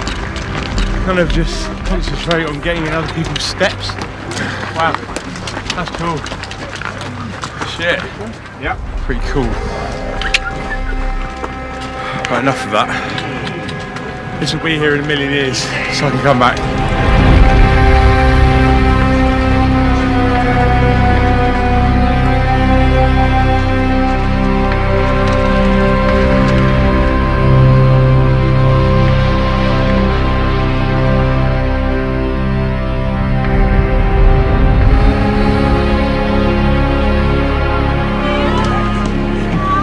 The uphills just broke my legs in, actually. I didn't really enjoy that bit, but then suddenly running on sand felt a lot easier. He potentially uses ultramarathons as a way to keep him in training. You know, training and getting out and exercising is basically medicine. And it's what keeps you kind of focused, your endorphins above, you know, ultimately it's a dopamine deficiency problem. Right, and exercise raises that dopamine level. I think it's almost a bit of an addiction probably on his part in terms of the fact that he needs to do it, and it's to say I've got this ultra marathon in the diary and kind of use it as a bit of a way to manage his day-to-day life really.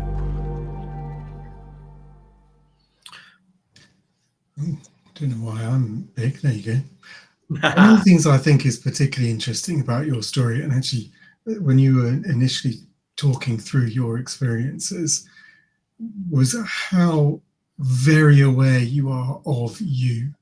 Like, so when I think about succeeding with ADHD, I kind of think there are three things, all of which you have. One is a deep awareness of self. So like even the little story, listening to The Godfather and it helping you to go to sleep and you've not got anywhere in the book, you don't see that as a problem. A lot of other people would go, it's a problem. I'm not listening to The Godfather. I'm trying to. Why have I not got through it? I must be flawed. You're like, it's helping me get to sleep. I like it. It's working.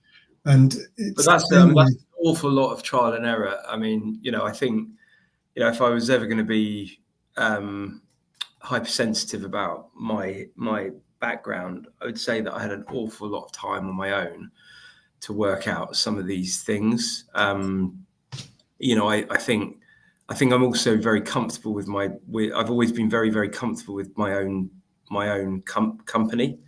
Like, I think I really enjoy being on my own. I think that's probably why the battles between bowler and batsman, or, you know, the running, the me against the landscape that I'm in. I mean, I seem to be very good at blocking out certain things, you know, with business, for example, money and the stresses that hold some people back don't seem to get in my way. So I'm like, so money is a great example. A lot of people get very stressed out about the responsibilities of a business that's not doing very well, or whether you invest that and take it from there because you're impacting other people's lives. Now, I take that more seriously than I can possibly put into words, but I am prepared to take those risks. You know, I mean, I'd say our property company's probably nearly gone bust at least 5 or 6 times in the last 12 years. There's never been any doubt in my mind that would happen, that would be the end outcome ever.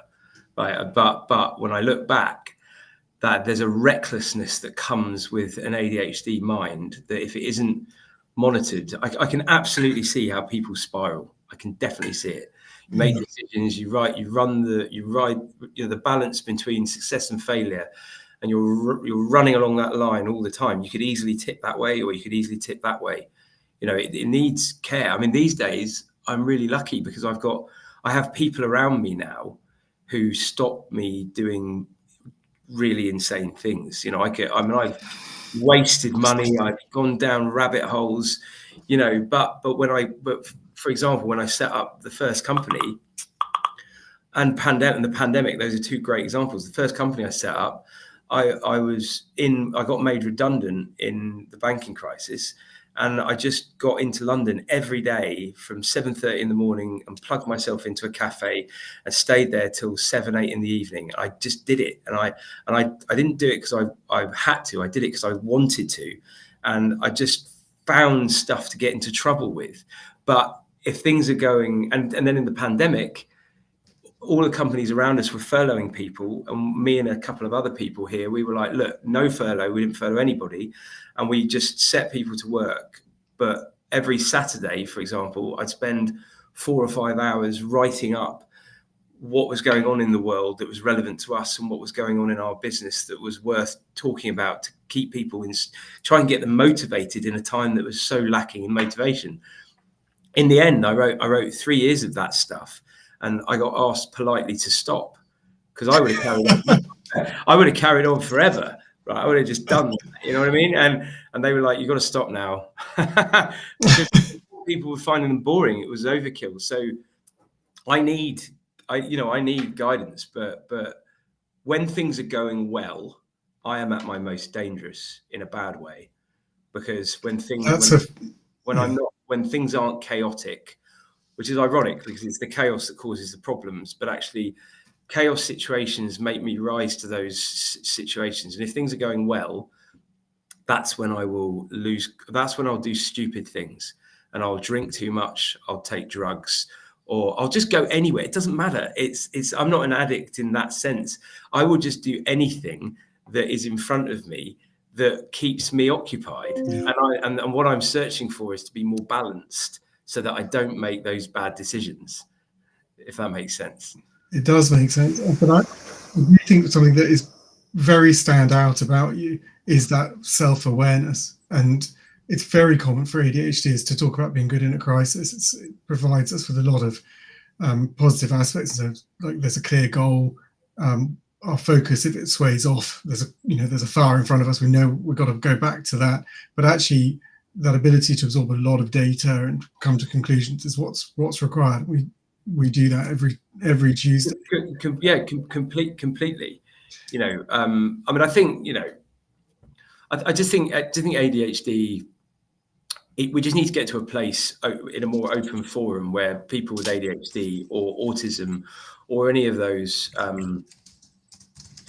any of those mindsets are thought about as negatives. They just need to be understood and maneuvered around a bit, you know, in order to get the best out of people who have got those traits. You know, there's some unbelievably successful people who've got things like ADHD and autism, and they found their own way. I'm suggesting that rather than them finding their own way, they're encouraged more at the point of origin, which is when they're young.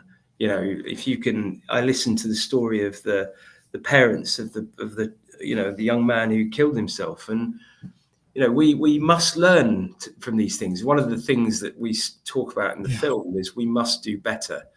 You know, we have a responsibility to do better than that for those parents and for all future parents that have kids. You know, it's not none of us have it particularly easy. And everything is relative. But if we keep making the same mistakes, that is unforgivable. You know, you can't. We're letting down the youth of today. My son is having his own issues with ADHD, and you can see that the schooling system just isn't quite ready. You know, they're not up with the pace of this subject. Yeah, what's particularly not, like, we see some schools doing a good job and supporting those children with ADHD. And we some where we see, frankly, I use these words advisedly, like where we just have bigoted teachers who just refuse to think of ADHD as a belief system, that they don't agree it exists, and that they're going to punish out the traits of ADHD, punish them out by considering them behaviors and just putting children into discipline.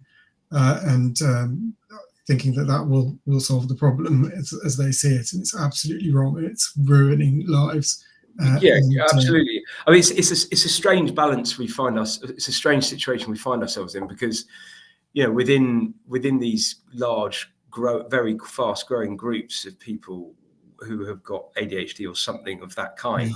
Well, just for clarification, fast growing groups have identified, because they've always been here. Yeah, no, right. Here. You and I both got diagnosed as adults, but we were still in school having a terrible time. Yeah, well, absolutely right. And the speed at which this is now, I mean, that's the positive, right? That it is starting to gather momentum. But for those people, including myself to some degree, who believe that labels can be quite dangerous, we have to be aware that some children and adults are just not, you know, some kids are bad, some kids have got bad traits, and that's a different set of problems, right? Not every misbehaving child has got ADHD, right? So it's nuanced. It's very nuanced. You know, and we need to learn fast, you know. But I think my lasting message on that is that, you know, we have a responsibility to the people coming through now, where we have to put money and resource towards very difficult things that might not sit well with everybody, and it might not be what we've always done, but that doesn't mean that we shouldn't do it now. You know, people should be educated at school level about the different types of neurodiversities. Like, it should be that open knowledge. You know, it's no different to many other medical definitions. Yeah. Well, we talked with the head of NHS ADHD and talked about the quirk in schools, that we have non-medical trained people, teachers, being responsible for that medical referral for an ADHD or other neurodivergence assessment, and that there's just this massive failing there. There was some good news in the this week for which I think you'll be pleased about. Right. I was. During COVID, there was a change to the exam system. Particularly around maths. You were allowed to take a formula sheet in. Oh, really? It was given to you. It was given to you as part of the exam. I remember the torture of trying to remember. I actually learnt multiple memorization systems solely to help me memorize. Right. Well, you know what? That does make me pleased, and I'll. Yeah. Well, let me give you the full news. So the last government said, we don't need this anymore, we're going to get rid of it. Last year will be 2025. And this new government has said, we don't agree with that, we're going to keep them. And because you need to know how to use it, you don't need to memorize it. Like, you know, we do, you just don't. Well, you need to understand why it is as it is. That's a great change on multiple levels. I mean, like, if you take the work I do these days, I mean, most of the work, I mean, ironically, considering how poor at maths I was, a lot of my work is done in Excel, where, of course, a lot of the formulas you write, but a lot of the maths that I do, a lot of the formulas have already worked themselves out. They're already done for you. You know, so actually, in some ways, the world has moved towards people with ADHD, because actually I don't have to write various different platforms of how to work things out anymore. Whereas 50 years ago, you would have done, which would have been even more torturous than it is today. But that is a good change. I'm talking whilst we're just still in school, so I just want to pick up on this. Because something you talked about in your childhood, I think, is a very big deal, and for parents watching is really worth noting. So what we see with a lot of neurodivergent kids, a lot of kids with ADHD, is we lag in terms of maturity. And personally, I've always thought that's because we can't hold the thought to evaluate what the hell just happened with our classmates, our friends, and therefore we don't get to have that development time thinking about it, going, right, that happened, okay, and I learn. You know, essentially we've got our other challenges of ADHD, so it's going to pull us back, and that makes friendships hard. And actually, one of the really things in the piece before about Matthew that the parents talked about was that he'd always struggled at school. He'd always struggled with friends, and actually now at sort of 17 plus, he was going out. I don't know, he was doing. They did mention 17. I know 18 is the actual year that's supposed to happen, but he was now going out with friends and drinking, And yes, one of the things they hadn't realised was how big a problem the drinking was. Yeah, was a big part of them was actually pleased because he was like had friends, and that was important. A great gift a parent can give, if possible, to their child is getting them into team sports, because it gives them a structure, it gives them a friend group, and also gives them, this is kind of crucial, a friend group that if something goes wrong, you're still back with them. Do you know what? I would get back with them. I would go as far to say that for me, team sport for me was the salvation of my youth. I can honestly say that, hand on heart. When I can remember the minute that I got taken to the cricket club that I ended up playing at, and I looked through the window and I saw what they were celebrating. There was a group of 40 grown men. I was 14 or 15, and I could see them all celebrating this success, and I wanted to be part of that because it made me feel like I belonged somewhere. And shortly after that, I started playing there, and I would still categorize that as my home cricket sports club. Like I still 35 years later, I still feel like that. The way the security and safety it gave me, it meant that I could be myself. And there was no, like, bit like how I feel about running. There was no judgment in running. There was no judgment amongst my peers. Like, you know, you had people who were brickies up to people who were lawyers. It didn't matter. Like all the materials, we're all equal against the distance, and it doesn't matter. Age was no relevance. At 15, I was playing cricket with people of 40. It was wonderful, you know. But alcohol, there is a danger there though, because in this country, and you know, I understand it is slightly different now, but my life was bound by alcohol at that age. You know, team sports were all about playing hard. Drinking culture afterwards, you know, I was lost in that amazing but dangerous world for quite some time, and I wouldn't personally change much. I had a wonderful time, but if I look at my children, I think, well, it was, you know, it was all pretty reckless stuff. I mean, but that's why it attracted me. It was attractive to me. Actually, that has echoes for me. You know, one of the things I think I felt was helpful for me was the fact that as someone who was different, once people are drinking, you're allowed to be different. And you're much more allowed to make mistakes, and it's considered silly. And like, so I actually have real echoes there. But we do see, and Matthew's story is very clear, issues around addiction and ADHD. Completely. When you look at the research, the likelihood for us to be in the really damaged category is much, much higher. And it's something we have to be very alert to. Right, we are tight on time, and we've got about, I think, maths isn't quite there, but I think 7 or 8 minutes. Would you like to play the next clip? Yeah. Do you want to jump to the last one? That's probably. I'm very happy to. You're going to. Where I go to the other screen,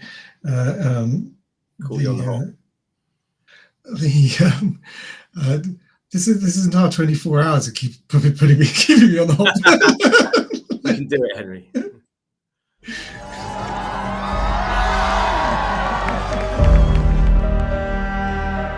There's nothing more valuable than actual examples of people who have got ADHD.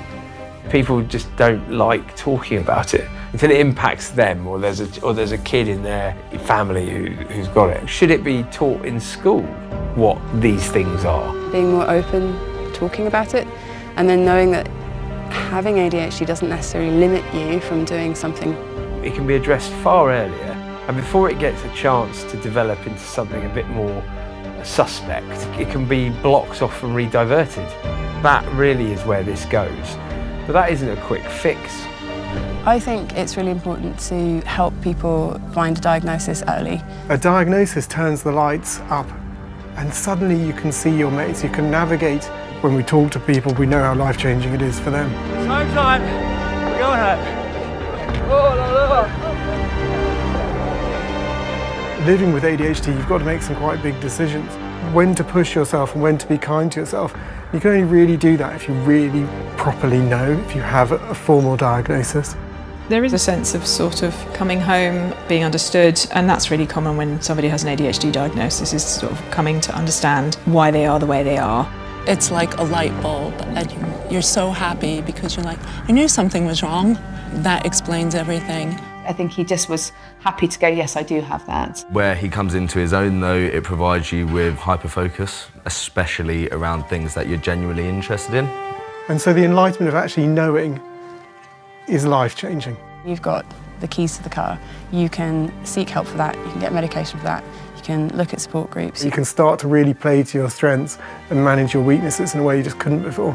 Knowing how you tick helps you function. I think it could just lead to a happier, more informed you, which essentially is what we're all aiming for. It's a peace with ourselves.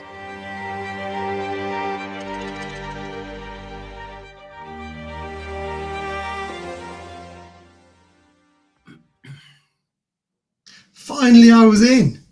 Like, otherwise I was on the cutting room floor. Like, I was finally in a clip, which reminds me, I have a bone to pick with you. But like, yeah, right, yes.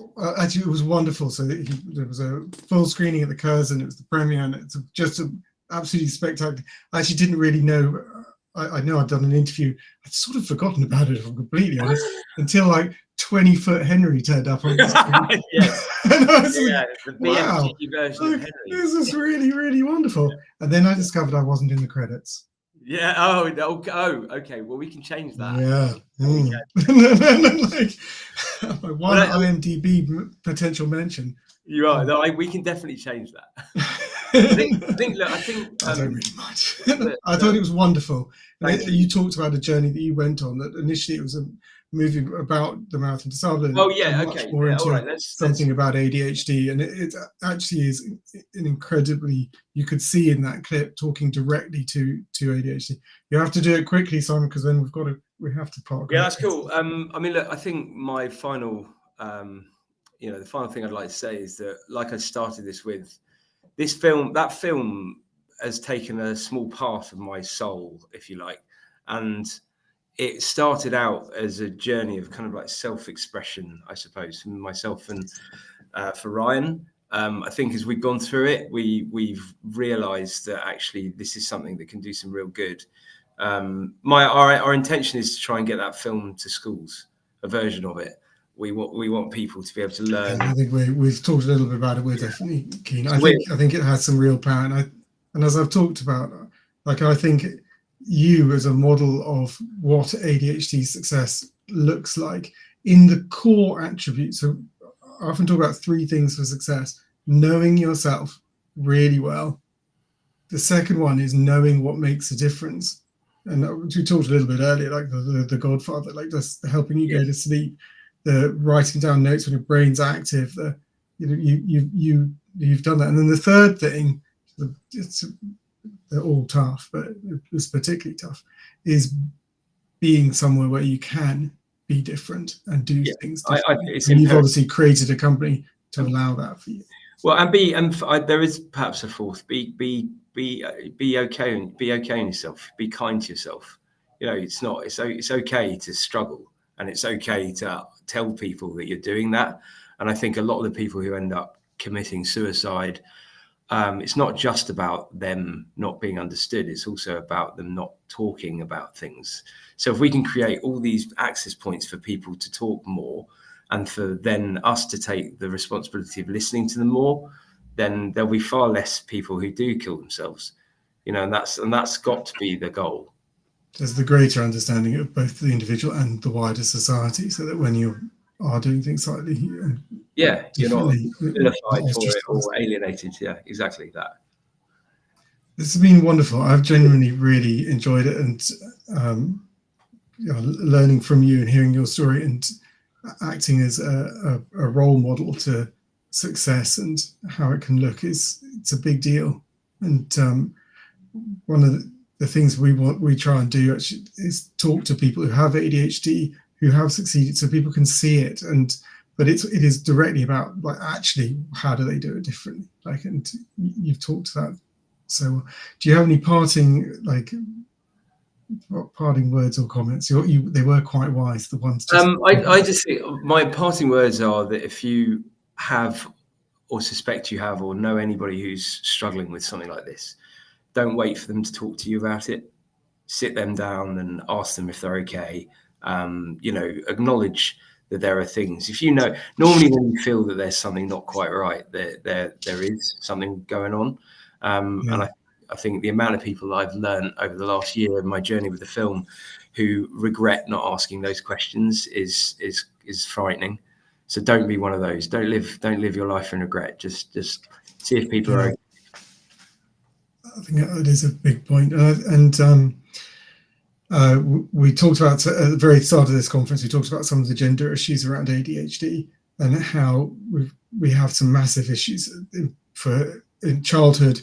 So many, we have underdiagnosis of all groups, boys and girls, but girls even more so. Yeah, absolutely right. Where it's 21% when it should be around 33% at least. But then in adulthood, the men start to go missing more. Still, both groups underdiagnosed. Yeah, absolutely. Yeah, the women, girls and women undiagnosed situation is going to unveil itself as a far bigger problem than even the one that we recognise now. Just from adult men who are missed as children, they are very absent. So when you look at the most recent quarter, it was just under 5,000 women received a diagnosis of medication, but it was around 500 men. So wow.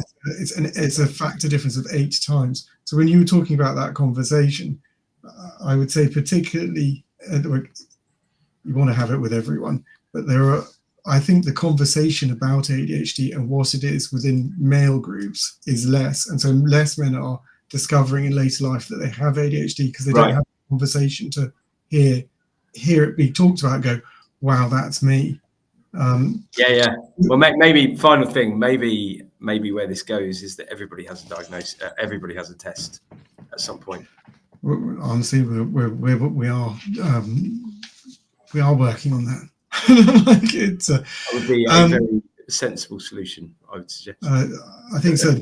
Yeah, helping people get the help that they need that can change their life is what we're after, regardless of gender situation or anything. Simon, you're amazing. Thank you, Henry. It's been so much for amazing this. Yep. Thank you for this. The movie, you can see trailers on YouTube.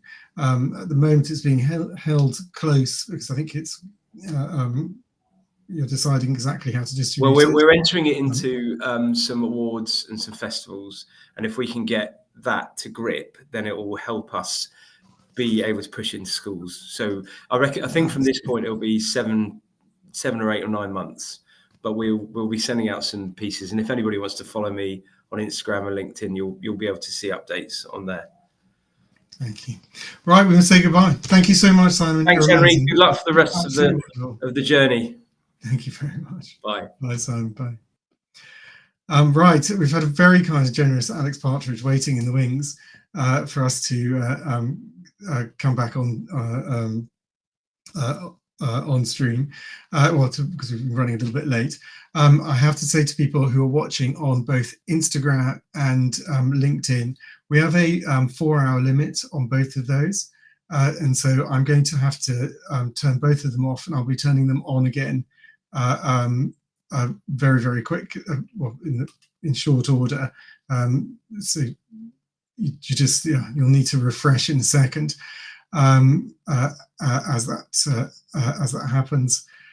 And LinkedIn will be back. Instagram will take me a little bit more of a second. Alex is extraordinary. So he has ADHD. He is one of the pioneers of social media content, and so would have, I presume, happily understood my little conundrum that I had there. At 21, he founded Unilad and Lad Bible. He then fought and won a legal battle over ownership and successfully sold it. He has held a number of senior leadership positions, now runs his own podcast, ADHD Chatter, and has again built up a following of millions. In conversation, this is going to be a conversation with me about his entrepreneurship journey and what's happened. It's a fireside chat style. He is extraordinary. He's done it multiple times, and I'm absolutely thrilled to have him here. Hi, Alex. Hi, Henry. How are you? I'm great. We can hear you loud and clear. Like it's, I am well. I think I'm looking pretty fresh for that now. Now in my 22nd hour or 23rd hour of this thing. I was going to say congratulations. It must be quite an endurance exercise for you, this conference. Yeah, it's my silly idea that a 24-hour conference would sort of be an interesting thing. I think the idea of bringing in other ADHD charities around the world, talking to a global audience, getting global speakers, like, is a wonderful thing, and has worked.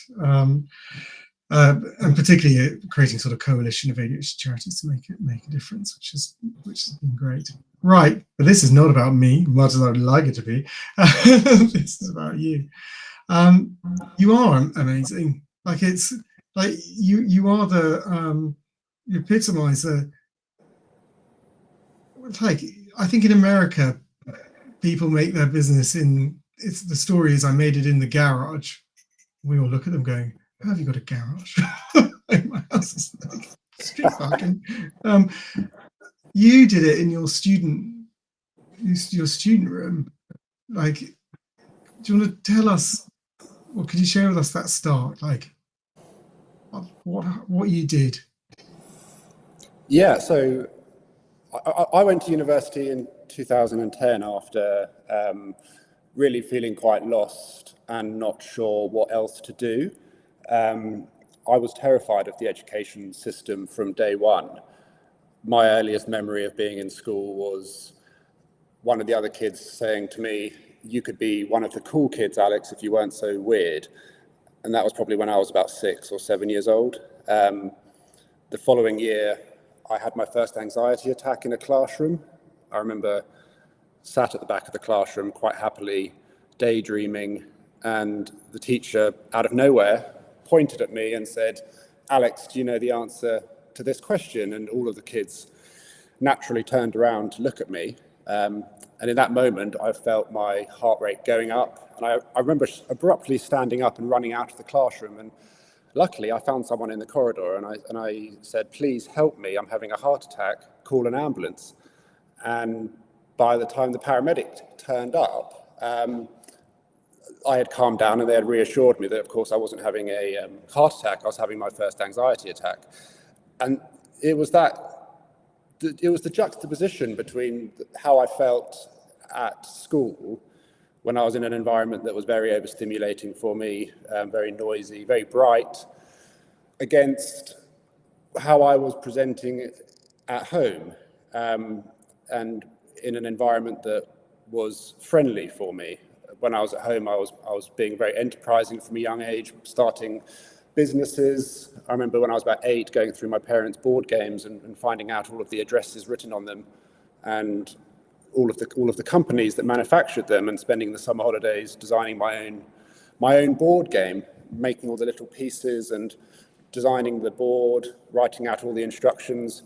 And I sent my designs off to all these companies, and several weeks went past, I didn't hear anything. But then I eventually heard back from one, and they said, "Unfortunately, we're not looking for any new board game designs, but always lean into that entrepreneurial spirit." And that sort of continued really for the rest of my education, that sort of juxtaposition between what I was like at school and what I was like at home. When the time came to come to university, I really just went because I was convinced that's what everyone did. I went to university, I sat in my first lecture, and the lecturer didn't need to point at me and say anything. I felt that anxiety coming back. And I remember, again, leaving the lecture theatre and walking off this anxiety attack in the streets of Oxford. But I went back to my bedroom at university, and in my first year, I started a business called Quick Pizza, and it was a late night delivery service for students, and I impulsively spent half my student loan on this 6-foot freezer, carried it into my room with my housemate, and filled it with Tesco pizzas, made a Facebook page called Quick Pizza, and if a student wanted a pizza in the middle of the night, they would text me. I would throw it in the oven, and eventually I had about 4 students working for me, cycling around Oxford, delivering pizzas to students in the middle of the night. But then the university shut me down because I didn't have a food safety hygiene certificate. But it was my second year that social media sort of really blew up and started becoming dominant on university campuses. And I remember just becoming absolutely obsessed with it. I can't explain the feeling when I became aware of Facebook. I remember sat in my bedroom for weeks, quite literally, to the point where my friends and family was quite concerned for my well-being, because it was very unusual behaviour, I think, to witness for someone who wasn't, who was, you know, thought a student should be going out and being social and all this. And I was just sat in my room, absolutely obsessed with Facebook and growing Facebook pages. And that's when I started Lad Bible and Unilad. And I dropped out of university about a month later. I remember getting my first email from Domino's Pizza saying, ironically, a pizza company that was doing the delivery service well, offering me X amount of money to promote on Lad Bible, and that was it. I impulsively just dropped out of university and went to grow it back in my parents' house. Oh, this is wonderful. The entrepreneurial story there. I actually wasn't aware of the pizza. I thought that,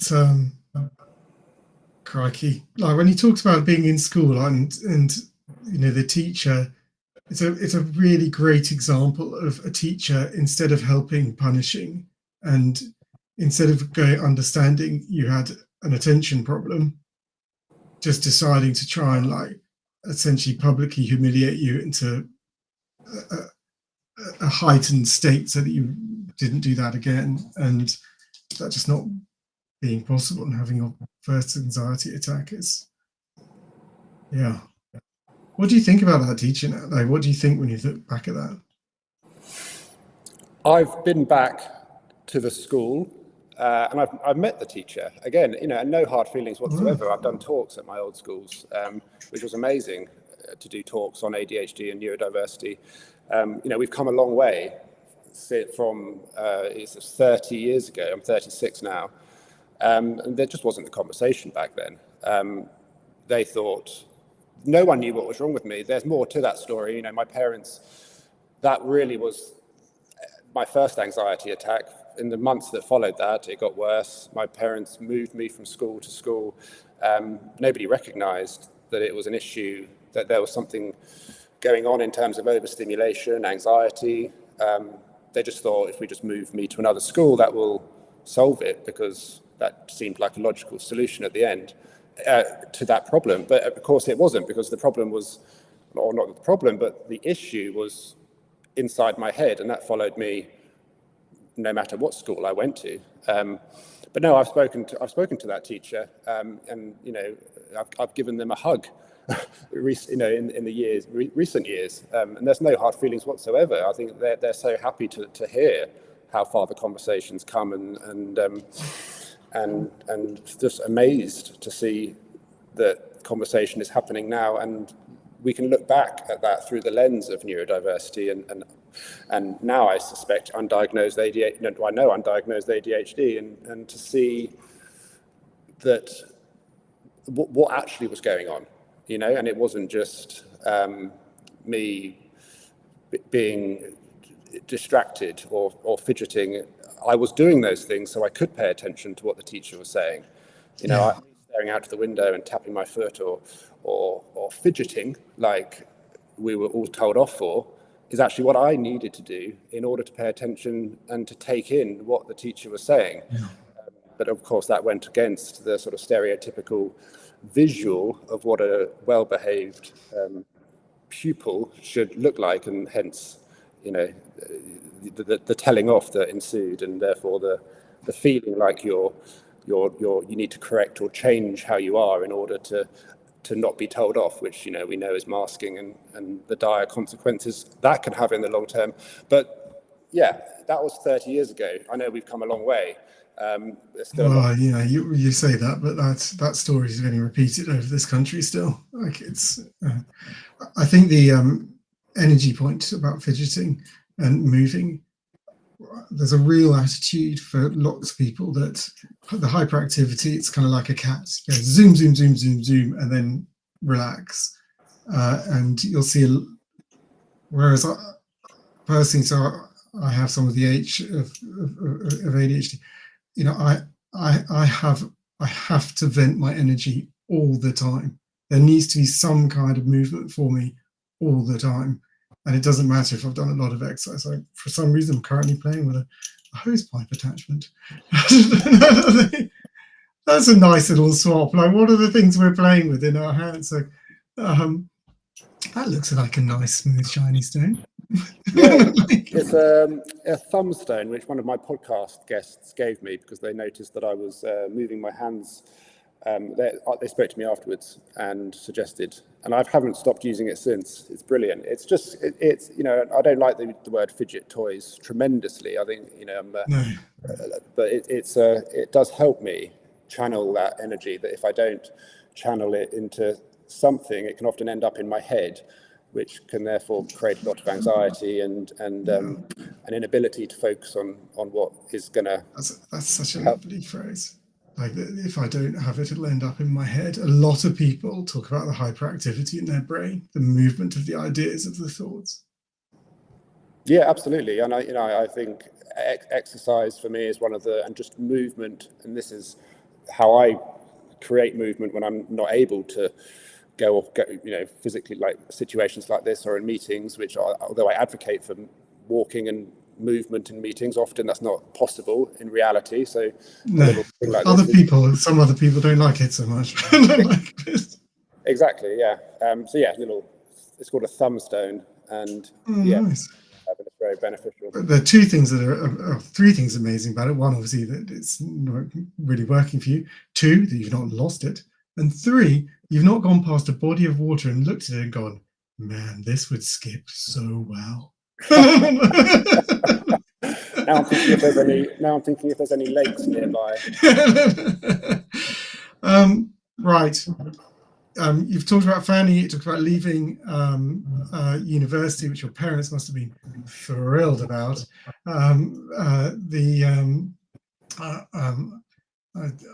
We'll skip past their reaction. What was their reaction? Run me through that conversation. Hi, Mum, Dad.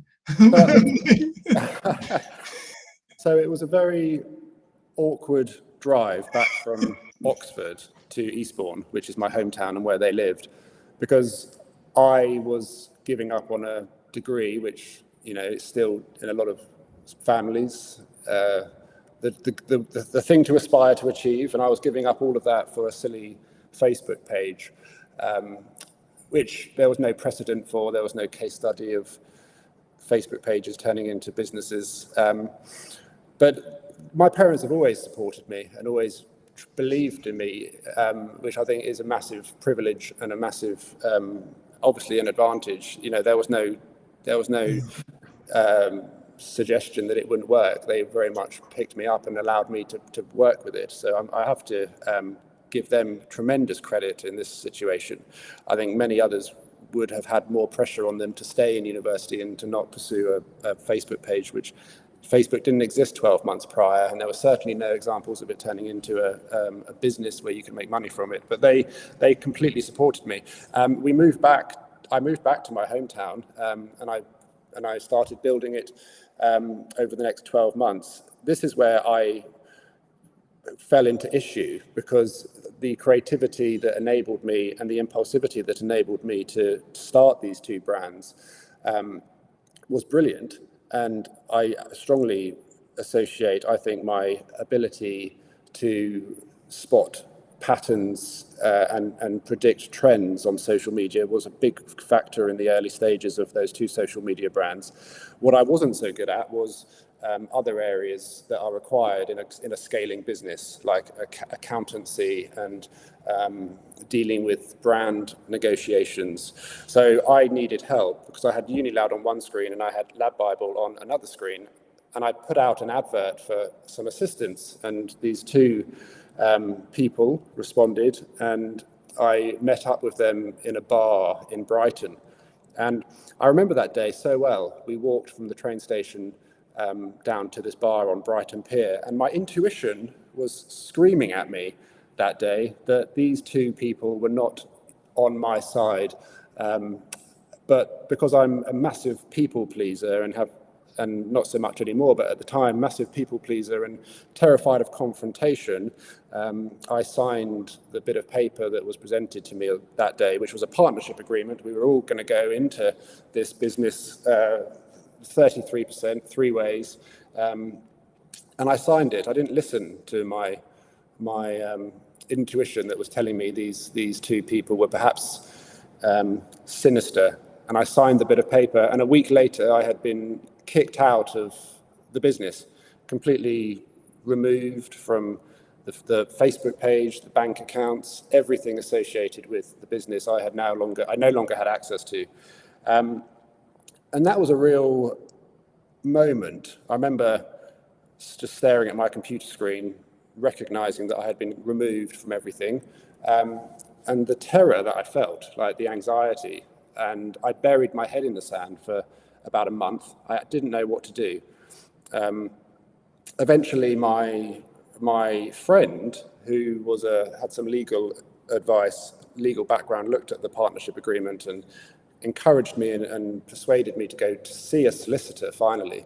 And I did. And I remember the solicitor looked at this and he said, well, firstly, they're not legally allowed to do what they've done, but if you want to fight this is going to end up in court. This is going to go to trial. And I remember when my solicitor told me that, the image of me standing on the witness box in front of a room full of the press, their lawyers, my mind sort of flashed forward into the future, and I envisaged myself stood on the witness box with everyone looking at me. And of course, my mind flashed back to my experience at school, and I got in the car, left my solicitor's office, and went and bought a bottle of vodka. And I can only tell you what the nurse told me the following morning when I woke up in hospital. She said that members of the public had found me in an alleyway, clutching a bottle of vodka, and they tried to approach me. I tripped, slipped, and hit my head on the wall, and they called an ambulance. And as the nurse was telling me this, I remember feeling this shame and anxiety come back to me. And I knew that I thought at the time, the only solution to this anxiety was more alcohol. And I remember trying to stand up from the hospital bed, running out of the ward to the nurse saying, "Alex, where are you going?" But I ran past her, tried to escape the hospital, and security got me. And before I knew it, I was in the back of a police car with my parents looking at me through the window with this look of fear and desperation in their eyes. They didn't know what was wrong with me, and they didn't know how to help me. That took me to AA, Alcoholics Anonymous. That was the first time I heard the 4 letters ADHD in AA meetings, but I didn't think that much of it. Fast forward a couple of months, it was the trial in London, and I got through the trial. I had to be chaperoned from the hotel room to the court to make sure that I didn't go and buy more vodka. That was the seriousness of the compulsion that I had towards dealing with anxiety at the time. But I stood on the witness box and I answered the questions. I had to take numerous breaks to allow myself to manage the anxiety. I had a number of anxiety attacks in the toilet in the courtroom, but I got through it. And fast forward again a couple of months still, and my solicitor called me and he said, "Alex, are you on your own?" And I said, "Yes." And he said, "You've won everything. You've won both of the companies back." And of course, it was a huge 5-year legal battle. But ultimately for me, it was a massive mental health battle that nearly cost my life on numerous occasions through alcohol. And that was back in 2018.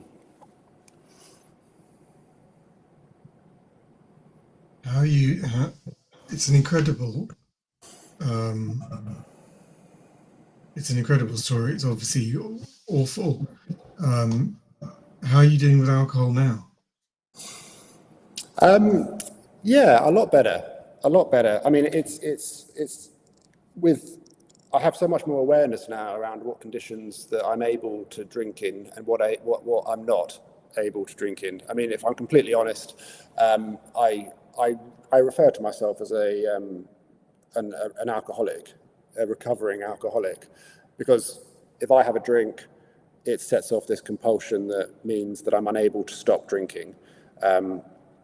And even still, because there's more to that story, I thought that I was drinking in response to the court case anxiety, which I very much was doing at the time, but I booked a holiday to Las Vegas after I won the court case, thinking all's well, all's good, all's amazing, and I nearly died in Las Vegas. I couldn't stop drinking, and there was no court case anxiety there.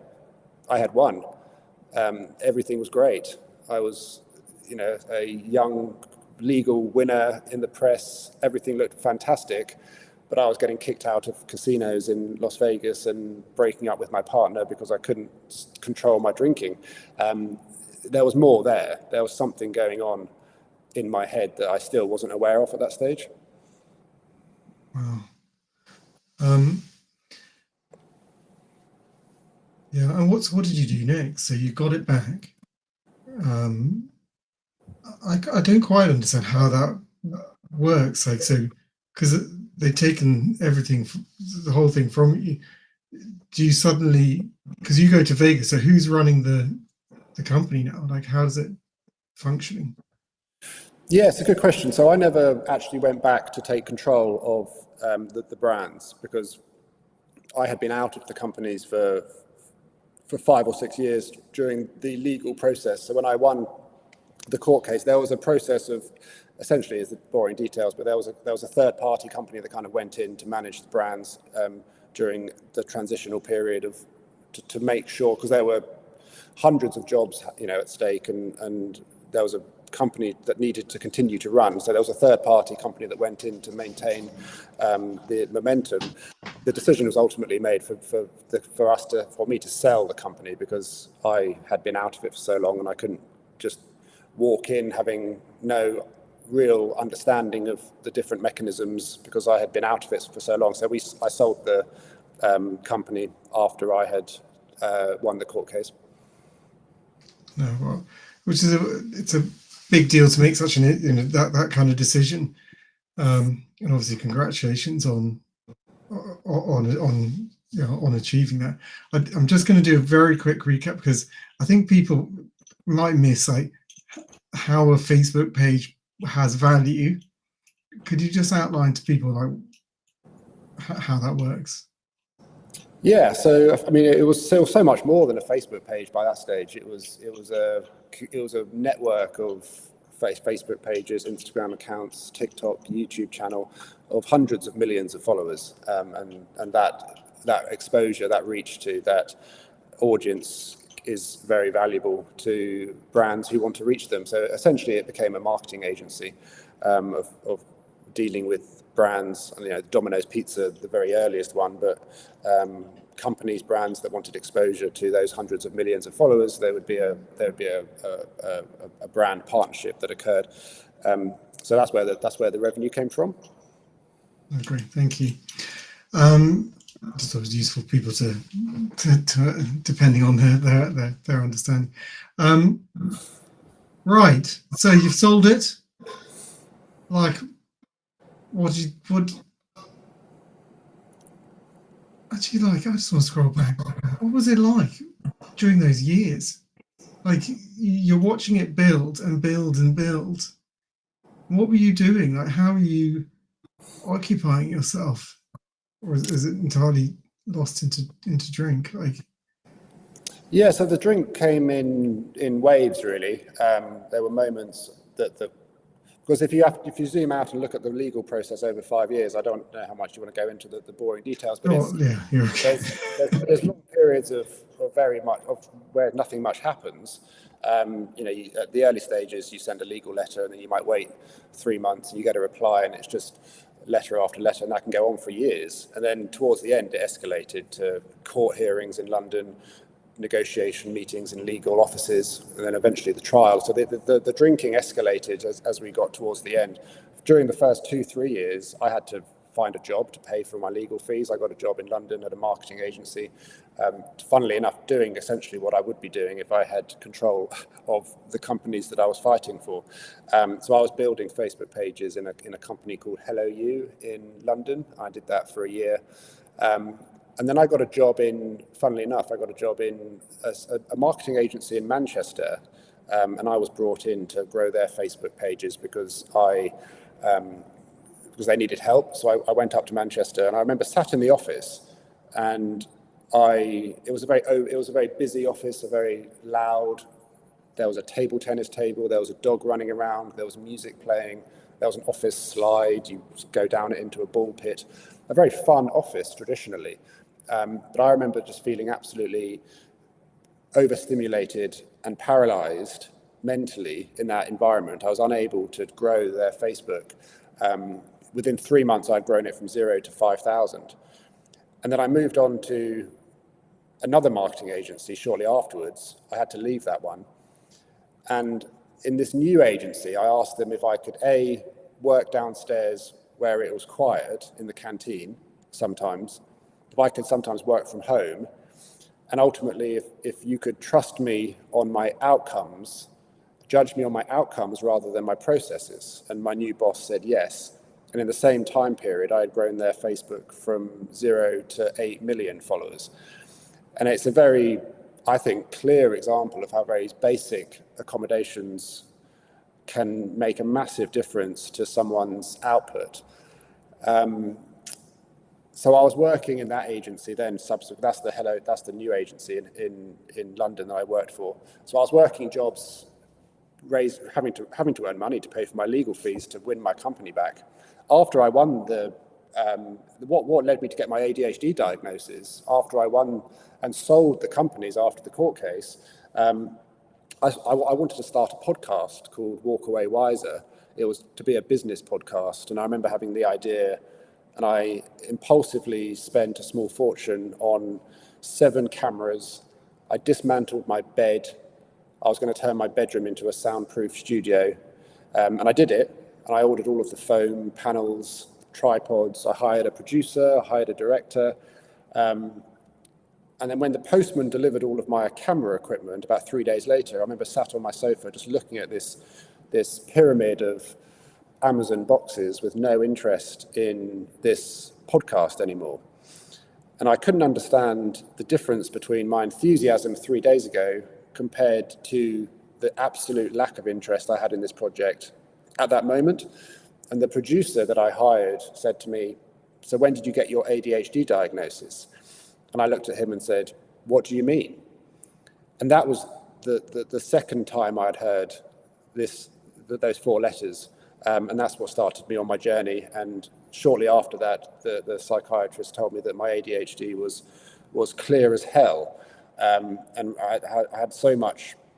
And after my diagnosis, that's when I wanted to learn about ADHD. And I thought, because I had so much time, I might as well make the conversations public. And that's how I started ADHD Chatter. And funnily enough, the difference between that podcast and why ADHD Chatter as a podcast has worked, I believe, and why my original concept failed is because I went too fast, too early with Walk Away Wiser.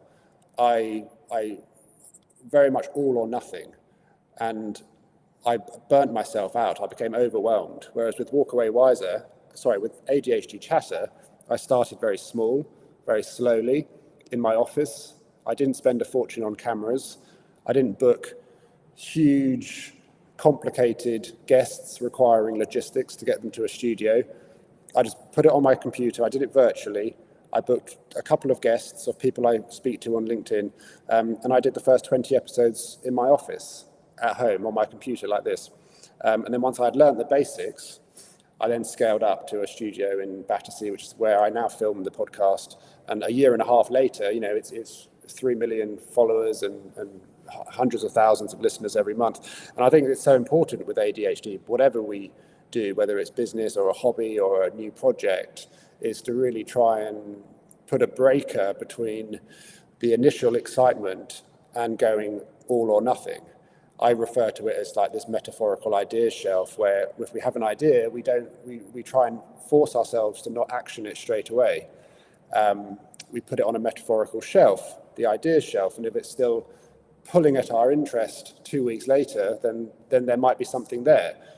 That means perhaps that idea is actually connected with our core intrinsic values, which therefore means it will be able to sustain it because our motivation will be the long term, as opposed to actioning an idea based on short-term excitement and impulsivity, which, from my experience, particularly with ADHD, and my experience and the people I've spoken to on my podcast, is we're very good at starting stuff. We can very much impulsively buy the domain, do all the branding, like I did with that podcast, in a very short space of time, but then we burn out and ultimately abandon the idea.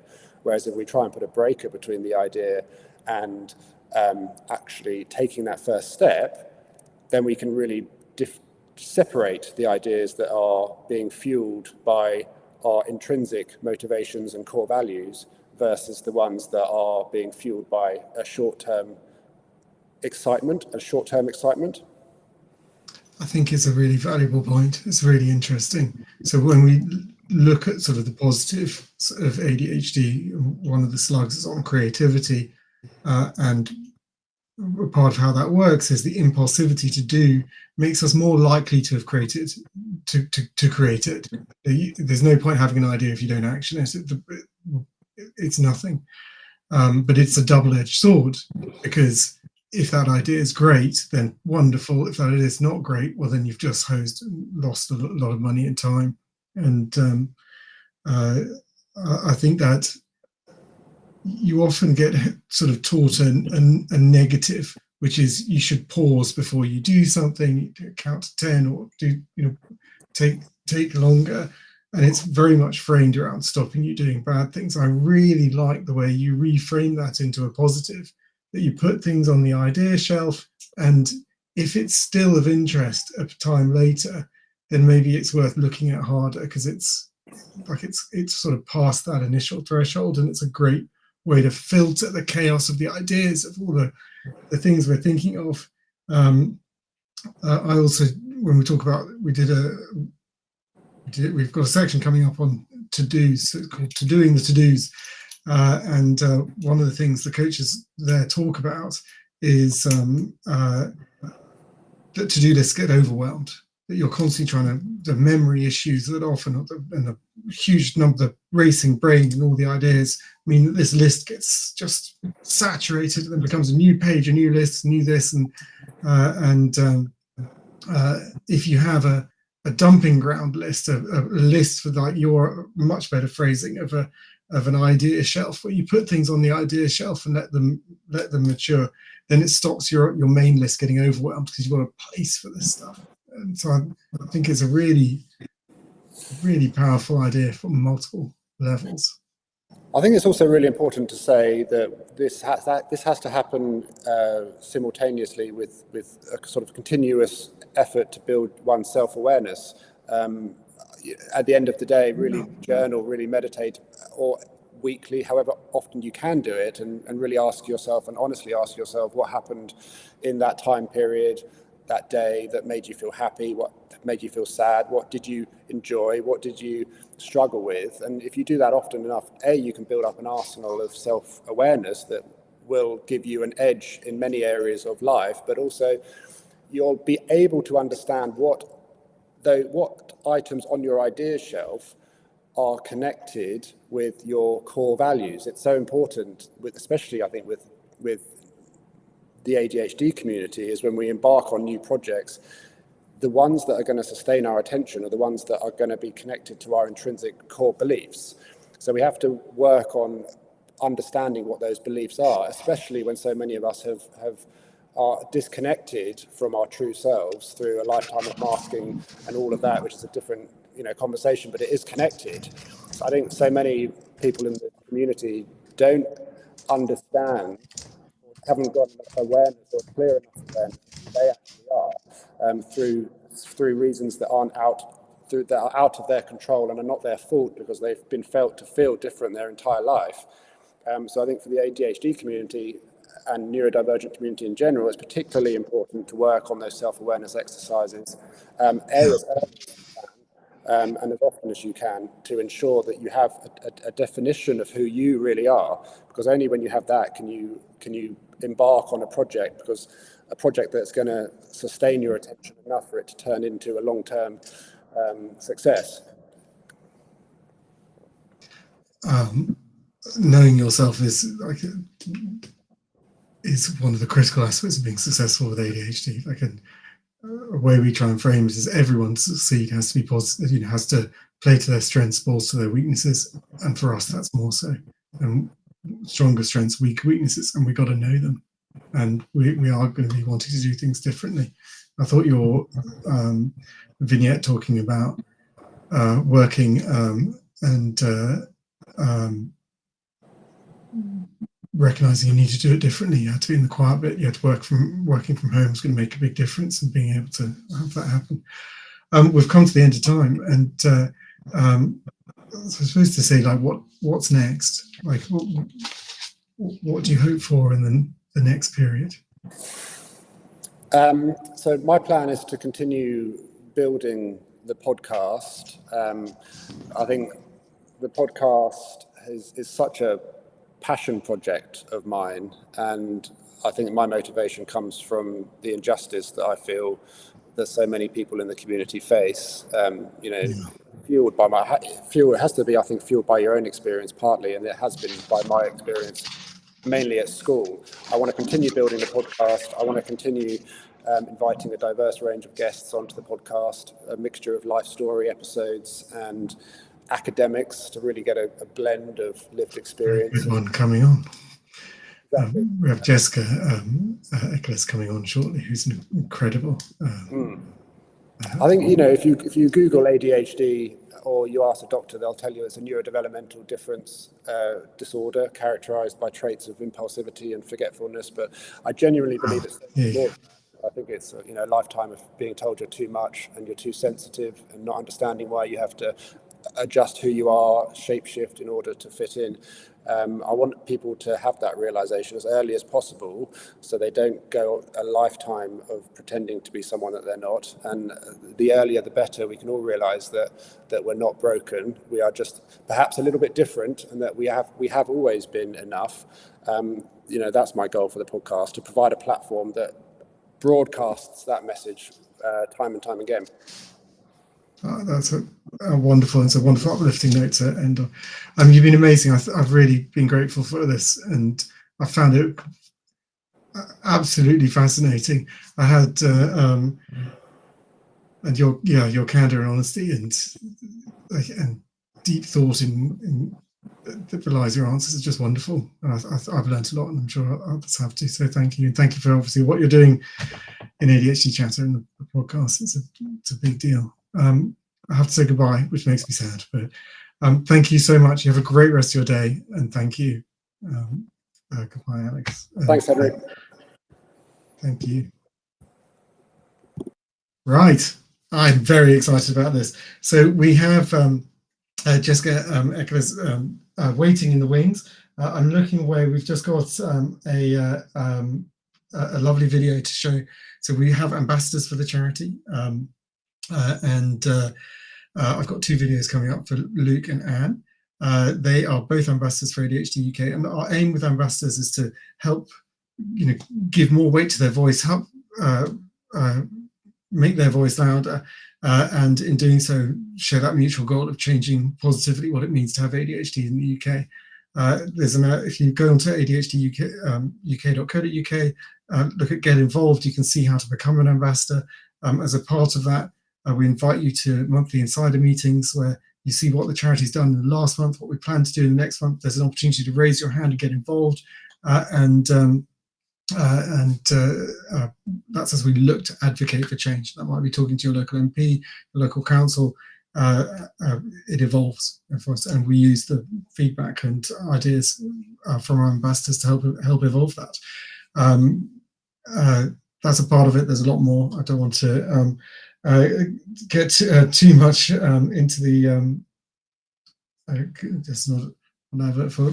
But let me first of all introduce Luke. Hi, I'm Luke and I'm one of the ambassadors for ADHD UK. My story is a bit of a deep one, a bit of a sad one. I suffered my entire life with issues around alcohol abuse and other toxic habits. I just didn't know what was going on all the way up until the age of 37. I ended up having a major breakdown. I went to the Priory Mental Health Hospital on 2 separate occasions, and the moment I was diagnosed with ADHD was the moment something just clicked, and finally I had not an excuse for all my behaviours in the past, but a reason, and I could understand why my brain worked the way it did. I'm 2 years sober as we sit here right now. I've changed my entire life, self-development. I'm doing marathons, I'm climbing mountains, I've got my own self-help sobriety platform, I'm writing a book, I write for a magazine, all that kind of thing. But the reason why I'm an ambassador is because it is so important that things change. The stigma around ADHD, the support people with ADHD, and the seriousness around ADHD, people don't seem to understand. Like, if only I'd been diagnosed at a younger age, things could have been so different for me, and I just don't want my story to become someone else's. If I had the support back then, I just didn't have the support, and look what happened. So my reasons and my things that I want to change for people with ADHD are the waiting list to be seen are ridiculous. I had to go private, and not everyone has that opportunity. The medication shortage. Now, the medication for me has saved my life. It is that serious. Like, as soon as I started the medication, everything got better, and just everything around ADHD and the system, and I just want to do everything that I can to help make changes and make sure everyone gets the support that they need and that they deserve. Luke is fantastic, and we're obviously incredibly pleased to have him as part of the ambassador team and doing what he's doing. I've got another one from Anne. Should play now. My name is Anne Diamond and I'm an ambassador for ADHD UK. I'm a late diagnosed ADHD woman who was only diagnosed in her 50s, which was earlier this year, and I can honestly say it has changed my life because I finally accept who I am, and I'm learning who I am since the diagnosis. I became an ADHD UK ambassador because of the support I received from them in terms of the resources on their website about how to get a diagnosis, because as a menopausal woman it was really challenging. I had a lot of imposter syndrome because of the beliefs I'd formed throughout my life about me being a problem or being too this or too that. So having the checklists to actually say, yes, this is how I feel, these are the symptoms I'm experiencing, and having the template letters and the support from the coaches, I joined a few sessions before I went for my diagnosis, really helped. The support after diagnosis was minimal, to say the least, and I became an ADHD UK ambassador to change this. I want to advocate for women who are going through the same challenges that I went through, and to show them that it is possible to be accepted, to be diagnosed, and to live with and thrive with ADHD with the right support in place. What I'd like to change for people with ADHD is to remove the stigma around seeking a diagnosis if you choose to, and not feeling like it's a label, and to have the NICE guidelines, which haven't been changed since 2019, to be fully implemented in terms of the support after diagnosis, because in my experience this was not in place. It was simply a letter emailed from my psychiatrist to my GP, and I was told to text a talking therapy service, and 6 months later I've been put on a 35-week waiting list for talking therapies. So I've had to navigate the whole process with the resources I've been able to access myself. So I would change that to make sure that the NICE guidelines as they stand already are implemented fully in terms of emotion coaching, support and coaching for people to navigate the impact of the diagnosis, and to support them and their families with that. Thank you, Anne, for doing that and for being an ambassador for ADHD UK. Right, this is of the form part of the conference. This is the last piece, and obviously a big speaker and presentation. I'm very, very, very excited about it. Dr. Jessica Eckles she's a practicing medical specialist. She's an eminent researcher, and she's chairperson of the Royal College of Psychiatrists Neurodevelopmental Psychiatry Special Interest Group. So, like, she is an absolute leader in this area. And honestly, we are very grateful for her lending her gravitas and expertise and closing for this for our conference. We do have some post-credit extras. How to do your to-dos, which is led by coaches. How to do your to-dos. Conquering overwhelm, and what to do when you're first diagnosed, which slipped from earlier when we had an overrun earlier. So this 24-hour conference is now 27 hours. Yeah, I am really, really excited about this. And she's identified a condition that impacts 80% of women, 50% of men with ADHD, and is something that having mentioned it to multiple people, it's been pretty life-changing, eye-opening for them. So right, let me bring in Jessica. Hello. Hello. Thank you so much, Henry. It's a real pleasure to be closing up the conference, and congratulations on such an epic event. Thank you. Our total cumulative live views right now standing at 54,419, which is I think a pretty big deal. We've obviously successfully traversed the globe. So with ADHD Australia and Singapore being involved in Australia taking over our night. And then handing the baton back this morning, and then obviously you've seen we've had great speakers, ending on the absolute highlight of you. Shall I hand over to you, yes. And I'll bring in your presentation. Thank you so much. Yeah, no. So I'm hopefully you're seeing my screen. We are. Okay, great.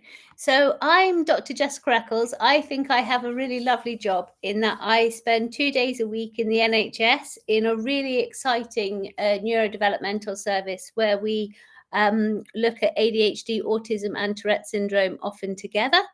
And then the other days of the week, I work at Brighton and Sussex Medical School in the Department of Clinical Neuroscience, where I'm a reader in something called brain-body medicine, which I'm going to talk to you much more about. You can follow me on X at Bendy Brain. I'm Dr. Bendy Brain on Instagram, and I have a number of videos and papers and things on my Linktree, which is also Bendy Brain. I'm very proud to be a patron of the neurodivergent hypermobility charity, SEDS Connective, and also ADHD Aware. So I stole this slide from Edward Bullmore, who some of you know wrote a book called The Inflamed Mind. So the big idea, should we drop the distinction between mental and physical health? The current false distinction holds back research and stigmatizes patients. And I would go as far to say it doesn't only hold back research, it holds back clinical practice. Staying in silos means people don't get the holistic care they need. So I don't know if any of you are familiar with what this picture depicts, but this is what I'm going to be talking to you about today. So this is something called hypermobility, and it's being able to, have fingers that go up, sitting in the W position, and joints that hyperextend. You might be thinking, what on earth does this have to do with ADHD? I mean, we think after all as ADHD is a neurological condition rather than a body condition, but we all know that there are huge bodily features to ADHD. So how might you tell if you're hypermobile? I mean, there are diagnostic tests, and not all people who are hypermobile actually have problems. But there are, you can have an examination by a doctor. But Alan Hackham and Rodney Graham designed this questionnaire. And if you score 2 or more, there's a very good chance that you're hypermobile. If you don't score 2, it doesn't mean to say you're not hypermobile, but it's a bit like COVID lateral flow tests. There's always risks of false positives and false negatives. So just think to yourself, can you now or could you ever place your hands flat on the floor without bending your knees? Can you now or could you ever bend your thumb to touch your forearm? Now what you do is this. As a child, did you amuse your friends by contorting your body into strange shapes, or could you do the splits? As a child or teenager, did your shoulder or kneecap dislocate, so come out of joint, on more than one occasion? Do you consider yourself double jointed? And if you score 2 or more, you probably are. And so is probably a fifth of the population, maybe up to 30% of women and 10% of men. So what is hypermobility? Well, I've told you about the joints and how it's pretty common. It can be really advantageous. So there are piano pieces that can only be played by people with hypermobile fingers. It's an absolute asset in some ways for gymnasts and sporting people. If you watch the tennis, I mean, I find it quite hard to watch the tennis because I would get overwhelmed by looking at all the hypermobility. People like Simone Biles, who we know has ADHD, she is hypermobile. Michael Phelps, he is hypermobile. And as well as being an asset, it is also linked to a variety of medical issues, unfortunately. And these issues cross systems and involve both the body and the brain. And one of the biggest problems with hypermobility is that it's a bit of a mouthful and it doesn't make intuitive sense, really.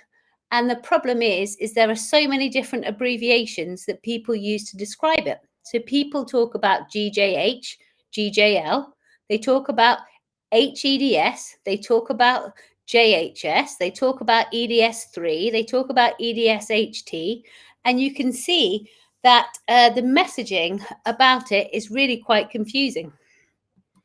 So what is hypermobility associated with from a medical perspective? Well, you can see there's loads of things here. So back problems, scoliosis, flat feet, fibromyalgia, so chronic pain, dystonia, soft, stretchy skin, stretch marks, unusually thin and papery scarring, gum problems, easy bruising, resistance to local anesthetics, a whole host of gastro problems, so acid reflux, gastritis, dysphagia, irritable bowel, inflammatory bowel, cardiovascular problems like Raynaud's, you know, where your fingers or toes become, circulation becomes poor and your fingers change color and go tingly. Problems with heavy periods, irritable bladder, and short-sightedness, ptosis, which is droopy eyelids and squints. Problems with your jaw, you know, so temporomandibular joint pain, dental pain. And then where I really got interested in is something called dysautonomia, which is abnormalities of the fight or flight nervous system. Dyspraxia, difficulties understanding where you are in space, headache, fatigue, brain fog, anxiety, and sensitivity to pain, smell, and sound. And one of the big things I mentioned was about these problems with the involuntary nervous system, the fight or flight response. Well, there's a condition called postural tachycardia syndrome, and some of you may have heard of it, but probably many of you haven't. And people who have postural tachycardia syndrome, they often feel dizzy when they stand up. They get lightheaded, palpitations, and this can also happen in having a hot shower or being in a very hot environment or having a big meal. And you can test for it medically by either a tilt table test or by an active stand test. And what happens for the diagnostic criteria is that you get an increase in heart rate by 30 beats per minute from going from lying to standing. This is in adults. It's slightly different in children. And you might be thinking, well, what's this got to do with ADHD? What's this got to do with hypermobility? Well, nearly 80% of people who have symptomatic flexible joints have postural tachycardia syndrome. And there's lots of overlaps with ADHD. And you might think, well, why is this? But essentially, because hypermobility is a difference in something called connective tissue, which is the cling film that holds the body together. If you've got floppy connective tissue in your veins and arteries, it means it's really hard when you're standing up, your blood is pooled in your feet, can't get back to your heart, so the body has to compensate. And so to keep your blood flow going and your brain perfused and your organs perfused, what happens is your heart rate goes up. That's one possible explanation for the link between having flexible joints and getting dizzy when you stand up. And what we've been doing is we've been showing how this abnormality of the fight and flight nervous system is in fact linked to the experience of anxiety and panic, and maybe driving anxiety and panic in hypermobile people. So if you take a room with 100 people with panic disorder and you see if they're hypermobile, 70% of them will be hypermobile compared to only 20% who don't have panic. And so we wrote about this a few years ago, and this is what I did my PhD on so many years ago. We've shown in a birth cohort, so all of the children born in Bristol and Avon in the 1990s, that having hypermobility as a teenager means you're more likely to experience anxiety and depression at 18, and that was influenced by your heart rate. So for me, working in the hypermobility field has been a series of light bulb moments. So I started off working in anxiety and ended up covering, huge systems, medical issues and mental health and neurodevelopmental. So back to ADHD. The traditional view was that ADHD was a disorder, not a difference, that you either had ADHD or autism or another condition, that it was highly likely that you also had an intellectual disability.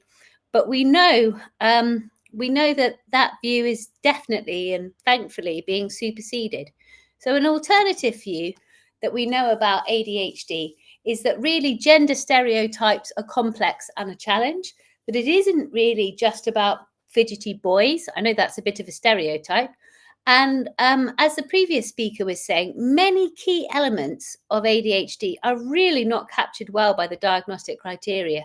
Time blindness, executive problems, emotion regulation problems, variable attention, hyperfocus. And really what I want to say is that co-occurrence is the norm rather than the exception. We know that possibly up to about 60 or 70% overlap between autism and ADHD, and then further overlap with tics and Tourette's and dyspraxia and dyslexia. And what I want to show you is the overlap with certain physical health issues. And I think it's really important that we recognize both the strengths and the challenges of ADHD and the importance of difference in our need for diversity. So I see a lot of people who have both, who are AUDHD basically. And when I do an assessment, I sort of think in a number of different domains rather than just kind of ticking off the symptom checklist. So we think about sensory things, social things, stimming, sensation seeking, self-soothing, executive issues, impulsivity, compulsivity, interest, rules, and a complicated relationship with sameness, routine, and predictability. And I'm a patron of a charity called Sense Connective, and hopefully it's being increasingly recognized the strengths that neurodivergent people can bring to the world. But this is really when they're given the opportunity to thrive and to have their weaknesses kind of minimized by appropriate adjustments and support. So we know about kind of creativity, problem solving, empathy, intuition, and pattern recognition, and passion. So but we also know, this is about autism, but I think it could be very much true of ADHD too, that if you identify in schools who you think might should go on for an assessment, if in the exact same vignette, if you put a boy's name on it rather than a girl's name, then people are more likely to be considered that they should go forward for an assessment. We know in autism, when I was at medical school, I was told that autism was 9 times more common in males than females. actually it's probably maybe 2 or even no difference at all. And we also know that neurodivergent people, this is work by Mary Doherty and Sebastian Shaw, colleagues from Brighton and Sussex Medical School, we know that neurodivergent people experience significant barriers to accessing healthcare and worse outcomes. This study is in autism, but I'm sure it's true across the board for ADHD too. More research is needed. So back to bendy bodies. What are the commonalities between hypermobility and neurodivergence? So we know both conditions, there's an overrepresentation of abnormalities of the involuntary nervous system, pain, association with dyspraxia, anxiety. For a while, there was a lot of interest in a shared abnormality of variant of a noradrenaline gene. And there were some case control studies in children showing that children with ADHD were more likely to be hypermobile and children with dyspraxia were more likely to be hypermobile. But the field has really come on. So I was doing a project about this for my PhD, but whilst that was happening, in Sweden, they looked at the whole population and they found that if you had a symptomatic hypermobility diagnosis, you were 7 times more likely to have an autism diagnosis, 5 times more likely to have an ADHD diagnosis, 3 times more likely to have a bipolar diagnosis, and unfortunately, twice as likely to have attempted suicide. And this is only people who are identified, and I think that that's just the tip of the iceberg.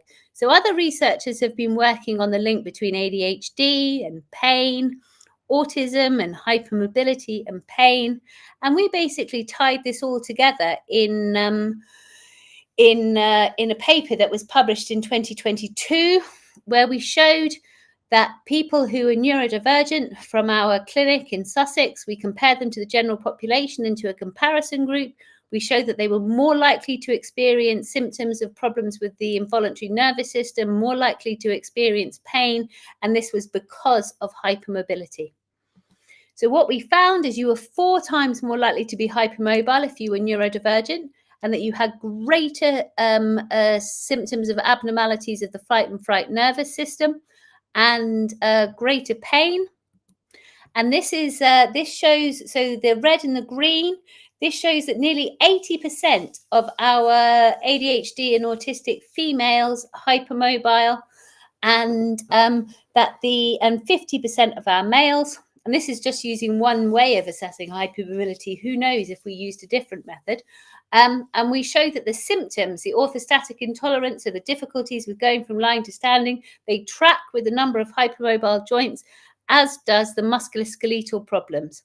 Now, I'm fond of these mathematical models where you try and work out what's going on. So you'll have all heard, well, probably, that correlation is not causation. And sometimes you have several different things that seem to be related. So here we have hypermobility seems to be related to neurodivergence. Neurodivergence seems to be related to symptoms. Symptoms seem to be related to hypermobility. What's causing what? So what we do is we look for things called mediators and moderators. Mediators explain the process of a relationship, so the mechanism, and a moderator affects the strength and direction of a relationship. And what we found was that the relationship between being neurodivergent, and this sample was a mixed sample, people with ADHD, autistic people and people with Tourette syndrome, that the relationship between being neurodivergent and having physical health symptoms such as orthostatic intolerance and pain was related to hypermobility.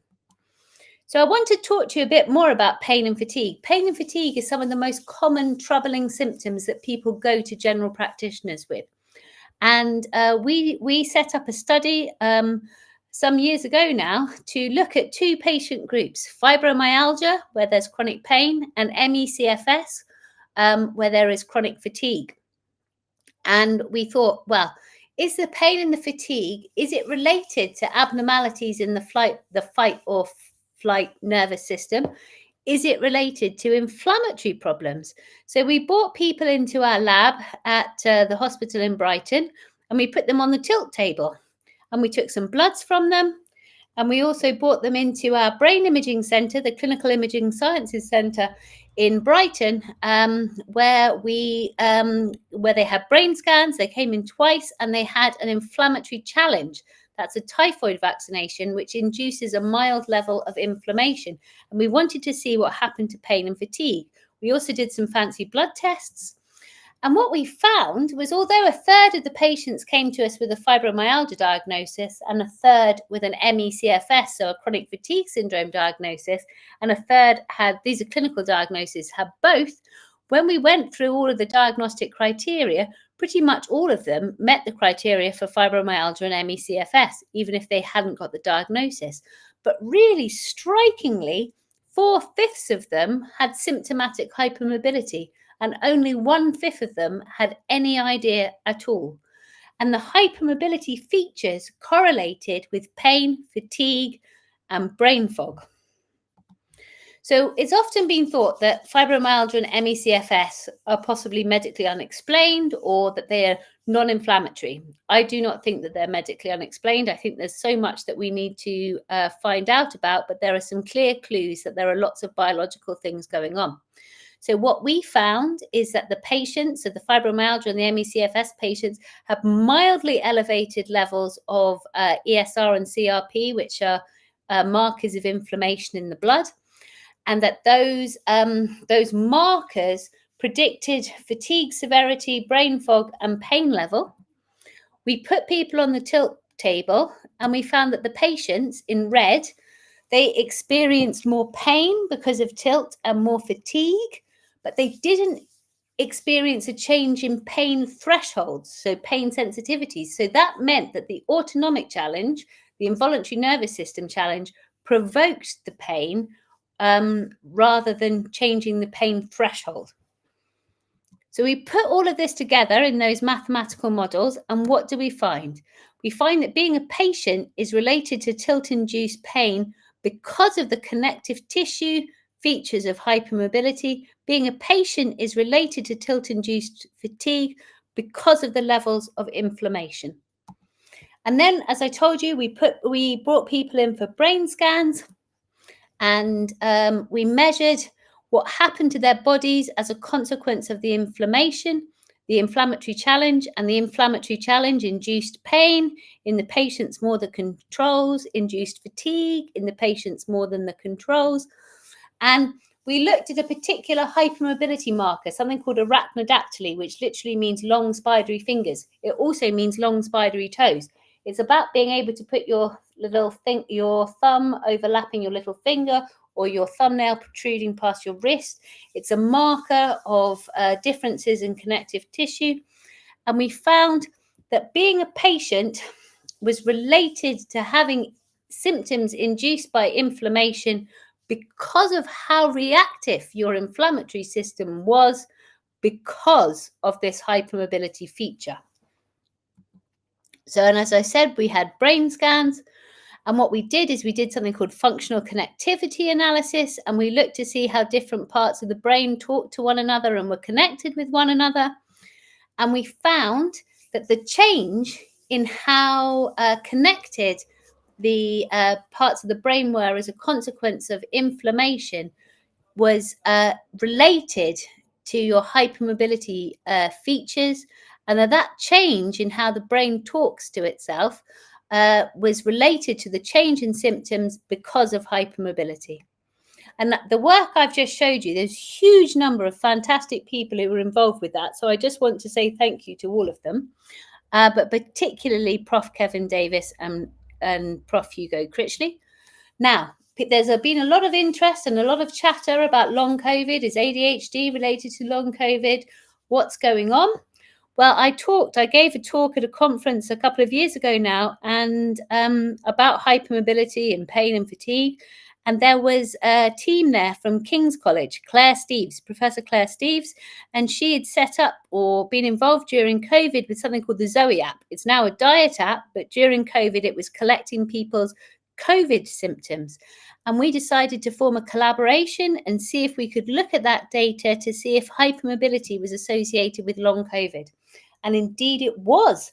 And that was published just this year, what we found was that if you were hypermobile, didn't mean you were more likely to have COVID or not, but you were more likely to not have recovered from COVID, so long COVID. So about 30% of the long COVID group were hypermobile compared to 20% of the COVID recovered group.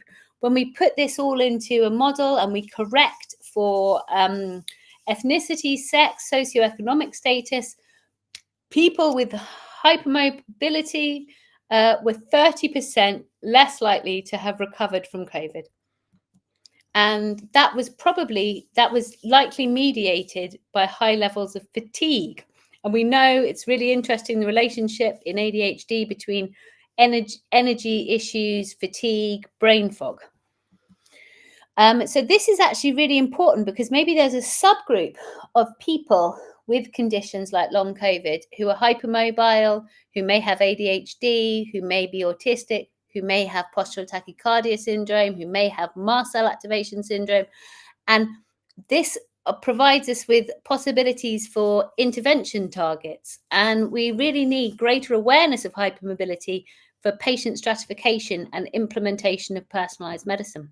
So what is the relevance of neurodivergence to chronic pain and fatigue? Well, we just published this paper a couple of months ago, again from the Alsbach birth cohort. We looked at 8,000 7 and 9-year-olds and then 4,500 of them when they had become 18. And we found that if you had significant neurodivergent traits in childhood, you were twice as likely to experience chronic disabling fatigue at age 18. And that was associated with your higher levels of inflammation age 9. So really a strong signal for better look between the brain and the body in a common problem such as fatigue. My wonderful colleague Lisa Quat, she and I have been investigating the connection between neurodivergence and chronic pain and fatigue. And we did a survey where we looked at autistic characteristics, ADHD characteristics, and hypermobility. And we found that nearly 80% of patients with chronic pain and fatigue were likely autistic, and nearly 20% likely ADHD, which was huge in comparison to the comparison group. And that again, nearly 70% of them with complex conditions were chronic pain and fatigue were likely to be hypermobile compared to only 20% in the general population. And that the hypermobility score tracked with the neurodivergent characteristics. And we put this all together, and neurodivergence is related to chronic pain and fatigue because of hypermobility. So what else? I mean, what's going on? What's the link between hypermobility and neurodivergence? I think it's to do with how the connective tissue, so the differences, affect neurodevelopment, but particularly the sensory system. So we know that emotional states are linked to the physiological state of the body, and that emotion regulation is often overlooked in neurodivergence. And lots of people have issues with proprioception. So that's the sense of where you are in space. And maybe hypermobility is related to that. So what we did is we looked at about 200 people, and we looked to see if having neurodivergent characteristics was related to emotion regulation problems. We found that it was, and that this was related to proprioceptive difficulties in the presence of joint hypermobility. And so there we go, neurodivergence associated with emotion regulation difficulties because of proprioceptive uncertainty in the presence of hypermobility. We've also been doing some work showing high levels of neurodivergence and hypermobility in bipolar disorder. Bipolar disorder and ADHD are often closely linked and difficult clinically to distinguish from one another. So we found that nearly 80% of our bipolar group were scoring above threshold for autism, and nearly 70% of the bipolar group scoring above threshold for ADHD, compared to only 4% in the comparison group. And that this basically demonstrated that there was a relationship between hypermobility and bipolar, which we'd already previously published on, and that relationship is likely due to neurodivergence. This paper is currently under review and is available as a preprint on the Lancet preprint server. So why is it important to think body-brain? Nearly half of neurodivergent individuals surveyed by Embracing Complexity feel that their treatment of mental or physical health symptoms is worse because they are neurodivergent. That our patient and public involvement work tells us that neurodivergent people and their families struggle for years to get a proper assessment and diagnosis for their mental and physical health problems, that they feel a strong sense of being dismissed, misbelieved, or overlooked when interacting with professionals and institutions, and repeatedly encounter poor understandings and few or no adjustments for their needs within healthcare and education settings. And that has to change. We also know that conventional emotional medication-based treatments do not work for all. And thinking about things like the link I was just telling you about emotion, neurodivergence, and proprioception may open up opportunities for novel avenues for personalized body-based treatments for common mental health problems. And this may be particularly relevant in things like ADHD, autism, and tics. We know, and this is the case as similar story for neurodivergent people, that hypermobile people are often dismissed and overlooked and really struggle in medical settings. And this study shows the phenomenon of clinician-associated traumatization. But having given, I suppose, in some ways, a possibly slightly depressing lecture about how hypermobility and neurodivergence are associated with lots of medical problems, so some real challenges, I want to talk a little about strengths. So we, with our wonderful student, Ben Erin, who is a final year undergraduate medical student, he interviewed a number of people who had undertaken a creative degree who were neurodivergent, and this paper is currently under review. He looked into what neurodivergence and creativity meant to them, and he found that for neurodivergent people, creativity was a means of expression, which allowed them a channel for communication and also a focus for hyperfocus. That creativity helped foster resilience through counteracting isolation, and it's helped with emotion regulation. That creativity was empowering through thinking differently and finding value, which I think is a message that we really need to get out there. We've also been working on the relationship between hypermobility and creativity. As I mentioned, there's a lot of hypermobile people in creative industries. I mean, there is a possibility that having hypermobile vocal cords maybe makes you a better singer. Having hypermobile fingers probably helps with being a musician. So we put all of this together, and the relation in 250 people in the general population, and the relationship between being hypermobile and scoring highly on creativity measures was in fact explained by the presence of neurodivergent characteristics, including ADHD features. So we have some other exciting projects going on at the moment. We're doing we've just completed a brain imaging study into the mechanisms of brain fog. So we were using something called a lower body negative pressure chamber, which pools blood in the feet in the MRI scanner, because obviously you can't tilt people in the MRI. And we're looking to see if that changes perfusion of blood in the brain. My colleague James Todd has been trialing flotation tanks as to see if they help with fatigue.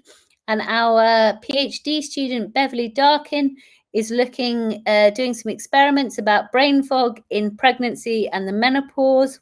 We have a number of papers that we are either submitted for publication or are shortly due to submit for publication.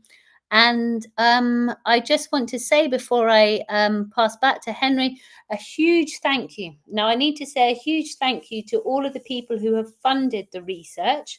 and that's Action for ME versus Arthritis, MQ, the NIHR, the Fibroduct Foundation, all of the people, so many people who have taken part in our research and all of our research staff.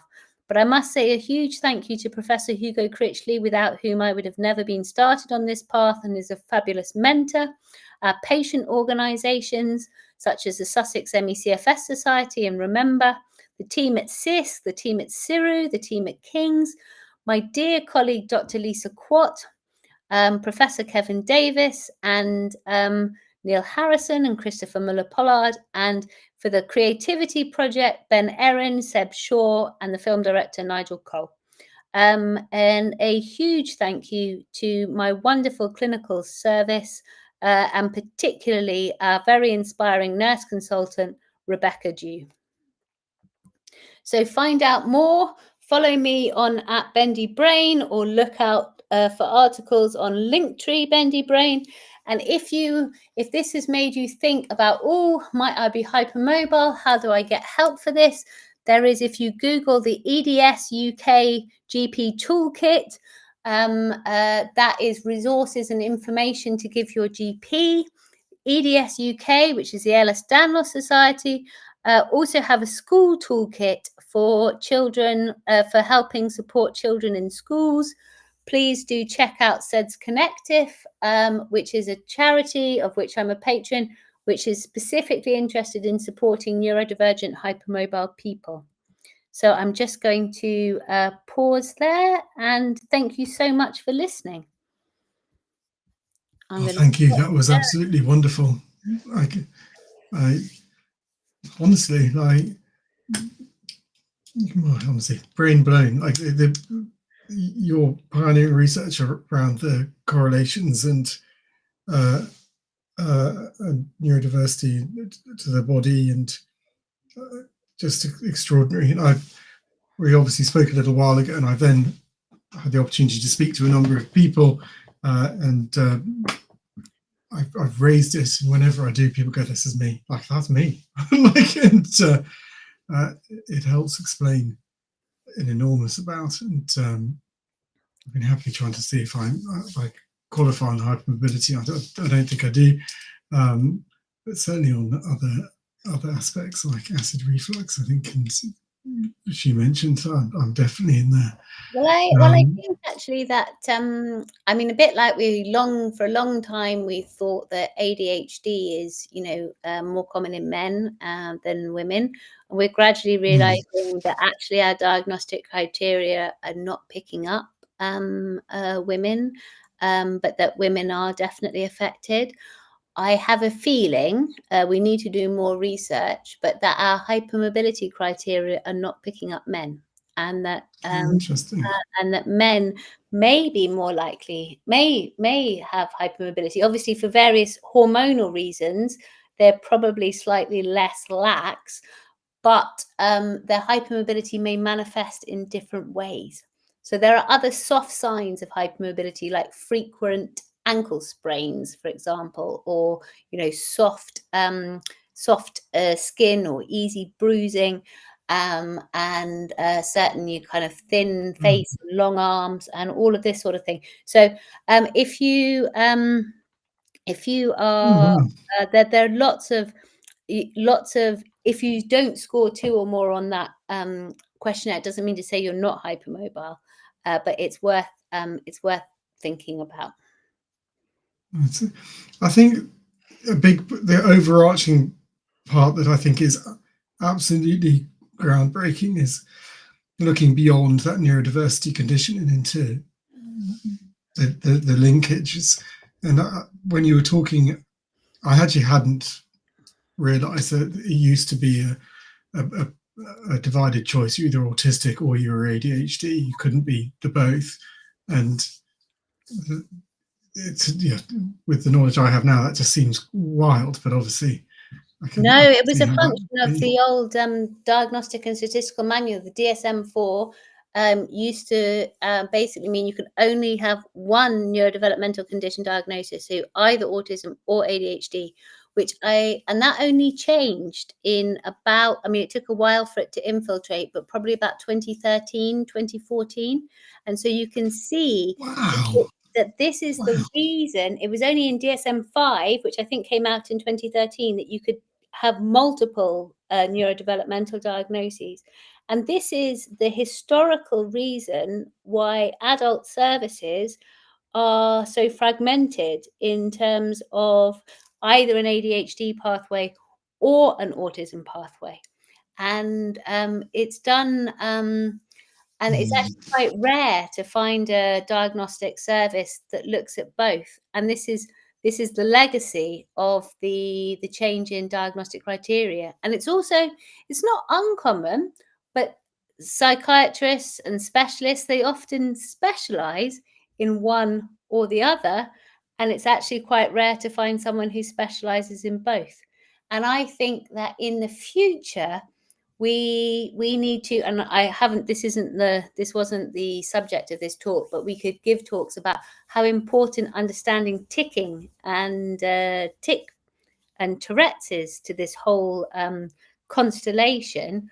I think services in the future, we need to, with the overlap being as high as it is, we almost have to assume that it's more likely that people have multiple conditions than that they have a single condition. And I think services need to be set up with that in mind. But that's an aspiration for the future. We had the head of the ADHD team for the NHS England, Catherine Hillman, and she talked to some work where the pathway is a sort of a neurodiversity screening first, review first, and then a decision on pathways, which feels like the start of that. But certainly when you see the numbers you talked about it, gave numbers for ADHD and autism. I think did you say 60%? Yeah, estimates vary, but we're talking between at least 30% and 60% overlap. So if you are sort of, magnanimous and cut that in the middle and say 50%, if half of the people with one of these conditions also have another, why not assess for both at the same time? You'd be more efficient. Yeah, it makes a lot of sense to me. My bag obviously being more ADHD than autism, certainly on the ADHD side, because I think our number then, because we're a larger group, the numbers look different. But I think the place to do a screening review of right, you've come here, we think you've been assessed for ADHD, right, we should now do this set of things where we review whether or not these impact you. Yes. Because there's such high correlation. Particularly the physical health things. So it's not just, you have ADHD, are you unfortunately more likely to experience anxiety, depression, bipolar disorder, psychosis, substance misuse? It is, are you also more likely to have physical problems like pain and fatigue, allergies, gut problems? And also, by the way, are you also more likely to be creative, and how can we support you? So I think there are so many ways, but it's about looking at much more than hyperactivity, inattention, and impulsivity. It's about looking at the broader person. And people talk about the neurotype, and there's neurotribes and neurodiversity. I think we have to kind of get ADHD and autism and these other conditions out of being stuck in the brain and actually centered in the whole body. And we know that ADHD people, they fidget, and they may have masked fidgeting and what have you, but it's a bodily difference. We're going to do a study at the moment about how ADHD people walk differently.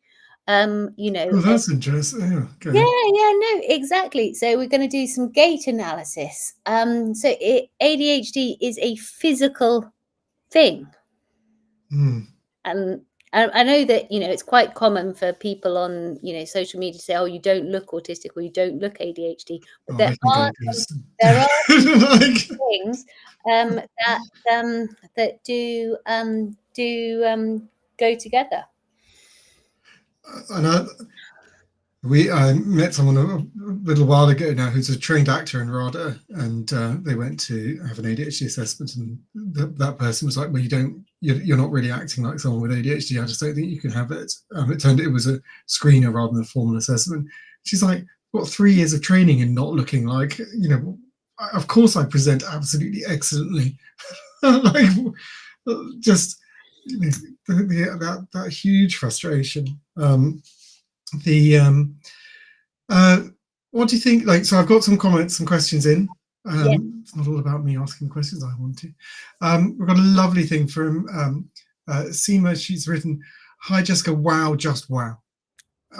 I have a background as a physiotherapist, and when practicing clinically, one of my passions was treating patients with hypermobility. I was very aware of the physical issues that could occur alongside around stomach issues, low BP and comorbidities. But this is the first time I've heard of the connection of ADHD and autism." Like, that sort of spreading that understanding is absolutely wonderful. And there's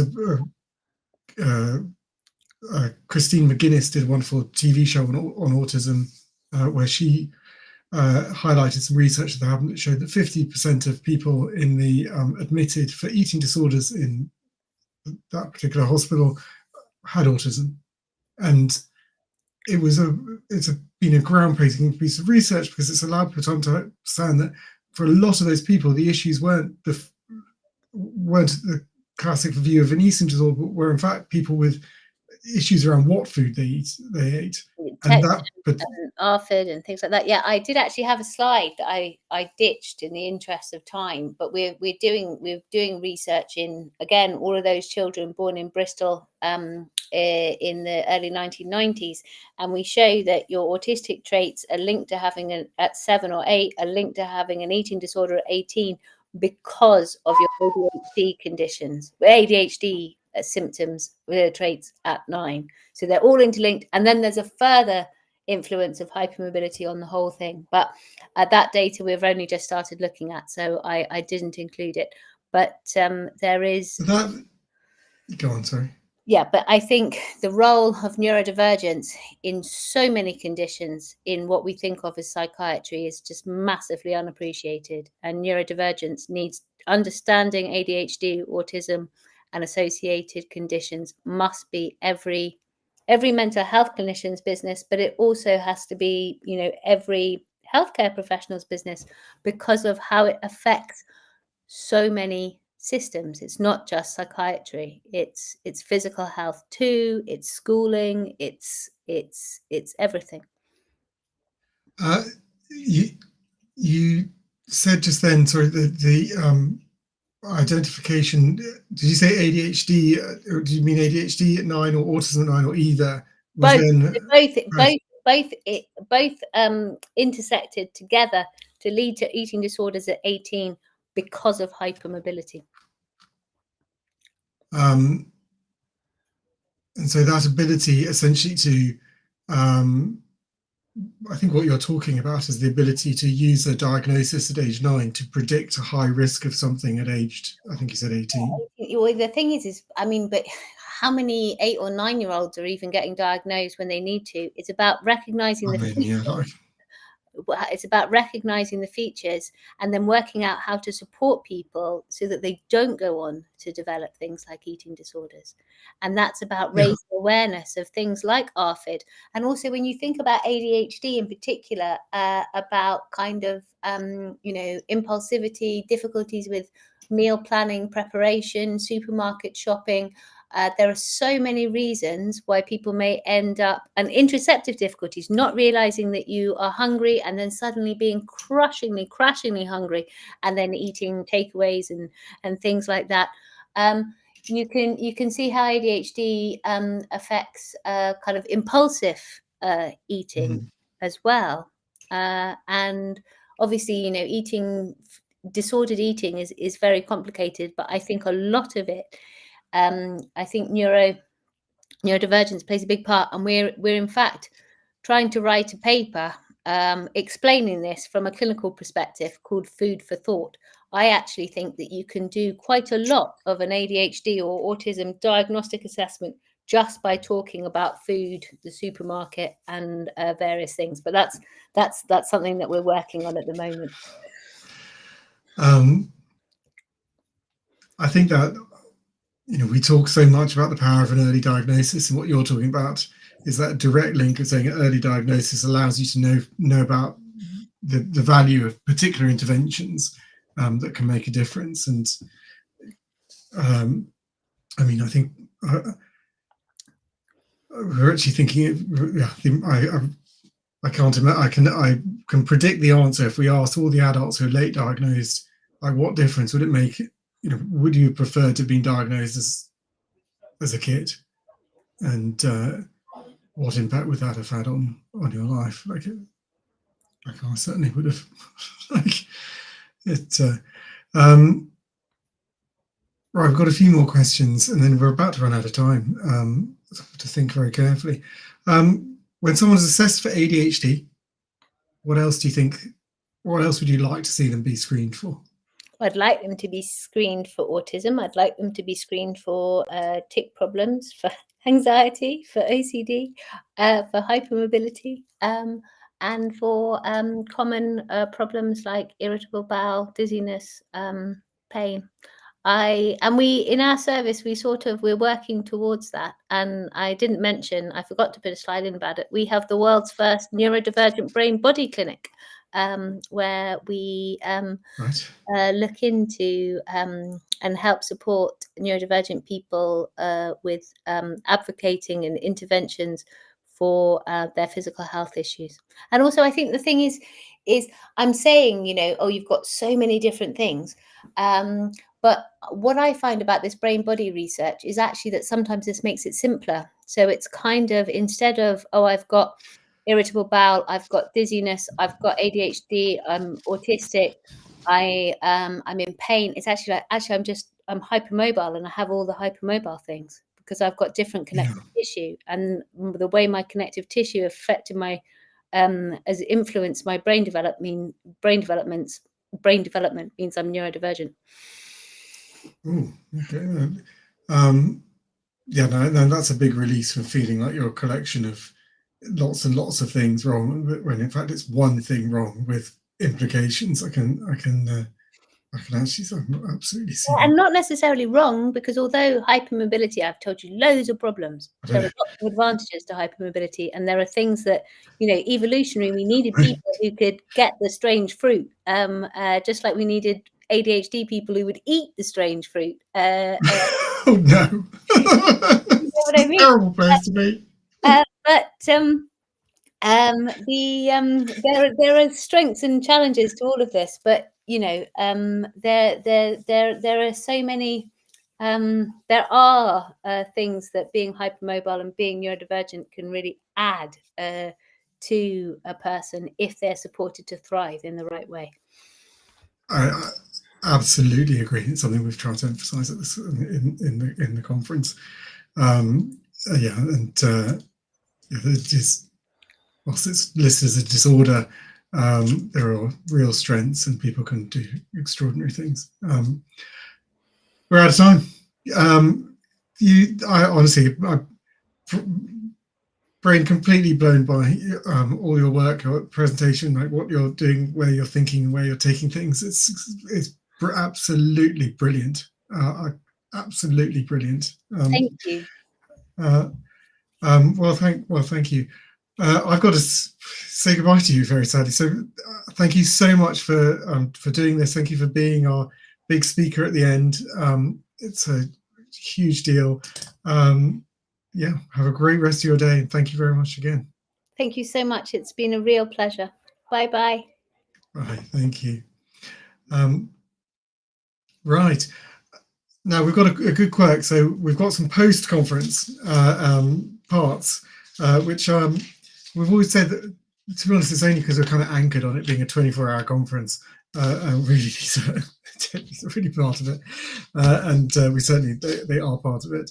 But it's kind of like, you know, when you watch a movie and then they do a little short movie afterwards, which is a lot of fun. So that's what these bits are, the post-credit sequence. I need to do some thank yous, and then we're going to go straight in. So these are all coach-led pieces. What they are is, we've had a lot of sort of the sort of high level thinking of like what it is, what ADHD is, how it impacts people. And what we wanted was some sections on talking about what, how to make changes in your life and what to do, like much more specific. We also have a secret reason behind it, which is, oh my God, what happens if someone doesn't turn up? What are we going to do? No, like what happens if they have a technical problem, they have a power cut? Like, what's going to happen? Like, and talking power cuts, like from my side is my laptop and my phone, which has a hotspot, so if power goes off here, poof, then I would be going from there. So to create that continuity. So these are also sort of the known we needed to have something ready recorded to jump in. And I have to be, we need to be very grateful to these people, and I am, because we realized every other conference we've done, we've had about a third pre-record. So, worst case, you play some of Australia's, like, because they're asleep. Like, it's still interesting. But neither of us did. And so we were like, oh my goodness, what are we going to do?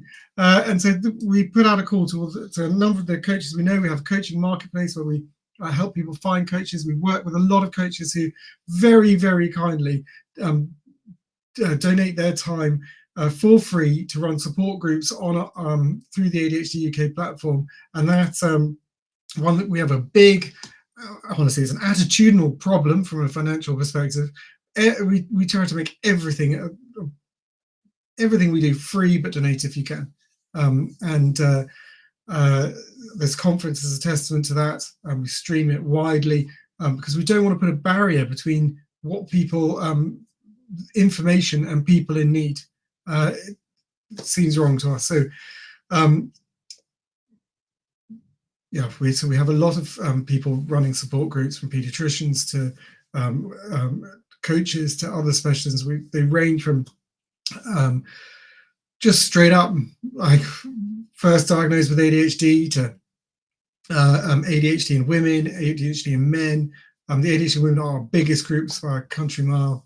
And we've got one of those hosts, Catherine Garden, later. She's amazing.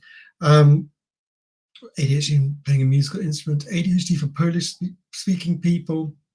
The list goes on. We try really hard to use the advantage of the fact that we're meeting virtually to, instead of meeting based on geography, to meet based on similarity. We are now rolling out, and if you look in the events.adhduk.co.uk, you can see we're just starting a Bristol group. That's our first in-person group. It really aims to be templating for us to roll that out magnificently across the country. So for people who want to meet in person, that can start to happen. And we do have a crazy idea that next conference we're going to do a sort of hybrid thing where it will be done virtually. It'll still be lots of people coming, because that's how we get the best people to come and speak, that they can just do it wherever they are, but also have a viewing place, a place where people can sit, talk, chat, also watch it. Let's see how we go with that. We might be the same, sis, but we've got that idea, Heidi. Right, I've got to do thank yous. This has been a wonderful thing. So we get a cumulative number of people who've joined for the live stream icon at the top of our stream here. It's currently sitting at 56,108, which is enormous. We had over 6,000 people register before from 104 different countries. We are truly global. We work with ADHD Australia, New Zealand, Singapore, bringing together people and views from across the world. We set out to be the world's biggest ADHD conference. I think we've blown that out of the water. I'm pretty certain we were the biggest from year one, and we're now just so much bigger. It is a team effort. Obviously, the huge thanks for people giving their time for free to present their ideas. These are people with wonderful knowledge and influence. People, as we've just seen, Jessica, who's groundbreaking research. With people with millions of followers, like James just before that, entrepreneurs. We have experts in their fields on positivity.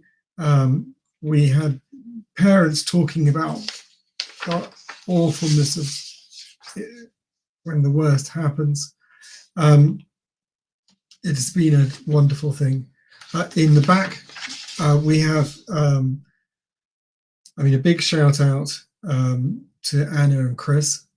They work with a charity, Chris on social media, Anna in full-time support and admin of the charity. They are both absolutely exceptional. We are extraordinarily lucky to have them, and they do absolutely incredible work, often with very, very limited guidance, as I get lost into a hyper focus of something, trying to get something done. We have the trustees, Max and Neil. Neil is chairperson. They are both extraordinary people who this charity would not exist without them. For the conference, Neil in particular did extraordinary work in terms of reaching out to people and inviting them. He has incredible ability to do that, and has used it for this, and for that I'm enormously grateful. He's like the majority, particularly of the really big speakers, that was Neil reaching out. I'm awful, like I'll email and forget I've done it for 2 weeks. I really value the support there. You saw some of our ambassador videos. We have a lead ambassador, Lauren. That's all the ambassadors go to talk to learn about it, and she's our leader there. You also saw videos from Luke and Anne, both fantastic ambassadors, raising the flag, raising the voice of ADHD in their community, and it's wonderful. We've got the coaches just coming up.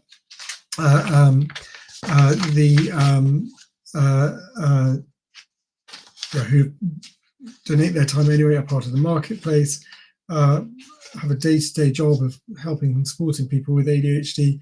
We're going to start with Ange Cairns and Tina Squire on the big topic of how to do your to-dos, which is it's really one of the big ones. We then have Conquering Overwhelm, and that's with Lex Harvey-Bryn and Catherine Van Garden. They are both spectacular coaches. Overwhelm, that place of just knowing what you've got to do but not doing it, either diverting over here or just sitting in front, or lost. And it's a very debilitating aspect of ADHD. It can ruin your life, because if you do that at work too long, that's you out. It's career changing and ending. It's a big deal. And their conversation on it is wonderful. And then we have our very last segment, which takes it all the way back to the start again, and it's what to do when you're first diagnosed. I have to say big thanks to the coaches there, because they were supposed to be slotted in earlier, and we had an overrun. It's the exact opposite of what we thought would happen. And it's Kay Hayes and Italia Johnson. Both are fantastic. Kay runs a support group and previously contributed to the conference with video tips. She's absolutely wonderful. They both are absolutely wonderful. I let them down because we had two things happen. One, we had an overrun. We looked to play it, and then we had a video processing issue, so that didn't happen. Which was just and then we've got the real backup, which is we play a cartoon. There's a cartoon, made a wonderful cartoon. It's actually based on their sister having ADHD, trying to explain it from the perspective of a young brain. It's absolutely delightful.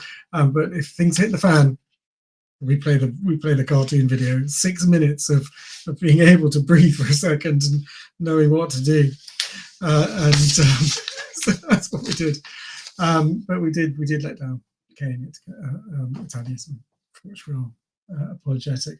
Right, I'm going around here to be able to. Well, that's exciting. I mean, it wouldn't be the conference if something didn't go wonderfully, challengingly wrong right at the end. It looks like that one stopped. Fortunately, ADHD, good in a crisis, not a problem. I am going to risk doing something that I haven't done already, so let's see how we go. There's a reason I haven't done it. So we've always had the backup computer running at one time, but now we're going to have running two windows on my own computer. And the reason being that as we upload videos, you can't see them in our core one. You have to have got a new refresh window. Right, I'm going to give that a go. So this is our first one. It is on to doing the to-dos. It is, it's work, by the way. I hope you appreciate the recovery that just happened. No crisis here, got it covered, not a problem, all sorted. This is Ange Cairns, Tina Squire, in conversation with me. That was on my favourite topic. It's insight into individual how you can conquer your to-dos. I mean, well, look, actually, have you tried a list? I mean, the advice we get, it's so wrong. It's so designed for the neurocentrist paradigm, for other people, for the neurotypical brain. Like, it doesn't work for us. Or worse still, it sometimes works, and it's really, really hard to work out why it does sometimes and why it doesn't other times. And this is a discussion on that, on to doing the to-dos. And without further ado, I'm going to press the button and pray.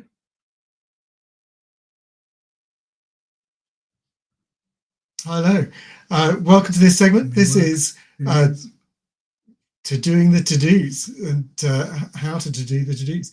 And very excited about it. I'm particularly thrilled to have such incredible ADHD coaches to participate in this.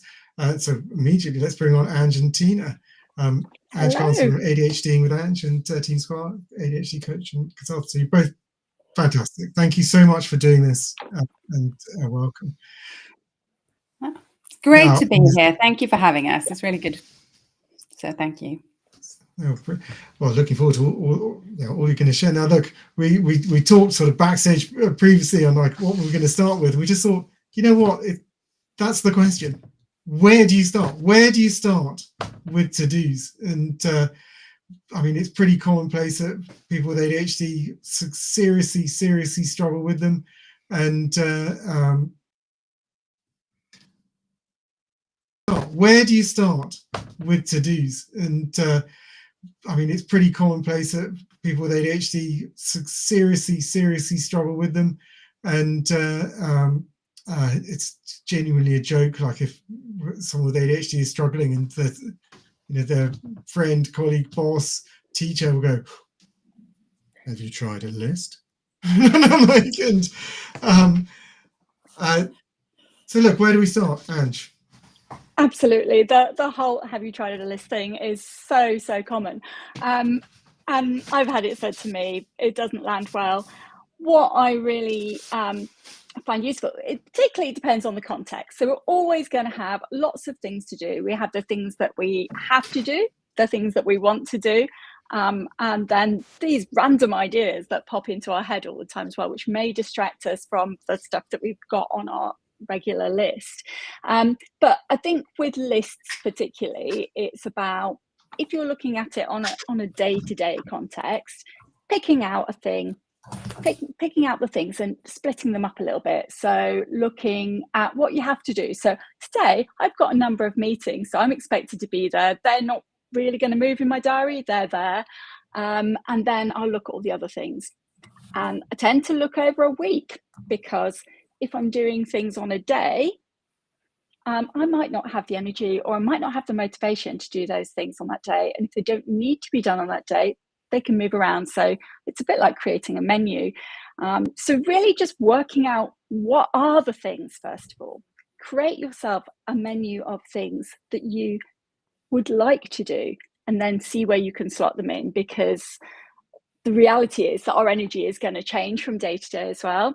And working with our energy can make a huge amount of difference to what we can get done. So my core takeaway on that is, it's work out what is the, just take that step back and go, what is it I've got to do? That's the start of. And so for Tina, where does it start with you? I think when we face this kind of dilemma of what to do with the to-dos, often what we're looking for is a system. Like, what am I going to do with all of this? What system's going to work for me? And how do I even figure out what system is the best one for me? And I think that's where we need to really start with understanding what it is that we're actually looking for. So, and that's rather than going into the marketing messages of all of these systems and apps, or even physical systems like, bullet journals, because they're really good at selling the benefits that we're all going to get, and our brains just love it. Like the idea that this thing is going to solve our problem is just so dopamine filled, and we just want it. But as I'm sure a lot of us know, we've tried a lot of those systems, and can be really exciting for a time, but it doesn't necessarily deliver what's promised. Like, it doesn't actually work our to-dos. So understanding what it is that is what we're actually looking for from a system, I think, is really important. So understanding what's problem we want it to solve. Do we need to be able to put all of our tasks somewhere really quickly, or do we need to be able to add more detail to them and be able to slice our lists and to-dos in certain ways, like in different categories maybe, and understanding who we are as people as well. If we are very visual, we might need a system that is very visual, where we can see our tasks in certain ways, and there's lots of colors involved maybe. So just understanding some of those basics in terms of what are the problems we're trying to solve, where we're trying to get to with having a system. Because I'm telling you now, if you came on here thinking, okay, I'm finally going to find out what's the best system for an ADHDer, there is no one system that just works because you have an ADHD brain. You have to get to know yourself a little bit more in terms of what processing style you have and how you like to see your tasks and what you're actually trying to achieve by a system. I've started to create an idea that, I have a theory in my head, and see how this goes, where there are essentially three things that an ADHD needs to be successful. And one is to know yourself. Like, you've got to understand yourself and your ADHD really well, because you can't fit anything to the mold if you don't know the mold. Like, and I think you both actually talked to that a bit. Like, and you were sort of called straight in and talking about like what's the need, what are we doing. And that's your world. It's understanding yourself and your world. And Tina, I think you talk directly to that. Second part is, which like Tina cost us half our audience there, which are like, not, if you want to find the solution, it's not happening. But it should actually, on the positive, keep the audience that stays, because they're like, okay, got it, and we've got to be in for the long haul, which is about 59 minutes. It's not like longer. So one, know yourself and your ADHD. Two, you got to learn what works. You've got to do the experiments with self and work what works. You can't just go throw the baby out with the bathwater every time you're like, oh, this one hasn't quite worked. You've got to look at it. What are the lessons of it? What are the parts that do work? What are the parts that don't? And that way, every day is forward. And then the third one, which we will not be covering in this, so this is very much about section 2, like what works. The third part is, which is harder to work on, is you got to be somewhere where you can be different. Yeah. Because you can't do the number 2, the things differently, if you're somewhere which doesn't allow that at all. So if you're in an environment which is it's this way or the highway, then working out how to work with that, and that is going to be a discussion. Sorry, to add to that as well. So I think accepting that we are, like, ADHD and our brains are really situationally variable. So there might even be things that certain tasks that we do better in certain environments or using a particular application, or we do it that in a physical place. We do certain things better on the sofa. We do certain things better in a coffee shop as well. And like accepting that variability rather than the word I hear so often, which is like consistency. I want to find something where I can be consistent. It's like, actually, what we probably want to do is accept and kind of go with the shift. When we can't be consistent, that's our cue to, we should change something up, because that's how our brains work. Yeah. In management science, there was a phrase which I, for some reason, really stuck with me, which is that the only constant is change. And I was like, hello, my life. But I think it's such a good point. I saw Ange, like nodding in agreement, like the totally fighting for consistency, but actually accepting we're highly variable. And actually, if you accept the variability, you can then be quite consistent in the way you respond to it and have a plan. But if you just try and be like, like very, very regimented, I mean, it comes a crop when it comes a cropper. If you don't have a strategy for when it doesn't quite meet, and you have that to be honest, I thought that was a massive point around situational variability, like the idea that something might work for some things and not others, that we don't have this an important like dual meaning phrase, magic pill that solves everything.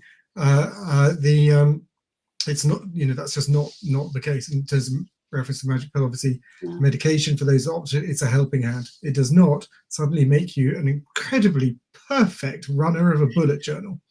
Does it not? That's such a shame, because like I've always wanted to.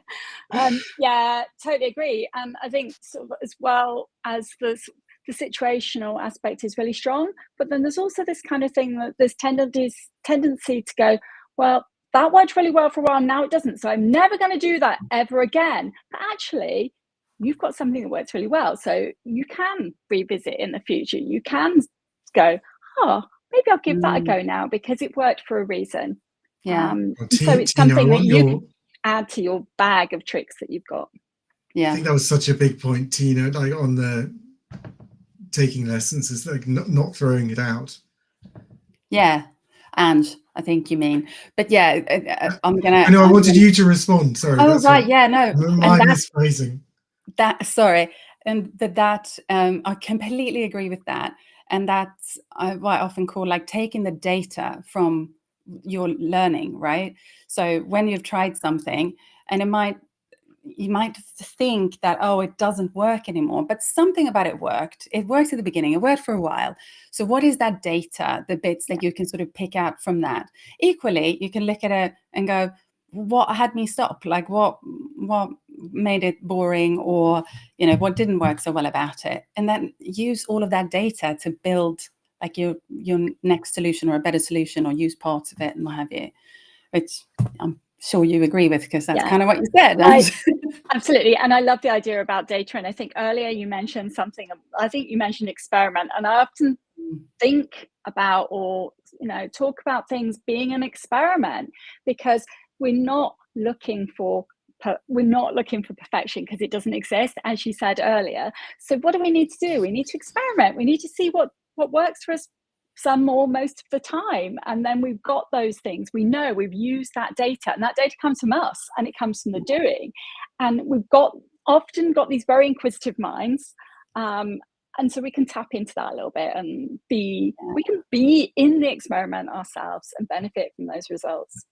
It has to be less negative as well, instead of relating to it as a failure or didn't work. It's like, no, what are the data points, data points doesn't have a positive or negative connotation. It's just fact, effectively, like what happened, which I think makes it a lot easier for us to actually unpick what might work and what you might want to leave behind.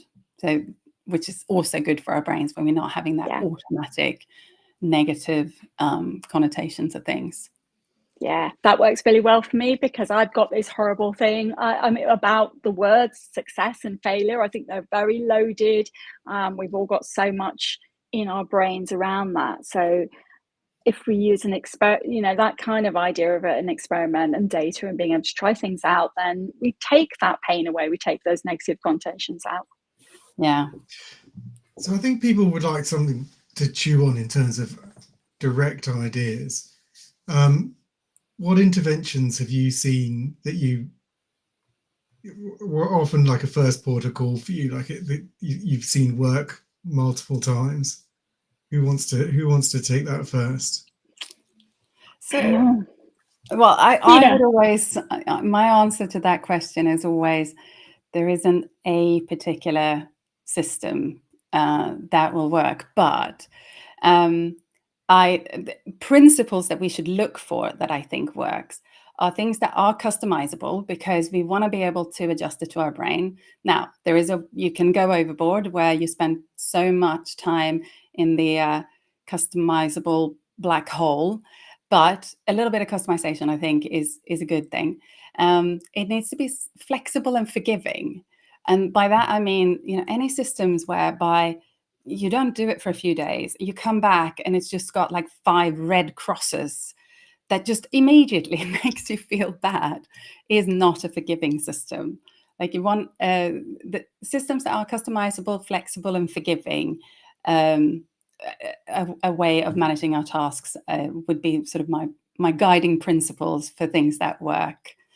I have examples. I mean, I do think bullet journals, for example, is a good physical version of that. I say physical because I think often when people think I need to organize myself, they think I need a digital system. Even if they've been like writing things down by hand all of their lives, all of a sudden they think they need to go digital.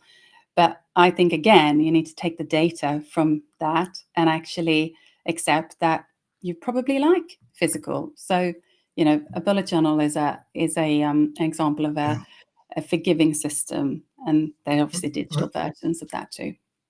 And I like the callback to, like, you need to know who you are, like, and to do things that, for example, if it's paper, then recognize that that's the thing that works for you. People talk about a bullet journal a lot. What does that mean? What is a bullet journal? So I'm going to be honest, I'm a completely digital person, so I'm not a bullet journal person, but what it provides in terms of forgiveness and flexibility is that you write down every day or every week what it is that you're going to do. So you don't come back to logs or things that sort of calls you into shame, as it were. You get a fresh start a lot of the time, and that is another example of just a forgiving system. And I think there's actually a digital system, Microsoft To Do, which not a lot of people know about, and I used to use a lot before I sort of left corporate. They have a forgiving feature, as in they have a today list. So you have your list there, which is like a whole database of tasks, but every day your today is blank. So you get to sort of start afresh. Now, it'll give you suggestions of what you might want to follow up on that you didn't do yesterday, but it doesn't have that sort of penalizing effect to it, or like where you go, oh my God, that's overdue again, which I really like, and I think works for a lot of people in that environment. Yeah, and Microsoft To Do, which is a good, is actually a pretty decent product, and I do think most people have it bundled with Office and don't recognise, just not aware of it, and actually they've done quite a lot of good work. I've unsuccessfully tried to lobby Microsoft to incorporate the To Do into the other Office apps, so that you could, say, have a Word document and embed a To Do, that when you ticked it off in the To Do would also get ticked off in the Word, so that you could bring things from different documents and manage them centralized.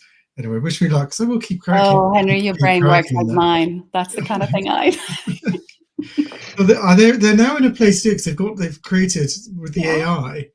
They've got they now link all of your data in a thing called the Microsoft Curve, and this isn't a. Actually, we actually might touch on that. We're gonna come back to this about if we can use AI. We're talking about the bullet journal and other systems, and you've and Tina, you talked actually about the need for it not to be, to be forgiving. I think, Ange, you've got to focus on the apps being kind. Yeah, so it's very similar. So I think that there are some, as Tina was talking about, there's some apps that really are quite like on it in terms of like, you've done this wrong, you haven't achieved it, and you've got these big kind of this is overdue, and it's not really helpful. So I use a couple of apps that I really like. So I use for planning Sunsama, and it has a sort of a very kind element built into it. It encourages you not to try to schedule too much in your day as well, which I think is quite nice. And there's no real kind of consequences. There's no penalties. It will move things forward. And after 3 days, it will put them into an archive if you haven't done the task. So they're still there, you can still access them, but it does give you a little bit of time pressure on that as well. So you wanted to do them then in there. And there's another app that I'm using, and it's sort of a to-do list for self-care, which is, we often build our list with multiple things in them. This separate called Finch, which some people may have used, and it's across between like a Tamagotchi, where you have to feed it and look after it and things, and then it goes off on, this little bird goes off on adventures, but you have self-care tasks in there, and it's really, really kind. There's lots of that built into it, lots of positive reinforcement and not the negative side of things. It starts with really tiny steps for everything, which is hugely helpful, I think. So yeah, basically let's not use apps that are going to be mean to us. We want things that are kind and forgiving, as Tina said. And what you touched on there as well is the gamification that can work really well for us, right? So I've not used that. Sunsama, I've heard great things, by the way, and I must try it myself. But Finch, was it Finch or something? Yeah, Finch, yeah, I like the bird. Yeah.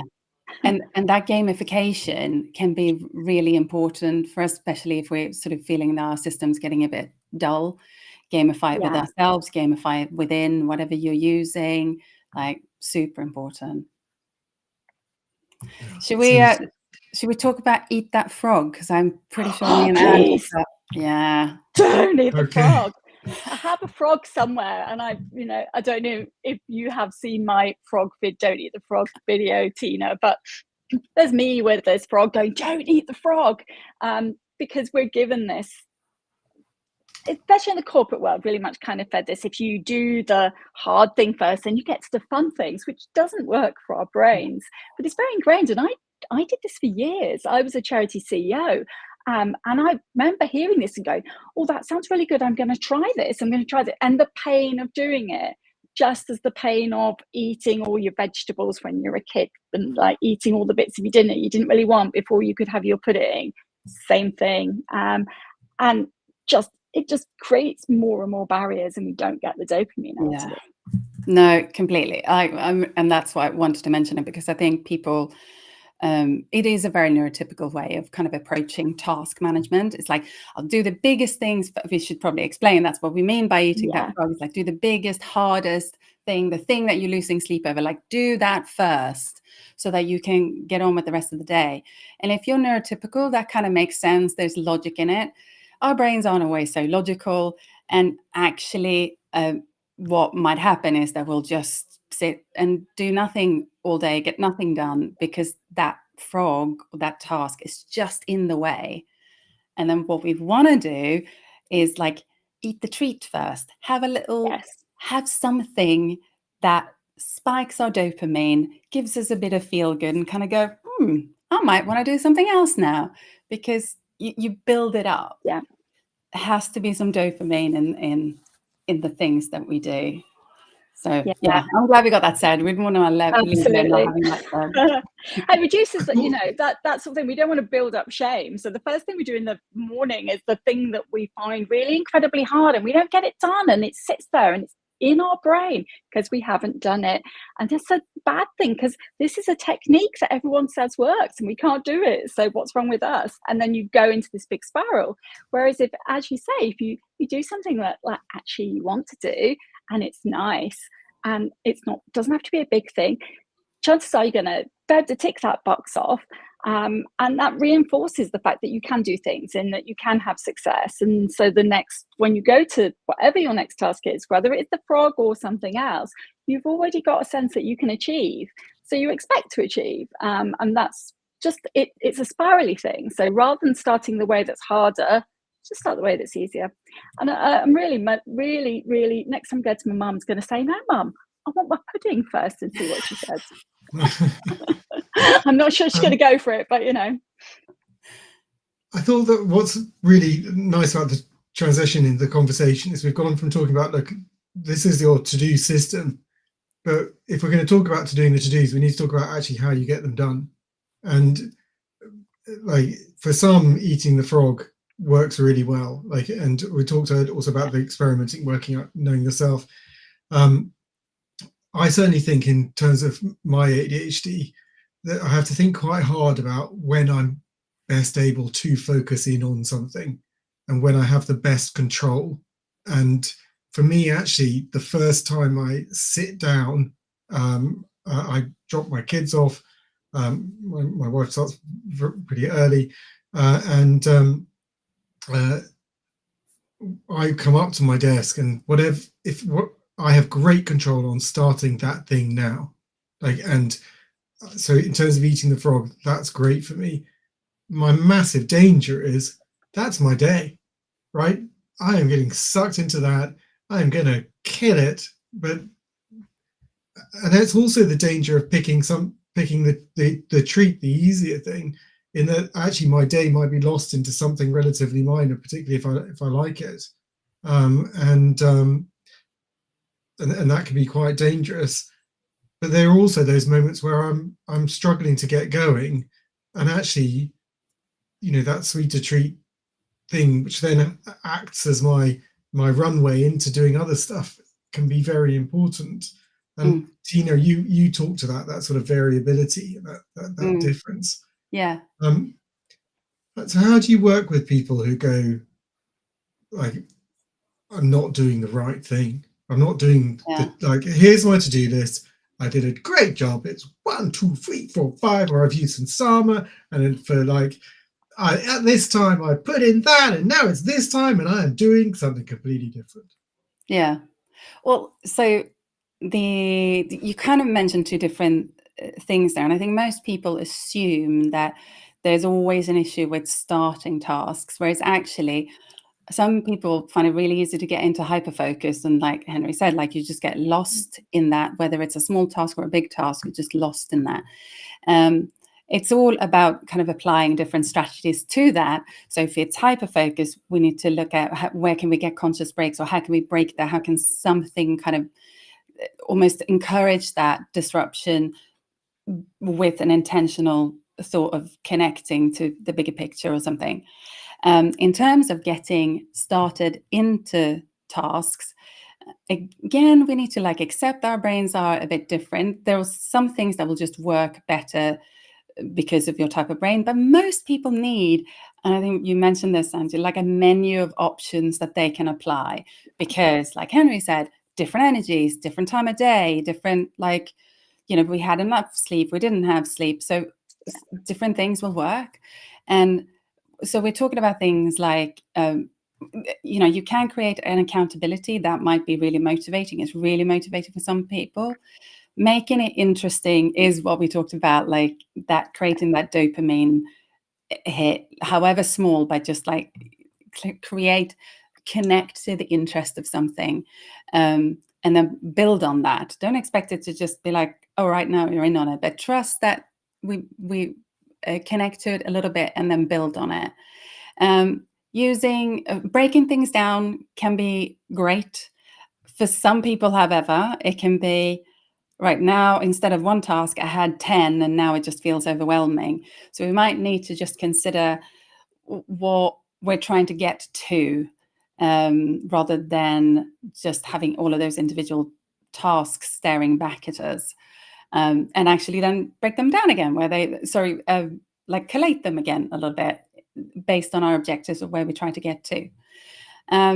Using timers, there's really good way of using timers. It isn't as simple as just putting a timer on. you need to have like an intention. Like, what am I going to do in these 5 minutes, 10 minutes, 25 minutes? Where am I going to get to? So it's a bit of gamification when you put a timer on. It's not, the timer in itself can just give you a focus of reminding you of, oh yeah, I'm trying to do this. But I find it works best when you're really intentional. Even if you can't finish what you're doing in 20 minutes, don't put it on 2 hours because it's going to take 2 hours to finish. Don't put it on more than 25 minutes ever, would be my advice. But know where you want to be in 25 minutes, because that's what your brain kind of likes. And often where people maybe not using timers in the best way. And also don't underestimate things like physical movement. Like sometimes we think to be productive, we need to sit at our desk and just, if I stare at this long enough, it'll come to me. And that's usually not the case, by the way. It's usually a sign that you need to get up and move a bit. And there's neuroscience to this. Like there's different networks in your brains that kick in when you then start moving. So ideas will come, you'll connect to it. Like try it, have it on your menu. Reward systems and verbal processing. A lot of us are verbal processing. So maybe just having a short conversation with somebody that ignites that interest. I've said a lot now, so I'll let you. Yeah, no, but I think particularly interesting about working out how to process. If what you were starting to talk to is like when you're stuck on a problem, how do you get out of it? And we are going to be doing a segment on overwhelm, on when you're locked away.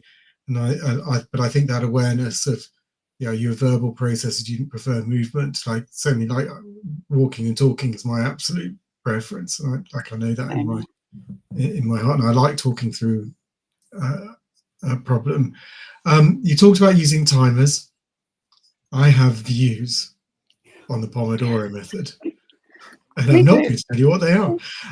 What's your view of the Pomodoro method? Well, I kind of said a bit, Anja, I'll let you talk. Yeah, I think it's pushed. I think it's pushed too much. I think it's like pushed as the single solution. So timers, I agree, can be really helpful. I think they work sometimes and not other times. One of the things that I do sometimes is I have a physical alarm clock, which I'll go, oh, I want to do a thing. I want to put a bit of challenge into it, so I'll set it, and it won't be for too long, but I'll put it across the room, or I'll put it in the other room, so I can't ignore it because it's loud, but I have to then physically stop what I'm doing at that point and go up and turn it off. Okay, but I don't but that's like an important little note. that It's somewhere away. Yeah, you have to go. You have to go. It's not just on your desk. Like, no, but I don't like the kind of, you've got to do this amount of time and then you've got to have 5 minutes break and then you've got to do this. So I think there's a lot of, you work out what works for you. And I agree, kind of keeping it short really helps, because often it's about getting started. If it's about getting started, then you probably shorter times are better. Yeah, I mean, I completely agree with all of that. I do think it's never as simple as just using a timer. It's always about understanding your intention of it, where you're trying to get to, and what a lot of people tend to do is like, well, I'm in it now, I'm going, so I'm just going to keep going. And that's where the timer stops working as a method for productivity, really. I'm curious to hear more about what you think now, Henry. And honestly, I thought your eloquence on talking about timers was really great. Which, like, the Pomodoro method has a completely flawed premise for people with ADHD, and the flaw is that let's say the idea is it's 20, as Ange said, it's 25 minutes and a 5 break, and then repeat ad infinitum. And I think the idea, then you have a longer break after you've done 3 Pomodoros or 4, and that's your world. The assumption is that after each break, you will easily and conveniently refocus in on whatever it was you were supposed to focus on. And that is just not gonna, like, not for us, right? And I've watched people actually completely destroy their careers using Pomodoro. And often I've met them where they've done, and what's happened is they're so concerned about a hyperfocus, and they've so bought into the system. And what then happens is they don't have the benefit of hyperfocus, so they don't have those moments where you zoom in and do a lot. And have this flaw that you're supposed to be able to focus immediately back in on the thing, and they're not. Whereas I think, Tina, you talked to using intentional breaks, and Ange as well, that using the timer to say, I'm going to, this is what I want to do. I'm going to create an intentional break, add some gamification, and actually it'll help me not have hyperfocus and zoom in on this thing, a problem I talked about earlier, and I can use it for good, but it has an inbuilt variability that the Pomodoro doesn't. And so I have to, particularly meeting someone who genuinely had ruined their career because they'd just gone, I must use this, I must follow it, and I'm struggling to get anything done. And you're just like, you've created yourself a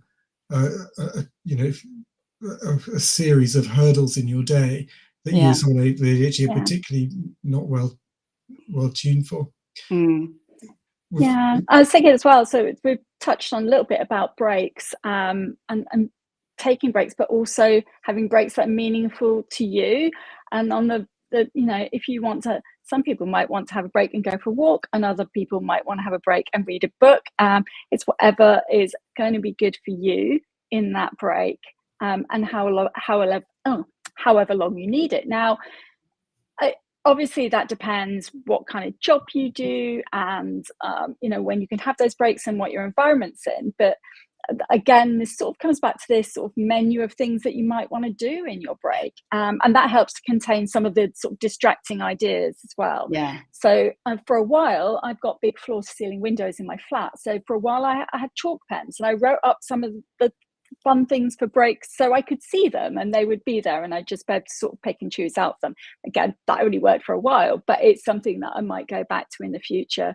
But just giving yourself some options, or having a box of ideas or things that you might want to pull out and just choose from during that time, so that you can do something that, particularly if you've been working really hard on something and your brain's been concentrating, having something that is restful for you.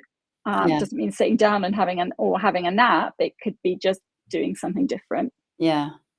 What you demonstrated so beautifully there as well was, you had that thing on the wall and it was working well, and you might go back to it. It's not a failure. It's just part of your toolbox, part of our menus.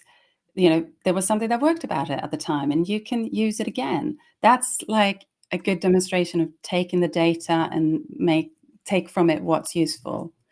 I think I want to mention here as well in terms of breaks, because so many people come to me and sort of say, I just scroll on my phone or watch YouTube or Netflix or whatever it might be, right? And I just want to give people this. Like, sometimes that is what your brain needs. Like, you're doing it because if we're overwhelmed, or we just got a lot on, or we've just been working in hyperfocus and we know we need to switch off, sometimes that's the easiest way, because although it's like connecting to something else, it does give your brain a break where it might be really difficult to switch off or transition. And maybe you only have 5-10 minutes, and that's how we want to do it. Now, it comes with a caveat, of course, because the examples that you mentioned, going outside, going for a walk, maybe, like, those are great because we're processing our experiences. We don't do that when we're connected to another screen, but they have different use cases. Basically, when we're scrolling on our phone, it's a different use case to when we're having a break, going out walking. So we might want to consider, when taking intentional breaks, what type of break do I need here? And leave behind the need to kind of beat ourselves up because we watched a bit of YouTube whilst having lunch. Now, I also understand that people might not want to be stuck on YouTube for half an hour, and so then we can maybe use timers another way. Is like, set a timer, 15 minutes, and scroll away, and then stop, do something else, go back to it. And there's lots of aids now and things on phones, settings on phones that you can put in place to help you with that. So and I think when you were talking earlier, Henry, about AI or the different things that we can have in programs and what we can do with those, the possibilities are pretty much endless, or will be, but it's about it all comes back to going, well, what do you want it to do? What will be helpful for you? Not expecting it to fix things, going, what will be helpful for me to do this? And it's becoming more and more possible to create that yourself. Yeah. Have either of you seen much use of AI for positive for people with ADHD? God, yeah. I love it. Why did they not invent this earlier or make it available earlier? Because obviously it's been growing and developing for quite a long time, for many, many years. But there's so many things and so many ways that just take the pain out of things. It reduces the stages. It's, I mean, and again, different for everyone. But actually, if I can ask ChatGPT something, rather than having to scroll around multiple websites to find information in different places, great, I will have to then double check, if there's something that looks like it's slightly odd. This is not the authority of everything everywhere all the time, but it is something that is a tool. So if you can use it as a tool, and you can create prompts. So I've got a program called Creativity Crops, which is all about taking all your wonderful ideas and then putting them in an ideas barn. You see seeds for ideas going there, and then you can work out what you want to sow at different times and what's possible, how to use your time. So it's a sort of project management in a way, but takes it through to harvest, so we get there. And I created an AI for it called Chloe. She's the farmhand, but she's been fed all of the information about the program. So when you ask her something, she relates to it in a way that's helpful and answers sort of queries about what can I do? I haven't really touched this for a while, or this idea, I haven't done anything. How can I get started again? Or how can I reinvigorate it? And she will give ideas fed from both the internet but from the source materials as well. So you can start creating things that work for you.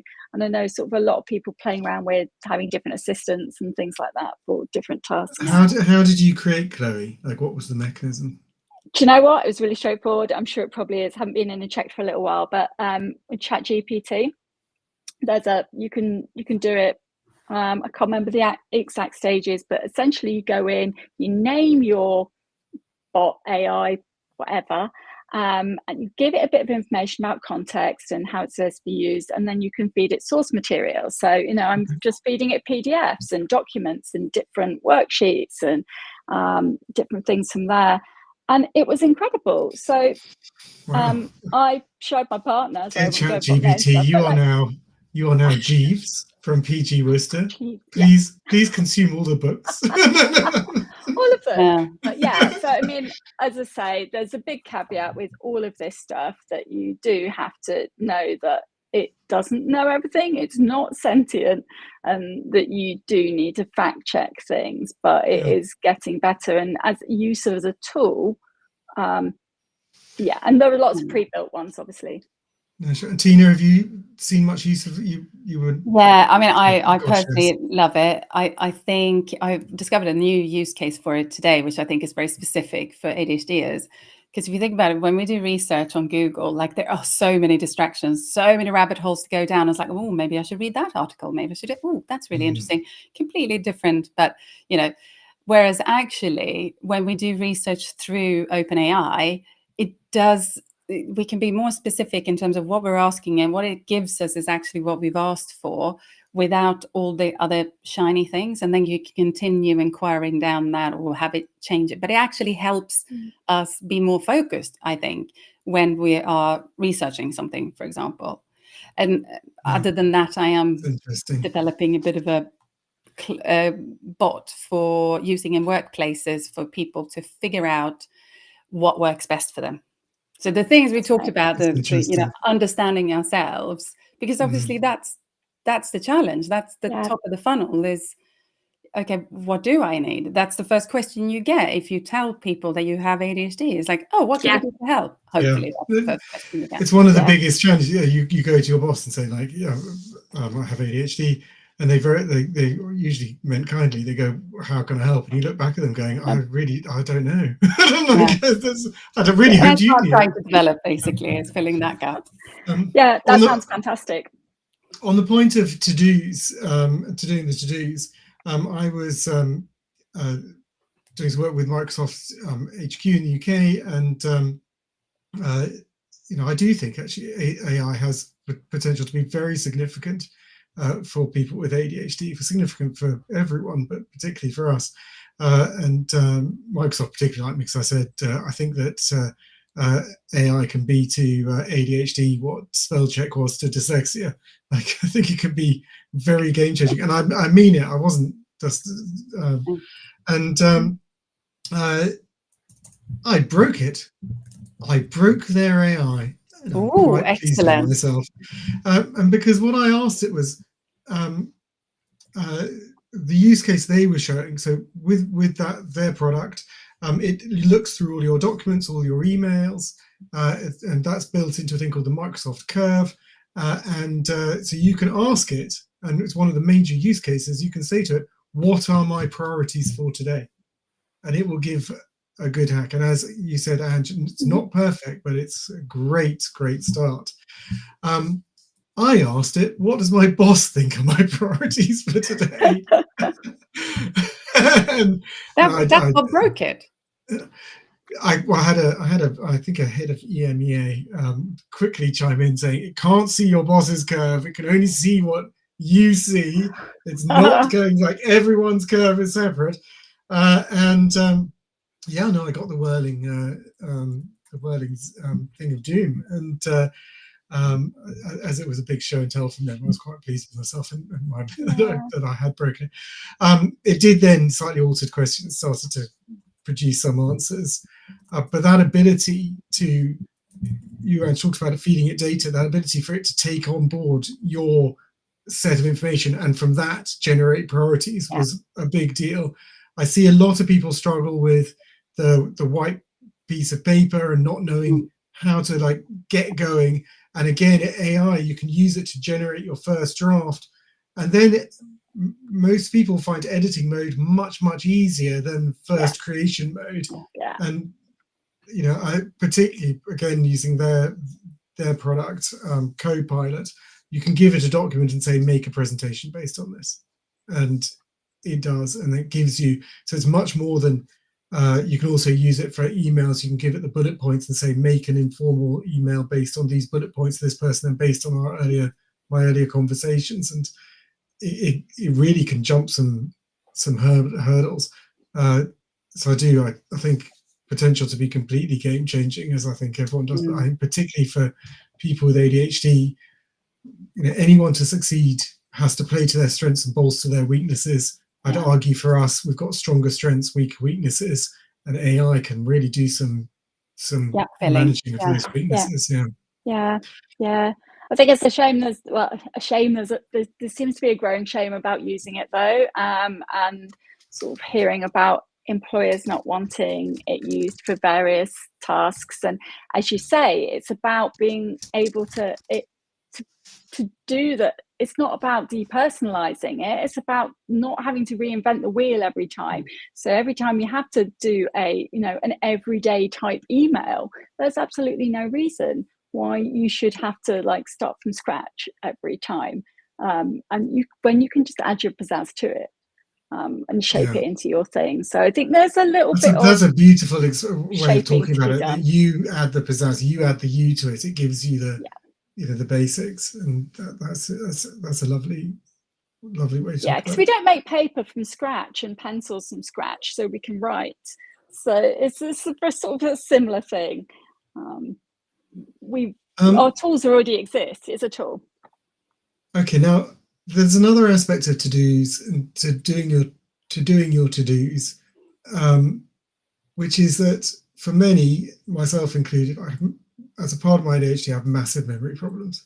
And we actually recently had a clinical psychologist write in saying he was particularly pleased with how we described ADHD, and he said, I thought I'd got ADHD because I was having such trouble with my memory, and I've just been diagnosed with dementia.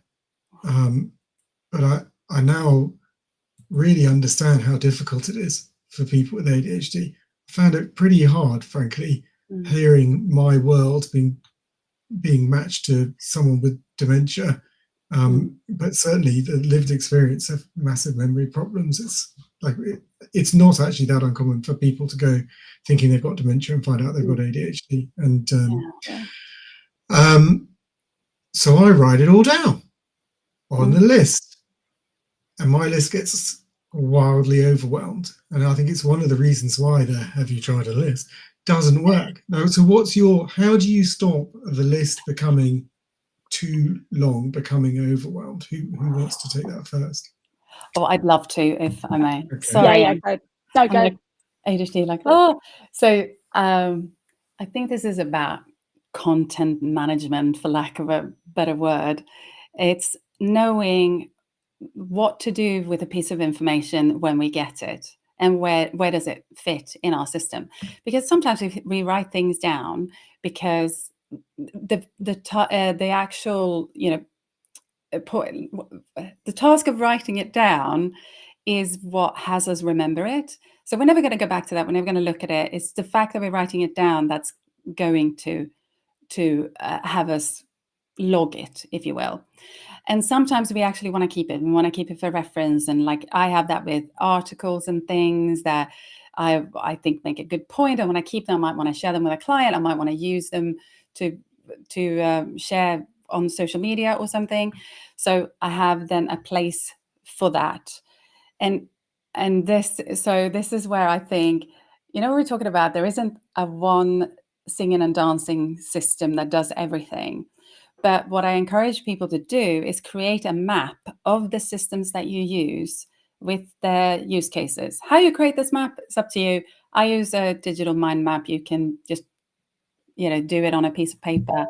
But understanding what your use cases are for the various different systems that you use help you then when you have incoming information that you want to keep or you want to remember, and then you have a process of kind of, where am I going to put that so that I know where it is? Because essentially what the system needs to do, or the map needs to do, is when you think, oh, hang on, didn't I do something about that? Haven't I got, where to go, because there's a process of where you're putting stuff. That's my wise words on that. Honestly, like I had my own little epiphany moment of like the map, given to me by you, that idea of having a map to map your processes so you can have that awareness of them and also awareness of the gaps. I also use the bucket approach. So there are things which aren't going to be done today, tomorrow, in the near future that need to just go into a bucket to be referenced potentially later, but it's not for now. But they don't go on my core list because they are not a core thing that's happening right now. And that has been very substantial. That's your map. Is you have your buckets and then you have your list. So when something comes in, you kind of know if it goes in a bucket or whether it's go. Yeah, that's. And I think that. But I think the map provides you with more clarity on it. Like I'm going to be making a map in the near future. I do have a very satisfying mind map of my things. I do love the map idea. Yeah, I have to say, earlier today I had another call coming up, and I was like, where have I written the notes for it? Because I put them somewhere different where I would normally put them, and that's sort of a very classic example of not being able to find it and just kind of going, I've done this, I don't want to have to do it again. So, and I did find them. If I'd had a map and I'd been putting them in the different places, it would be fine. I also kind of have a space. I mean, that's what I call my ideas barn, essentially, is the place for the stuff that I don't need now, I might want to action, or I might want to do later, or might want to reference later. So I've got those spaces. So it's essentially like, I'm not going to lose that because I know where it is. I can go back to it, and also building in sometimes to go back and review what's in there. So, and then you can go, oh, wow, that was a really good idea. It wasn't right then, but let's do that now. Or what was I thinking? That's fine. We don't need that anymore. Don't think we're ever going to need that idea. I think that's very interesting, that commonality of like, there's a place for stuff to get dropped that is for the not nows. And that is interesting. The other, we've talked about eating the frog. We've talked about the not nows. The other piece of advice people get often is just do it now. And with faulty focus, I find that can be dangerous. Like, it can be really good because I've got faulty focus. If I do it now, it's done. And so I do use this technique, but I also find it dangerous because then I find I blink, it's 3 p.m. and I've done a lot of that and not a lot of the other. So how do you manage that? And who wants to take that first? I think there's some, we've maybe touched on some of those things as well already, in terms of being able to build in breaks and thinking of like, actually, I'm going to do this now. We might not know how long it's going to take us, but actually there's the point where we could stop on this task and saying, when is that? And then actually that's the point where we want to have something that will interrupt us because we know that we're nearly there. But again, I think this also comes down to how much energy we've got, what we're feeling like at the time. So some days I will go, oh, look, I'm in the kitchen. There's all these things to do in the kitchen. I'm just going to empty the dishwasher and then I'm going to do this. And I'll go from things to because they're there. But I know that it's okay because I've got time. It's as when you say, Henry, when you don't, you get into something and you get into hyper focus and then the time suddenly is gone, that's problematic. And I think that's where it can be really helpful to, if we can think, yeah, I'm just going to do it now, but I need to create a little buffer for myself to nudge me to say it's time to have a break, or there's something else coming up, or I need to stop, pause, shift. Thank you. Talking of pausing and shifting. It's a nice little pause there. Tina, over to you. Yeah, so I think it can be really handy to have some rules over the just do it now, because I think there is a balance. Like when we have a task and it's actually going to take you longer to put it on the list than to do the thing. But equally, if we're supposed to be doing something else, sometimes the shininess of just like a quick task, we sort of welcome it too much because actually we're procrastinating on something else. So we've got to watch that as well. But I think a lot of it also comes from maybe not feeling that we have complete autonomy over our systems. Like we don't trust ourselves that we are going to remember or that we are going to do it later. So it's almost a fear of, I'm not sure that I'm ever going to do this unless I do it now, because it might just get lost in my systems or I might forget, etc. And I think that's where, getting to know yourself, which is obviously a lot what we do with coaches, getting to know yourself and how you work, and then finding strategies that work better with your brain, with kindness. That is really what gets us that we feel like we have more autonomy over being able to make things happen in a way that we want them to happen. So once we understand ourselves better, we're able to kind of take that task and sort of go, right, I'm going to do it now, or it goes here and it's fine because I trust me and I trust my systems and I know how I work. I think a lot of it, the fear of what do I do with this thing comes from the fear of it's just going to get lost or we're going to forget. Does that make sense? And also I'm thinking of while you're talking, I'm thinking about the shoulds, because those shoulds are there. We should do this. So often the push is not that, like, just do it now and that'll be better for us. Often it's a should. So we've got like a shove rather than we've got a stick rather than a carrot in the way there. So yes, it might feel good when you've done it, but you might equally get into like a situation which isn't helpful for you when you, as you say, when you can be doing something else. So it's understanding that the thing that works for you and understanding your brain, what works with your brain, as you say, with kindness, but also recognizing that we're often driven by external factors based on the world that we've grown up in and our environment. One thing I do personally is actually I have a category of tasks that are called sort of quick fire tasks, which are those tasks.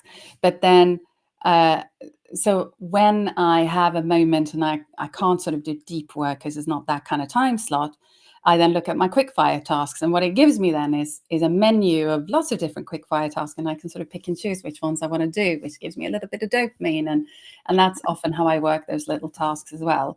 But it means I have a little bit more confidence as well in myself and my systems when that quick task comes through, that it has a place in my list or system, but also in my calendar, as it were. Yeah. So I dare to do it, if you will. Yeah. Right, Yeah. we've got to wrap up, people. We've come to the end. It's been like you're both extraordinarily insightful, and I think the fact you come from different perspectives is brilliant, and it gives the idea of that. And I've been offline trying to put together a summary of this, so wish me luck for the end. You know, there's a tool that can help you with summaries. Oh yes, there's I love that. Yes. Okay, I had not got AI on the list, so that'll happen in a second. So final thoughts, people. What would you like to leave people with as a sort of final thought?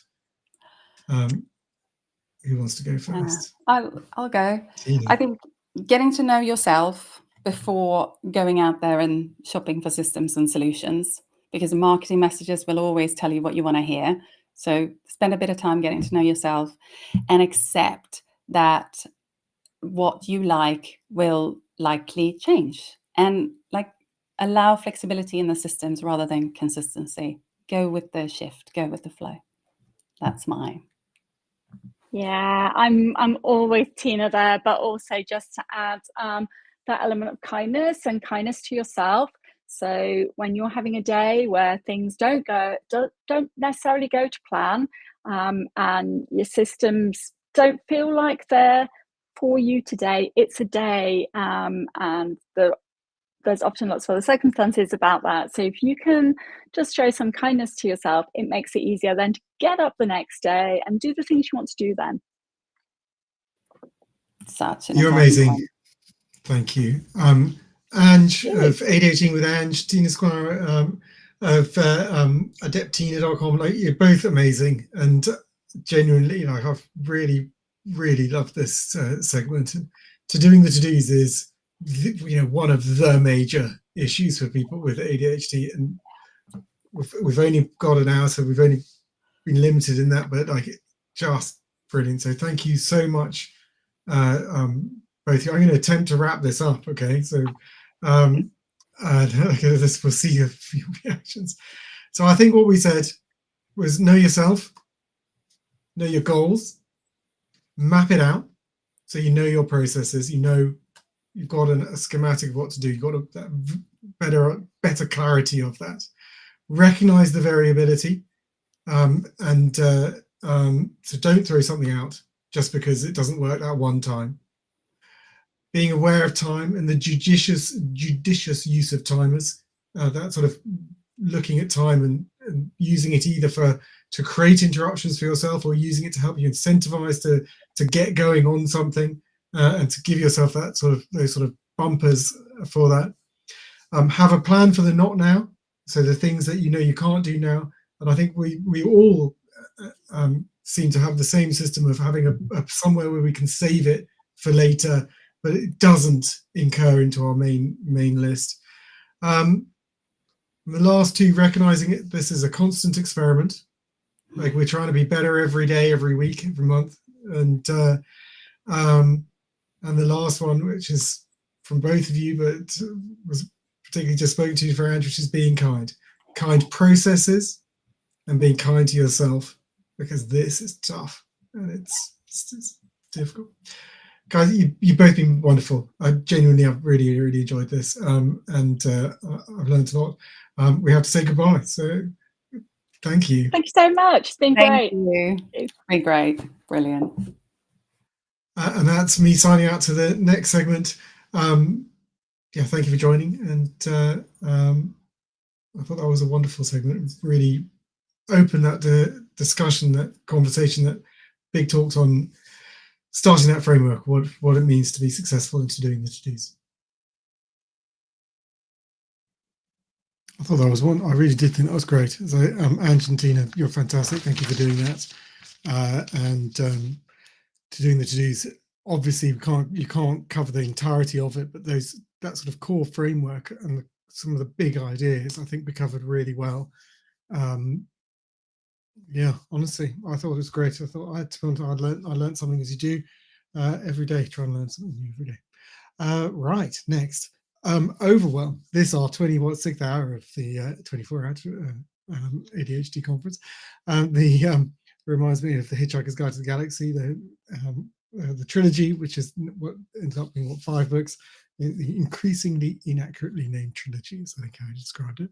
He also talked about deadlines. Douglas Adams, the author, he said, "I like deadlines. I like the whooshing sound they make when they go past." Like, always thought there was a good chance he was one of us. Right, our next section is on overwhelm. Huge thanks to ADHD coaches Lex Harvey-Bryn and Catherine Mangarden from NeuroChicks. It's in conversation with me again. It's overwhelm is a big issue. This talks about how to identify it, how to conquer it. Overwhelm absolutely can ruin careers, ruin lives, because you can get stuck and not able to move forward. And if that's in your workplace, that you can't do that for very long before it has serious impacts. But even on and off, it's a big deal. And it's one of the bits where you go, just why can I not do this? I know I can do it, but what is going wrong? And so we purposely put this segment in because it impacts so many people and is so important. And hopefully this time it works on the video.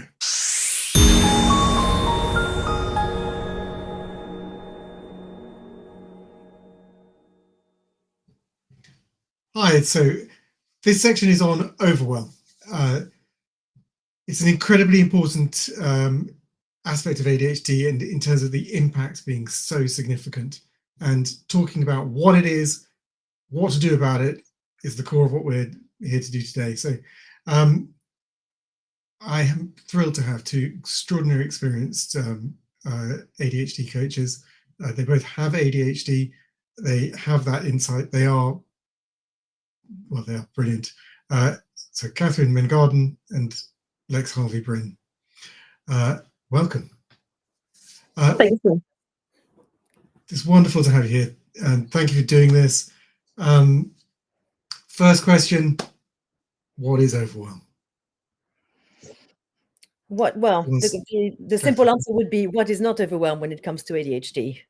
I think that so much of the ADHD experience is about overwhelm overall. And I suppose, I tend to go, I kind of like looking a little bit as, we know a lot more about the neuroscience of ADHD as well. And that's something that I find really helpful, because I think when we get a diagnosis, the first thing that we are given is basically everything about the struggle. We feel like there's a bit of a feeling of being a bit less, because somehow everything is about, this lovely word, disorder, deficiency, etc., which we know are so wrong, but it's still. And the diagnosis itself is very negative, right? It's focused on the negative aspects. Exactly. You get a diagnosis, if it's having a debilitating impact, that's what they need to look at and to prove, and so you come out of it. But overwhelm itself, like how does it manifest itself? Like when you meet the reason why I wanted to mention this is because I think one of the things that's really quite important is the fact that what we know now is that process that happens from birth, like when we were born, everyone is born with 100 billion neuronal pathways, which is more, it's like nature is preloading us to deal with absolutely everything we might ever need in terms of being able to process information. And what happens as we grow up, our brain sort of does all this sort of work of sort of streamlining what it needs and sort of shedding what it doesn't need, and that's called neuronal pruning. And one thing that's coming out of the research on that is that neuronal pruning for all neurodivergent people happens less. And so we end up basically with a capacity to process more information. So we're not coming from less, we're coming from more. And so this thing means that we are able to sort of get a lot more information through our system, but that means that we all have a certain cap. And this is where the overwhelm comes in, because we're much closer to that sense of overwhelm. And in terms of what overwhelm is, it's literally when there is too much input and we just go, can't quite compute. Quite often people will see our responses to situations and see it as, I mean, particularly in education systems, but also generally is this observation that somehow we're being badly behaved with these big reactions, with this big response to what people may perceive as sort of an overreaction, but actually in those moments what we're experiencing is a raised central nervous system, and we're frightened that our brains go and our bodies go into a state of fight, flight, freeze, fawn, and Catherine and I also believe there's flood and fatigue, so we're flooded with emotions, or we become incredibly fatigued when we're in those states as well. So overwhelm can feel our experience of overwhelm is actually comes from a space of being frightened, and quite commonly that is feeling psychologically unsafe. What would it like if you were seeing someone in overwhelm? What would they look like? You could have all sorts of different reactions. So no, I don't think there's like a single thing. Like everything else, especially with ADHD, we're very good at having lots of ways of expressing things. But we were talking about freeze. So there's like that thing of shut down where people are literally just like rabbit in the headlights, playing kind of dead. That's kind of one thing. The other one might be just getting very angry or getting really frustrated, or feeling like, great injustice is done. What I call high horsing. Something is terribly wrong. Something must happen. So that's something that these sort of big reactions, which feel like slightly overblown. So the word over is here again quite prominent. And I guess the other thing is that I think overwhelm for me, there's like 3 reasons for overwhelm, that I always manage to fit things into those three categories. So I think we get overwhelmed for things like when things are too much, when there's literally too much volume of something, too much information, too much input, be it sensory, whatever it is, and that's a cause for overwhelm. That's one of them. The second one is anything that lacks clarity. So that can be a real sort of kryptonite for our brains, because we like logic. I think we're not talking enough about the fact that ADHD brains really crave logic. They might seem like it's a logic of our own, but it needs to be there. So I often think of the issue with like a math problem, and someone says to you, we've got 63 watermelons, and we have 5 people, and how are we going to make sure that everyone has the right amount of watermelons? And I think generally the first question will come to me is like, why do we have 63 watermelons? I need to know this before I can even go to the next bit. So logic is quite an important thing. And a lack of clarity can also sort of leads us to have open all of these questions, all of these tabs of going, what the hell's going on? And that can be a cause of shutdown and of overwhelm. And the last one is, I think, in a way, the one that's back to what Lex was saying, is lack of safety. And let's face it, the world is not a safe place. So we can't make the world safer. We can't make situations safer. And often we have a sense of not being safe in ourselves.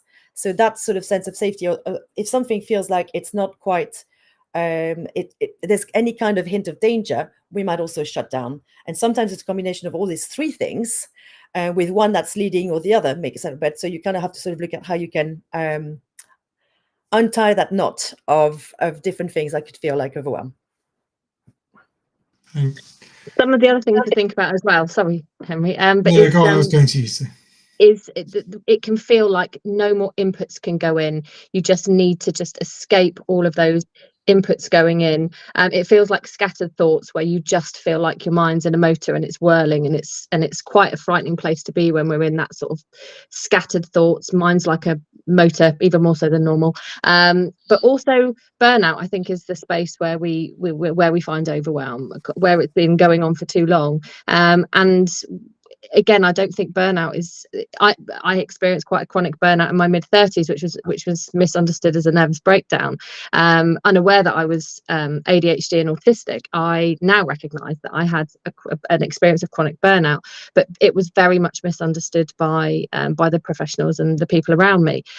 So when we've experienced overwhelm at all, it can often as well look like burnout. It's important, and one of the things I think it's interesting. It's important to raise that issue of burnout, which that link through to overwhelm.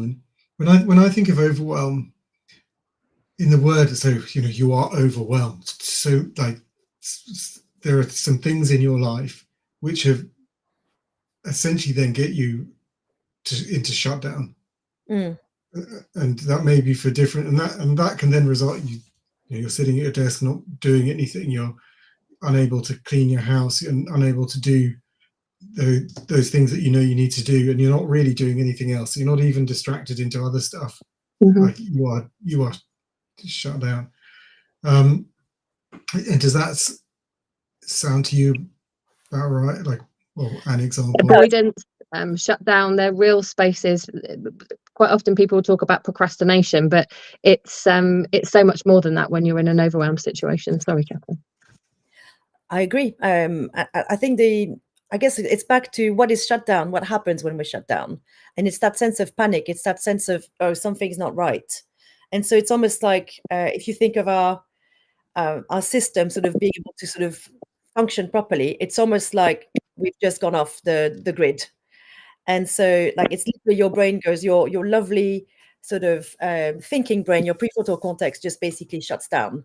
And so what's left instead is your most instinctive emotive self that is basically going, something is wrong, red alert. And what happens with that is that all of your brain, what your brain is going to be doing is literally just going, I need to deal with that situation and I can do nothing else but that.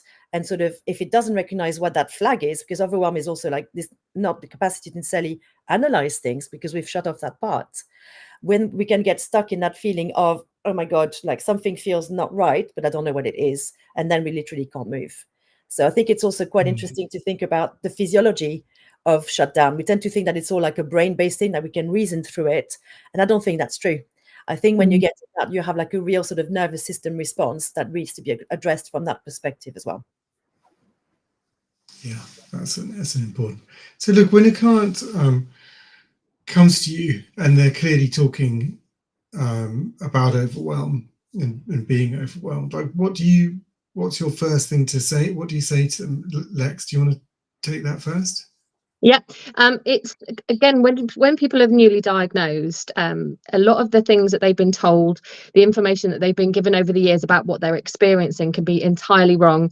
They're told that it's depression, it's anxiety, it's bipolar, it's lots of different things. So sometimes, well, predominantly the first thing when people talk about their experiences is helping them to identify what it actually is, and quite often this concept of overwhelm or dysregulation can feel like it's like a revelation. It's a relief as well in so many ways that people can finally understand what's going on for them.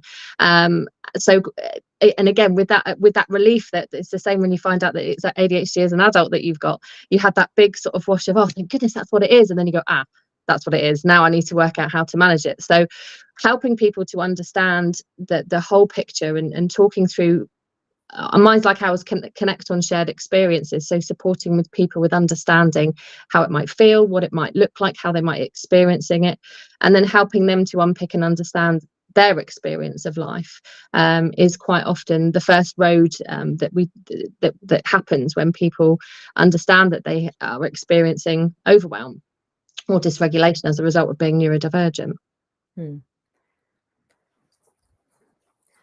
One of the, for me, one of the big signs of overwhelm is when you notice the self-talk changing, and you'll have things around really the expectations go higher, the pressure really builds up, and the negative talk goes really intense as well. I'm terrible at this, I procrastinate, I can't do anything, I'm stupid, I'm lazy, all of this stuff tends to come out.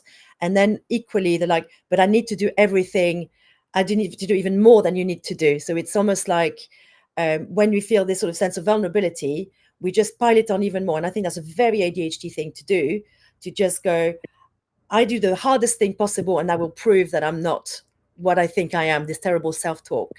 And so there's a brilliant thing by quote by Brené Brown, which is she's brilliant. She's created this atlas of the heart, which is like a guide to emotions, because we don't necessarily understand, we're not very fluent in the language of emotions. And so she's trying to sort of help us come up with things like that. And one of the entries is on perfectionism. And it's interesting because when you think of perfection, you think, well, perfection surely is what we should all be aiming for. But actually, perfection itself is a unicorn. It's not real. Like, perfection is this moment where everything sort of collides together, luck and circumstances. And yes, it could be some talent and some sort of hard work, but actually you need to have all sorts of things to get to something that is like, happens to be perfection. And I think perfectionism, so the pursuit of perfection, is something that we suffer from quite a lot. A lot of people might not think that ADHD and perfectionism goes together, but actually I could say like every single person I speak to really has an issue with perfectionism, because it becomes this Everest to reach. And if I don't get perfectionism, then I'm a failure. So the pressure is as high as it gets. The thing that Brené Brown says about this, which I think is really sort of, when I read it, I just went, oof, this really hits home. He says, shame is the birthplace of perfectionism. Well, that's where I was going to come in, was that a lot of the reason for a desire for perfectionism is an insecurity from not fitting in, from struggling and going, right, I must do this to be absolutely perfect, because I keep getting this weird negative stuff, bad, people getting upset with me, things happening, and I don't know why. And often it's because you're neurodivergent, you're interacting with the world in a different way, and so you're not then doing what people are expecting of you, and not matching, and then getting that sort of negative feedback. So you're like, okay, if I do it perfectly, this. I think also is that we also, because we do have, when everything's working well, we can work at like 150%. And so we can make unicorns. We're capable of creating unicorns. And because we can do that, we're like, well, I can do that. I did it once, so I want to do that again. And I think we create these expectations with people as well. You're perfectly capable of doing that thing. But then when you can't do it again, it's like, well, what's wrong with you? And there's that much sort of energy and adrenaline that gets us to sort of do things in a certain way. And we expect ourselves to sort of always perform at that level. The problem is that, so one of the things I often think about is that we know we're dopamining, we're looking for dopamine to sort of get us going. But when we can't do that, we can still do things. But what we're going, instead of going dopamine chasing, we're using our adrenaline. And our adrenaline can get us like through quite a lot and really sort of carry us. But the problem is that it has a much bigger cost. And that's where burnout comes in. Absolutely. And one of the other things that's worth mentioning, anxiety. Yeah, go on next. One of the other things to bear in mind, which again very much comes up in the discussions around shame and guilt and those getting cross with ourselves, is one of the things that I think is really cruel about ADHD, is that when we need that skill the most, when we need to access our executive function, which is getting the thing done, getting started on the thing, the very action of us feeling those guilt and those shame and being cross with ourselves shuts our executive function down even harder. So we end up in this cycle of, I need to do the thing to make myself feel better, but I can't do the thing because the shame, the very act of feeling that guilt and that shame, shuts down my executive functioning skills even harder. So that brain off, brain on experience is made even harder by the very act of feeling guilt, shame, low mood, cross with ourselves. And do you think shame builds into, like, it increases the risk of overwhelm for someone's? Oh my God, it's massive. It's I mean, if anything, shame is, to me, it's like, it's the most common and the hardest sort of driver of all human behavior. If you think about it, so much is motivated by shame, and shame is very powerful because it's about the unspoken, or the thing that feels like it's too dreadful to say. And shame can be applied to so many different things. It can be very small things. It can be just and it's really quite devastating.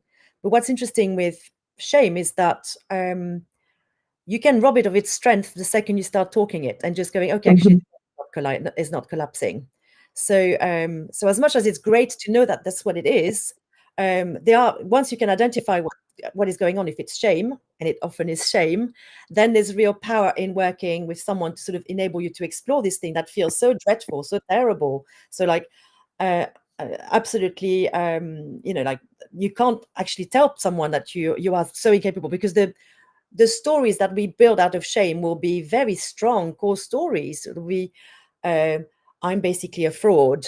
We hear that so much about the imposter syndrome that happens in ADHD. People just think, I've probably convinced the psychiatrist that I was ADHD, but really I'm just a lazy person. I mean, how often does that come up as well? And so I think we have these really cool stories that the shame is really thinking there's something really wrong with me. And it feels absolutely impossible to sort of mention that. But actually, the second you rob shame of its power over you, the freedom that comes with it is extraordinary. And I think that's the message of hope from this, is that we can absolutely work through shame, because generally shame is based on experiences that have been built up over a lifetime. This is something that Lex and I explore a lot around trauma, big trauma, little trauma, the trauma of every day being fed things that make you feel like you're less than, which obviously the ADHD experience is massively relevant to. But you can actually work through this sort of stuff and start understanding a different side. And that takes a lot of the courage to allow yourself to be a bit vulnerable and seeing that things have to be, you can change the story, basically. Thank you. It's just so interesting, the aspect of the multifaceted aspect of overwhelm, that there are different drivers to it, and that then if you're to defeat it, you need to start to unpick. So shame's one of the big drivers, overwhelm of data and information, one of the drivers. Like, do you see it, like a lot of people find this impacting their work, that they're looking at a white page and they know what they've got to do, they just can't start. Like how do you start to think about overwhelm and that the sort of white page of paper? As in organising thoughts. That was sort of when your brain is just so full of stuff, you need to try and organise and process that through. Is that what you mean? I think I'm just saying you're sitting in front of a white piece of paper and you're just don't know where to start. Not doing anything. So I'm purposely not. That's how I think a lot of the time how someone will come saying like, I know what I've got to do, and I just got the thing open and I'm not doing it. Yeah. Like, and so. And I've got this to do. I've got, like, I need to start somewhere. Like, but I'm not. So, what do you say to those people? I mean, where I would start is organising the thoughts. Sometimes when people have experienced dysregulation or overwhelm, I often talk about it as like a bomb goes off in your mind and your filing cabinets explode everywhere and there's paper everywhere, or like all your Tetris blocks have all fallen out of their categories. And so it's a case of quite often the opportunity to verbally process or just talk through all of those thoughts. Verbalize anything that feels overwhelming, that feels scattered. Somehow our brains just thrive off of the opportunity to verbally process. It's why things like coaching and therapeutic approaches are so helpful, because the very action of us verbally processing can help us organise our thoughts enough to be able to sort of start to get some perspective and be able to look at things like reframing. But again, underpinning so much of this is getting underneath and trying to access or heal or move forward from some of those guilt, shame, negative messages that we give ourselves, so that we stop. I'm going to pass over to Catherine in a minute because she's really good at explaining this, but where we can stop those cycles of thought where we're speaking so negatively to ourselves. But one of the first most effective things to do when your mind's either blank because it's so full of thoughts and you can't catch one, or you're completely shut down, is just to start talking, and start that process of just verbally dumping. Quite often it can just be, people will say, I'm so sorry, I'm just rambling, but actually my message to them is, this is really important. This is exactly what you need to be doing right now, is just verbally dumping, verbally processing with somebody who's going to help you organize those thoughts is often an amazing first step to take. Honestly, you've given me a bit of an epiphany, which is a personal epiphany. I have a lot, if I'm honest. So much I don't know. But we often talk about using verbal processing, talking to someone to work through it. And I think people, and by people, I think I'm me, think, right, I've talked through that and now we're done. This is never going to happen again. Job done. And actually what you need to go is like, right, as someone with ADHD, and as you, Catherine, really talked nicely to, that we're near overwhelm anyway. Like, overwhelm happens, and we've got that busy brain and we're sometimes struggling. And so then what's our system for getting out of it, and recognizing that we need to build a system. Yep. And that system is, for some, it's movement, like going out and walking. So some people find that really unlocks things for them. Mhm. And for some people, it'll be talking through it with someone. But having that process of going, right, I'm overwhelmed, this is what I'm going to go do, and recognizing that that's going to be a repeating action. Absolutely. Having a toolkit like, of things, having a toolkit of things that you can go to. So, and you've got to bear in mind as well, masking has played a massive part in how we respond to this as well over the years. So there's always a need to unpick and understand what you need. There's no secret sauce to all of this because we're all so different. We all have such different experiences that none of us can give people all of the answers. What we can do is say, right, here's some let's work through some tools that you can use. So when you recognize you're feeling overwhelmed, look at things like, are your values being compromised? Are your needs not being met? Are your sensory needs feeling overwhelmed? And having an ability to sort of map those out and assist. Again, we love logic. Catherine mentioned earlier, our brains love logic. So if we have roadmaps or if we have a system where we go, right, I'm starting to feel overwhelmed. I recognize how that feels in my body. And then looking at, right, what's my response plan to that? And it always goes back to you and what you need in those moments. And it might be that you need to focus on your sensory needs. It might be that you need clarity, or you might need that your justice is raging because we have such a higher sense of injustice. So we need to go and decide what you want to do about that injustice. But it's about bringing it back to you and enabling you to make decisions about how you want to experience life. And again, part of that process is unpicking a lot of coping mechanisms that we've put in place because we've spent all those years masking, or someone else told us that's how we manage it, and we've adopted that as our way. But it doesn't work for us. I remember people used to say, oh, you're always on the go, you need to go and have a spa day. I could think of nothing worse. It was the worst thing I could possibly do. But that's what I thought was right. I want to do something. Give me like a nice defined goal, and a thing to do, and I'm happy as Larry. Well, what recharges my batteries is awful 90s music in my kitchen, dancing hysterically. That recharges my batteries, whereas before I would have tried to stop and calm and stay still, because that's what people told me you needed to do. And so it's finding your thing, it's helping people to find their thing, their tools things that help charge their batteries. But that was a very important point you touched on, which is you've got to recognize we are different. And the thing that's going to work for us may well be the thing that works for lots of other people. It also may well be something very different. Just this sort of forced assumption that's what everyone else does, that'll work for me. Like it is often a false one. Absolutely. I've got so many things I want to serve. I've been making furious notes on my ADHD wanting to jump in. What the hell? How could that be? And another thing. I agree with everything we're saying now, and just I guess there's several things that I was thinking of when we were talking about this. That often when we are in overwhelm, the time pressure really comes in. We go, oh, I've got to do this, and the more we sort of feel like we're stuck, the more we feel like there's a time pressure, and that means that anything that feels like it's wasting time, like talking things through, like taking the time to go for a walk, like taking a bath, we might just go, I can't do that because actually I need to get on with shit. Sorry, I swore. That's the first one. I'm going to. You're going to ruin the YouTube algorithm. We get in a lot of trouble. Let's say that I'm French and I said something different. So this is what it is.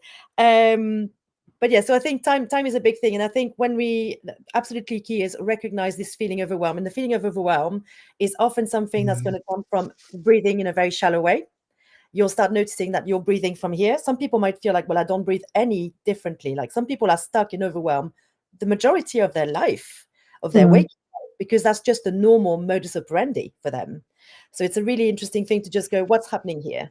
And if you're always only breathing from here, you want to have a look at your nervous system a little bit. You might start having headaches. You might feel like you're sweating a little bit. You might feel really fidgety, like all of these different things. A lot of people with ADHD will go, I have all of these things all the time. Jaw clenching as well. Jaw clenching, constantly having tense neck, back and shoulders when you're breathing from here. So once you recognize that, you can go, okay, that's interesting. What's going on here? And the first instinct that we should have is not, I need to push through, because we have been able to do that and we can sort of push through, but it has a massive cost. So there's another way. The other way is I need to stop here for a second. And when we stop, we might feel like we're wasting breath, but actually we're taking this lovely time that is going to enable us to start flying again.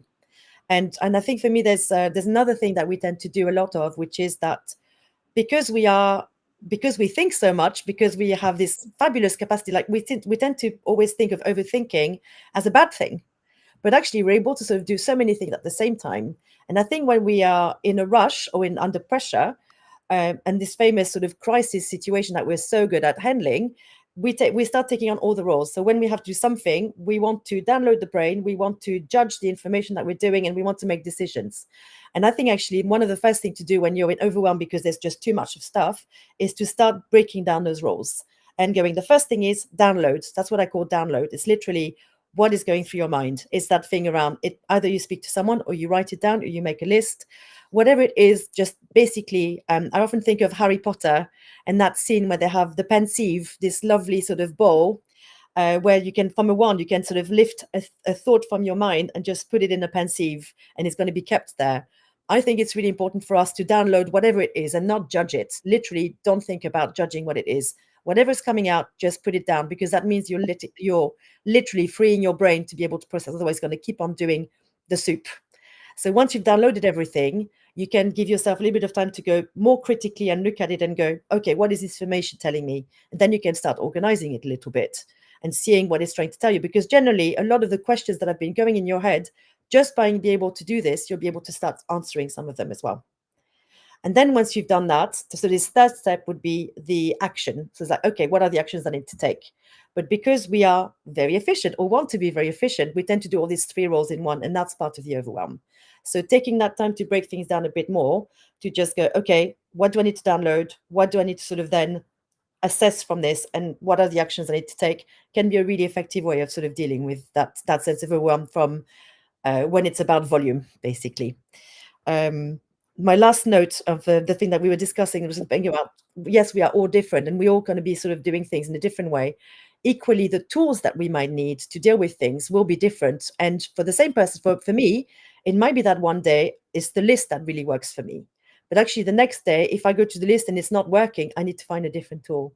So I think it's really that point about having a menu of things that you can turn to, because we also tend to get stuck on, well, that worked for me before, why isn't it working for me now? But very simply because it's not the same situation, or because you've sort of moved on from it, or you have a different need. So I think we tend to just go, I need to always find the one solution and stay with it.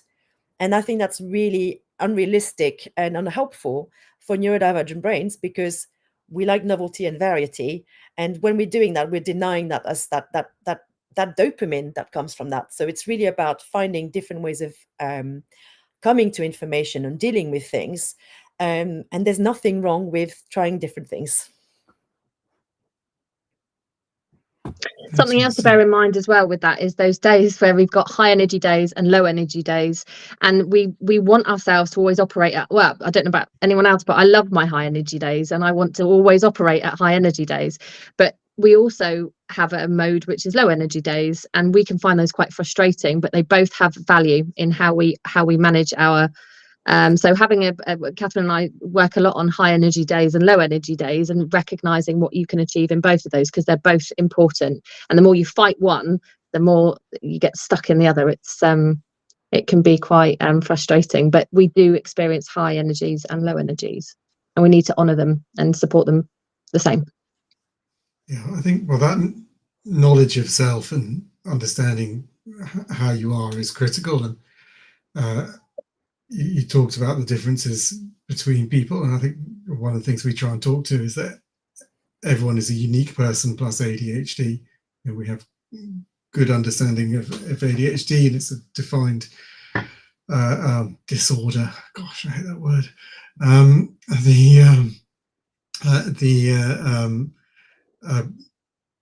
But it's the uniqueness from us being individual, unique people. It's where that difference really arises. Lex, earlier you started to sort of talk through a list of components or things you think about when you're looking at overwhelm, and I thought it'd be interesting for us to just discuss what we think might be on that list.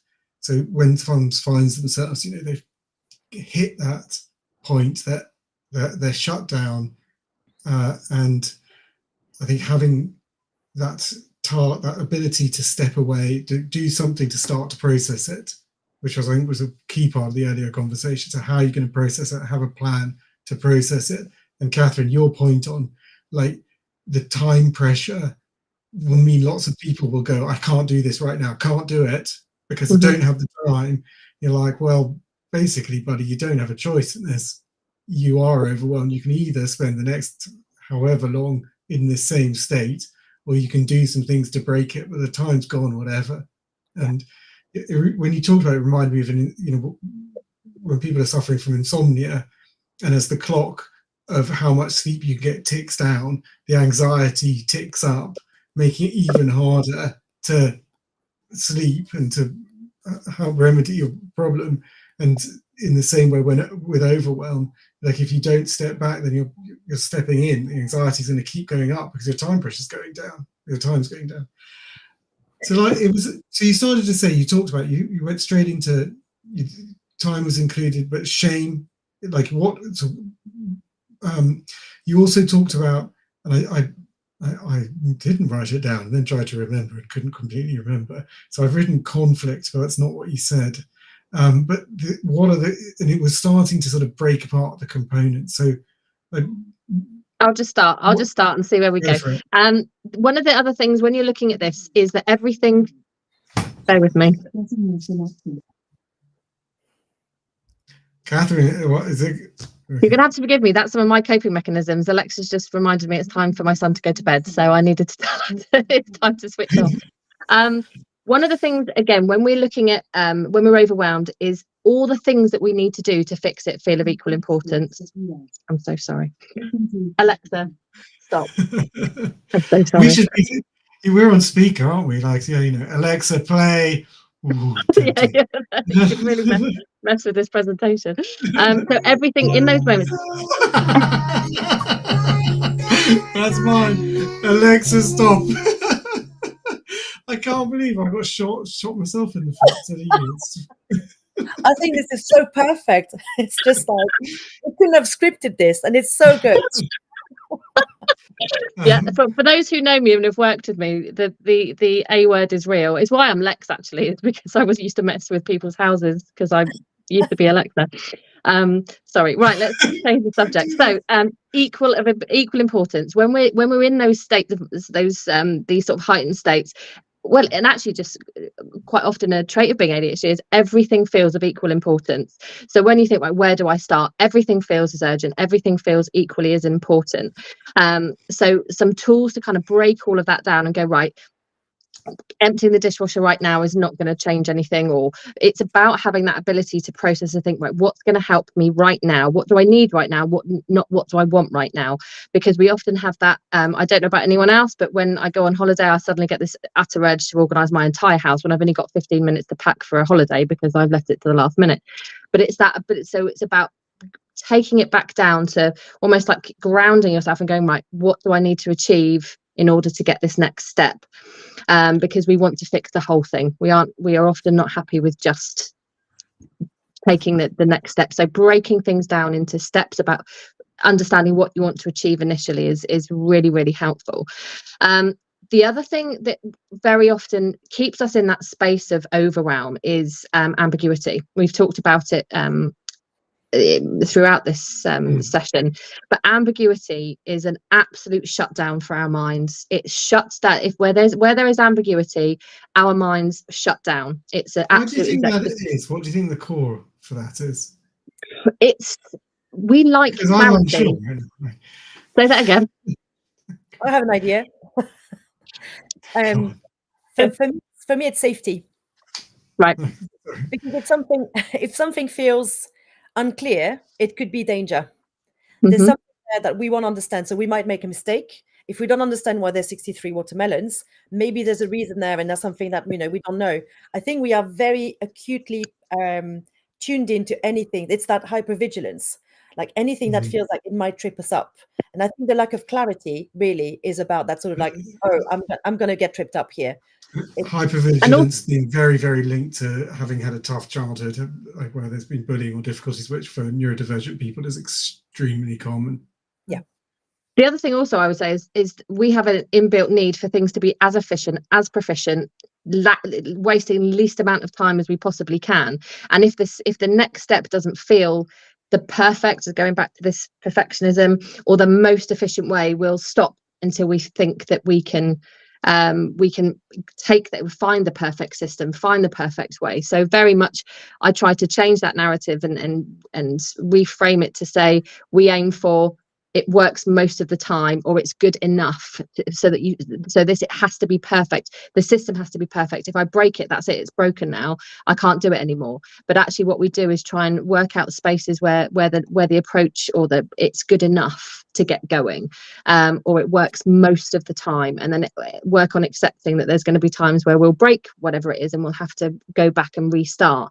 So it's, again, I think that's also a real space, is where things aren't the most efficient, the most proficient way of doing something, because we're wired to create those spaces where things are super proficient. And also time blindness as well. Sorry. That's I'd put that as a little note to say time blindness, I think, is absolutely part well then I'll pass over to you, Catherine, to talk about time blindness. I think in the same way that we tend to think everything is on the same level, I think there's also the thing that when we are in overwhelm, we feel like the moment we're in is going to be the moment we're going to be in forever. It's like time stops. And I think that real sort of sense of being stuck in that feeling, it's like when you're really sort of frustrated, really angry, you're like, you almost feel like you have a sense of clarity that you've never had before. You feel like you're more yourself than ever before. And for some reason, you know everything, but it's a very sort of stuck feeling. And it's not your friend, this feeling, because ultimately emotions are very wave-like. Emotions actually I think they've been able to measure how long an emotion lasts. And I think typically an emotion is around 15 minutes. So if you sit for 15 minutes, 15 to 20 minutes, an emotion will raise and it will fall again. Now, I don't think that's something that is done from a neurodivergent side as well, because I think when we are locked in a feeling, we can be very good at staying in it for a very long time. And it's the real negative on hyperfocus, right? Like locked into negativity. And like that. Exactly. So, but it's often because we feel like once we're there, it feels real and it feels like the only thing that exists. And I think that's that state. I often think I should have tattooed on my forehead, "This too shall pass." The feeling of the high energy, the low energy, whatever it is, it will pass. It will be different, because we tend to really sort of, and that's that time blindness for me. I was just laughing because, like, of all the things, tattooing, which is something that won't pass, right? It's permanent. It's the thing you choose to say this will pass with something that will not pass and is inherently permanent. But going back to ambiguity and how it can keep us stuck in overwhelm, is so often people will just feel like the whole picture is very confusing. There's a complete lack of clarity on everything, and the very act of making some decisions about how to move past this phase or this particular situation can feel insurmountable. Yet there lies the solution, because as soon as we make a decision, as soon as we are clear on what we want to achieve, we're on it and we are feeling better and we're feeling invigorated and energized. But that journey from ambiguity or this overwhelm to that space where we're clear, we've made a decision and we can own it again, is so often the solution to coming out of those spaces of overwhelm. It's just sometimes that journey in between can feel like we're jumping over a crevice, or trying to jump over the biggest mountain or an impenetrable steel wall. And again, that's one of the things I think that's so cruel, is that the solution is the thing that we're actually frightened to make in those moments. And again, quite often that's because of a lifetime of masking, not being sure what we need. So having the tools when we're looking at those solutions, having tools that enable people to go, right, well, no, this is what I believe in, this is what I need, this is what I'm feeling. So recognizing what your values are and if they're being compromised, so you can go, well, situations at work are quite often some of the things, the most common patterns of overwhelm that I see is where there's an injustice happening at work, and people are like, wow, I just don't think I should have to engage in that. And actually, when you recognize it's compromising your values, you can make a decision on that and say, well, actually, no, that's not okay for me. And these are my options. You can make a choice. If it's the things around sort of your needs as a human being, if you're struggling with needing things to fit, we have conflicting needs where we can have a need for things to feel reliable, consistent, and predictable. But then we also have a very strong human need for especially being ADHD, for spontaneity, fun, and play. And sometimes we can flip flop where we're feeling completely bored with life, so we focus completely on blowing everything up and focusing on play and spontaneity and fun and those things that really fulfill us. And then we get completely overwhelmed, and then we then focus and go into trying to make everything feel reliable, consistent, and predictable. And then when we get there, we're like, my gosh, I'm bored as hell. So we then blow everything, and we can do these flip-flops for years until we understand what we're doing. And in those moments, we're just trying to meet our own human needs. And so what we can do in those moments what we can do with that is go, right, I need both. So I need to find a space. I call it roots and wings. So we need roots. We need those things that are reliable, consistent, and predictable. But we also need our wings. We need that fun, that spontaneity. That's ADHD personified. Is the opportunity to be playful, to be spontaneous, to embrace the chaos. So we nurture both. So we work on nurturing both of those and identifying spaces in your life you need things to feel calm, predictable, and spaces where you want things to be fun and spontaneous, and nurture them the same. And it's all about creating that balance, but it starts from understanding you and what you need. The other things is our sensory needs, and I don't believe we talk about this enough within ADHD circles. I think it's very much recognized. I'm autistic also, and I think it's very much recognized that autistic minds have very high sensory needs, but I think it's an all neurodivergent minds thing. Experience is recognizing that we are, especially ADHD minds, massive sensory seekers. So some of the solutions to managing our overwhelm is in our sensory seeking and our sensory avoiding.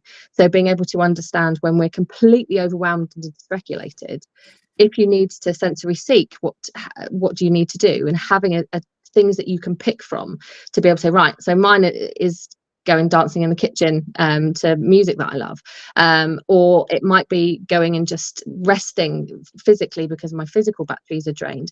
It's about having options to be able to say, right, I'm recognizing I'm overwhelmed, nothing more can go in, or I need some energy, and then focusing and having options, because in that moment when we're overwhelmed we can't remember stuff either. So having a toolkit that you can go, right, let me get my hot water bottle out, let's try this, and see if giving myself an opportunity to sort of calm my central nervous system down with sensory inputs that meet my needs, again, is a really helpful part of that roadmap to looking after yourself. And the last thing I would say is recognizing the role that emotions are playing as well, because our emotions, due to masking or interoception challenges that we have as neurodivergent people, we can often have lost touch with our interoception, our internal, our emotions, how we feel them. Especially when we're overloaded, we can get flooded with emotions, and you just can't pick which one you're feeling because there's just so many of them. So having an ability to sort of take a pause, look at what's going on for you emotionally, and being able to understand what clues it's trying to give you as well, is also an incredibly helpful part of mapping out what it is that you need in those moments, to be able to either make decisions about, well, remove the ambiguity about what's going on for you and make decisions about what you need now in the short term in order to be able to calm down that central nervous system, to be able to heal through that overwhelm pathway that you're on, and get back to more solid foundations. Does that make sense? Yeah, no, it's very interesting. Catherine, what else? Do you have anything to add to the things to think about as you try and deconstruct the overwhelm? And I mean, I'm nodding curiously to everything that Lex is saying. I think it's that experience of, I think we tend to live so much in our heads. It's like we are almost like hovering heads without a real body. There's almost like a feeling of dissociation sometimes when we are just spent on stuff. And that's why it's so important to sort of get yourself back in your body. But your point about interoception is that that's where so many of us find it really difficult to know when we're thirsty, when we need wee, when we are hungry, when we are in pain, and ignoring all of these things because we tend to just live in our heads so much. And so there's a real sort of important thing about bringing yourself back to your body, which is a really important thing. And I was thinking of this thing around the part of the tools, yes, the hot water bottle, etc. I think to me there's two things that ADHD people really are bad at doing. And they think they're not allowed to do that. And one of them, if you're in a situation that doesn't feel right to you, if you're in a situation of overwhelm or conflict or whatever it is, you can leave. You don't have to stay. You can literally, either if you can't leave physically, you can remove yourself mentally. You don't have to be present for everything that doesn't feel right to you. And I think that's a really important tool. So many people just go, I get really overwhelmed by the situation. It's like, you're allowed to leave. And people, if you leave and you say to people, I've got to leave now, they're not going to think you're a terrible person. It's literally, that's what you need right now. And the other one is, I think we have a real compulsion to find the perfect answer. So if someone says something to us, then, that's sort of like back to that sort of conflict aspect. And RSD, rejection sensitive dysphoria, is also such a big part of this. We tend to react really strongly to certain things. That's a form of overwhelm as well. RSD is definitely part of the overwhelm thing. And I think that we tend to think that whenever someone says something to us, like they might say, let's say someone says to me, you're really lazy. And the first thing I will just go is that, I will just take it really to heart and just think that belongs to me. They're seeing me. They're talking to that core story.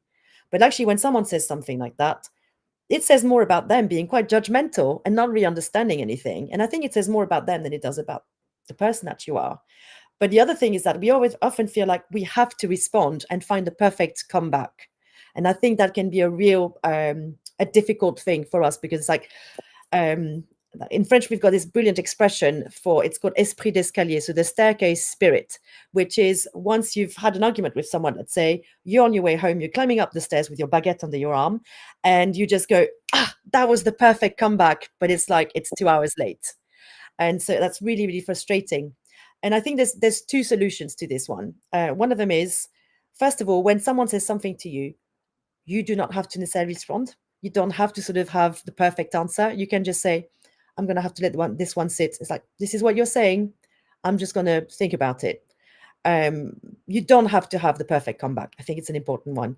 The other one is that you can do the reverse staircase spirit, is that if you know you've got a situation that's always going to come back, you can sort of pre-prepare things that you can say to people ahead of time. If you know you're going to be triggered by certain situations that are going to feel overwhelming or a little bit sensitive, you can sort of chat with yourself. And I think we're very good at doing the self-chatter anyway, and just think, okay, if someone was to say something like, you're lazy, I'm going to have something prepared that I can respond to say, well, actually, you should have seen what I did yesterday, or whatever it is, or you should see the state of my brain. But having these little things can be a way of sort of making us feel a little bit safer in our own body as well. And I think just to add on as well, sorry, Henry, I'm going to interrupt there. Is there's also some clues in the ways that we react. So when Catherine's talking about if someone says to you, oh, you're lazy, and you take it and you sort of take it on board, they can often be glimmers of unhealed things or things that we don't understand about ourselves. Because if someone were to come and say, oh, you've got blue hair, there's a great analogy where someone talks about having blue hair, and if you haven't got blue hair, you just own it and you say, well, I don't have blue hair, and you don't take it on board because you know that you don't have blue hair. But if there's something in you that still believes that's another space to be able to, something else to sort of work through and understand about yourself as well. We take these things and make them our own, but actually we can also take them and go, well, clearly that's telling me that there's something unhealed, and I can explore that and look at what's going on there. I have the great privilege of working almost entirely with neurodivergent people. My world is essentially that, and then I'll find myself in quite a different arena where they're not and they don't have that understanding. It's quite jarring. But to your point earlier on, like the judgment of others and ignoring it, or recognizing that that's about them, for me it's so jarring. It's become very obvious. Like, you don't know anything about this. This is, I then recognize it's them. But obviously my world is very, like, as I imagine yours is too, like, we spend a lot of time with neurodivergent people, and the acceptance that goes with it, and that it's fine to talk over and jump in, and that's not that big a deal, and It's a nice comfort. We're starting to run out of time. Donna, But there's so much more to say. We need to overwhelm everyone here. yeah, let's just overwhelm the audience. I'm going to have a crack at a wrap up. Do you want to, could you give some? Yeah, I think you guys have the final word. So I'm going to let you, whilst I attempt to wrap up and say what has been gone. I've got an extraordinarily tidy, detailed note of everything that's it's friends with this one and this other one. Have a think about what your final, like what you'd like to say to people as they think about overwhelm and what your sort of final thoughts are. So when I listened, I genuinely thought this was fascinating. I thought breaking down the parts and that core bit that we talked about at the start of simply having a system, recognizing, right, I'm overwhelmed, this is my system, and having it worked out so that you've got this, you know, this scaffolding of, right, I'm overwhelmed, this is what I do. And not getting lost, which I thought was a brilliant point, on not getting lost in the like, right, the clock's ticking down, I don't have time for this. The fact that you've got no choice, you've got to go, you've got to spend the time to unlock yourself, or you're locked, and it's going to just get worse. Mm-hmm. And the frenemy that is adrenaline, just relying on that at some point to pick up the pieces, it's a terrible strategy. It is another strategy, but it's an awful one, and it's not reliable. Certainly for the day-to-day, using adrenaline day-to-day is not good. You then talked about downloading the issues. So step one, have a system. This is the system. Recognizing that time's going to be lost and you need to do it. Downloading the issues to start to sort of break them down. In particular, sort of saying, you know, what is it that I need to do right now? Not what's the now stuff. And to use that to try and to stop thinking everything's important, which I certainly recognize an overwhelm I've had. That like, what do I do now? That's important, that's important, that's important. And it's very easy for people to say, oh, just pick one and start and then it'll all go great. That's ignoring the fact we hit hyperfocus and now we blink, it's 3 p.m. We've done a lot of that and not a lot of the other things. And actually something I wanted to say to people listening is, if that is something that's a big concern, that's where a timer can be quite useful, where you do say, I'm going to be doing this for an hour and the timer is going to go off. And for a lot of people, putting a timer somewhere quite inconvenient works pretty well, because then they have to get out of their chair and it just helps them break out. But the nervousness of dropping into hyperfocus uncontrollably is there. We then talked about, then once you've got like, this is what I need to do right now, then looking at the components that are stopping you. And the ones that we highlighted was any shame associated with it in terms of like going wrong, or like building to like something bad. If we've got conflict, and that can be either a justice that we think this is, you know, there's a much better way to do it, much better thing, and unlocking that and going, this is what that is. And looking for ambiguity and getting rid of it. Going, you know, the reason I'm not doing this is I'm not quite sure what I'm doing, exactly what I'm doing, what process and what part. And I think we talked about just then, you know, one of the things, and I went into the shame part, was the judgment of others that are touching it. But that looking at the components, is there, you know, is there shame, judgment, is there conflict, justice, is there ambiguity, lack of surety, and seeing like what are the blocks of the view to going, right, how can I unblock it? Like, do I need to go talk to someone and go, I need clarity on this, like what is it? Okay, hopefully I was so incredibly engaging that you just like completely forgot, or you actually ignored everything I said and focus on. So you've got the big screen next, so what are your final thoughts? The things I would add on, I'm just some hints and tips to add on to sort of follow on from what you were saying. Some of the things that we can do as we get into that should mode, I should do this, I should do that. It's well-known term, we're shoulding all over ourselves. Whenever you find yourself saying should questions, turn it into a could. So I should be doing that. And that's a shutdown opportunity to shut down. I should be doing this. I'm cross with myself. To try and change it to a what could I do, because then that very much puts our brain back into narrowing down ambiguity gaps. The other thing is when we're cross with ourselves and we're going through those, what's wrong with me? Why am I like this? And we're getting angry with ourselves. Answer the question. What's wrong with me? You've got ADHD, you're having an executive function challenge right now. We have a plan. Let's get it done. So sometimes answering those questions of those negative and being factual about it, again, takes us back to a place of safety instead of just that whirling, why am I like this? Why can't I get this right? Just saying, well, the reason is because I've got ADHD and I have a challenge with my executive functioning skills, and this is how I can move past it, or these are my options. This is my plan. The other thing that we actually haven't talked about at all today, but I think it's worth dropping in right at the very end, I do apologise, is demand avoidance. Again, very much understood within the realms of being autistic, but we also, all neurodivergent minds have a struggle with demand avoidance. So sometimes the way we talk to ourselves, like, you need to go and have a shower. I don't want to have a shower. I would normally swear, Henry, but I'm not swearing. So I don't want to have a shower. Or you should be doing this. I don't want to do that now. So sometimes just changing the way that we talk to ourselves.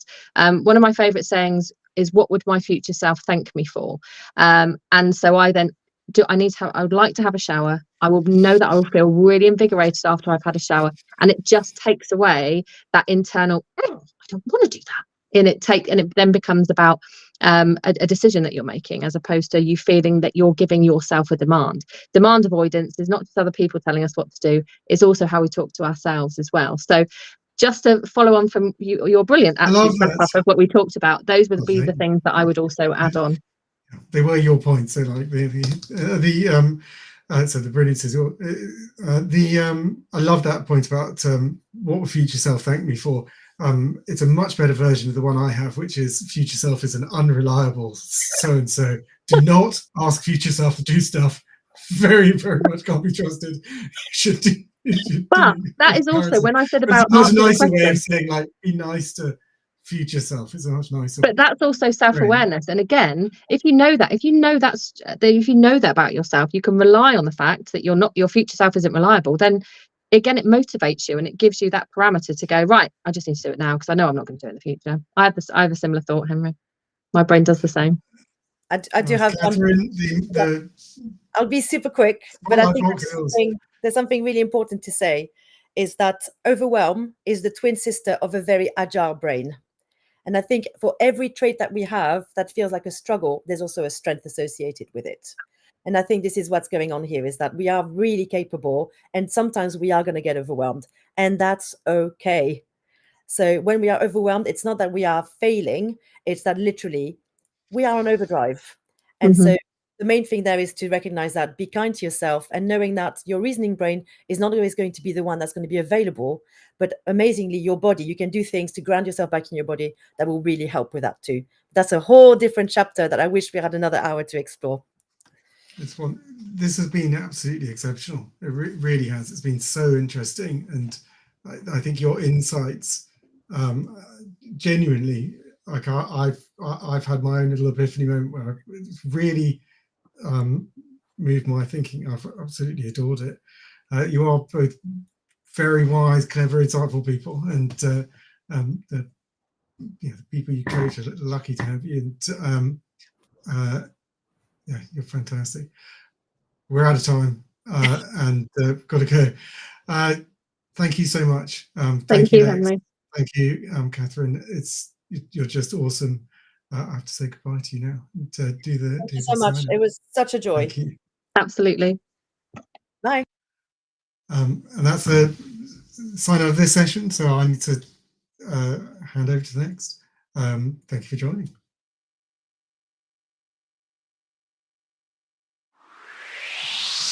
I thought that was wonderful, and it's I remain with the epiphany of like learning about overwhelm, learning the idea of a system to process it. That step aside, go, I'm lost in overwhelm.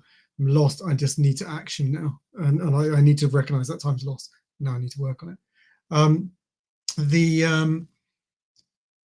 We're into our very last segment, which is and was going to be earlier. I'm very, very grateful to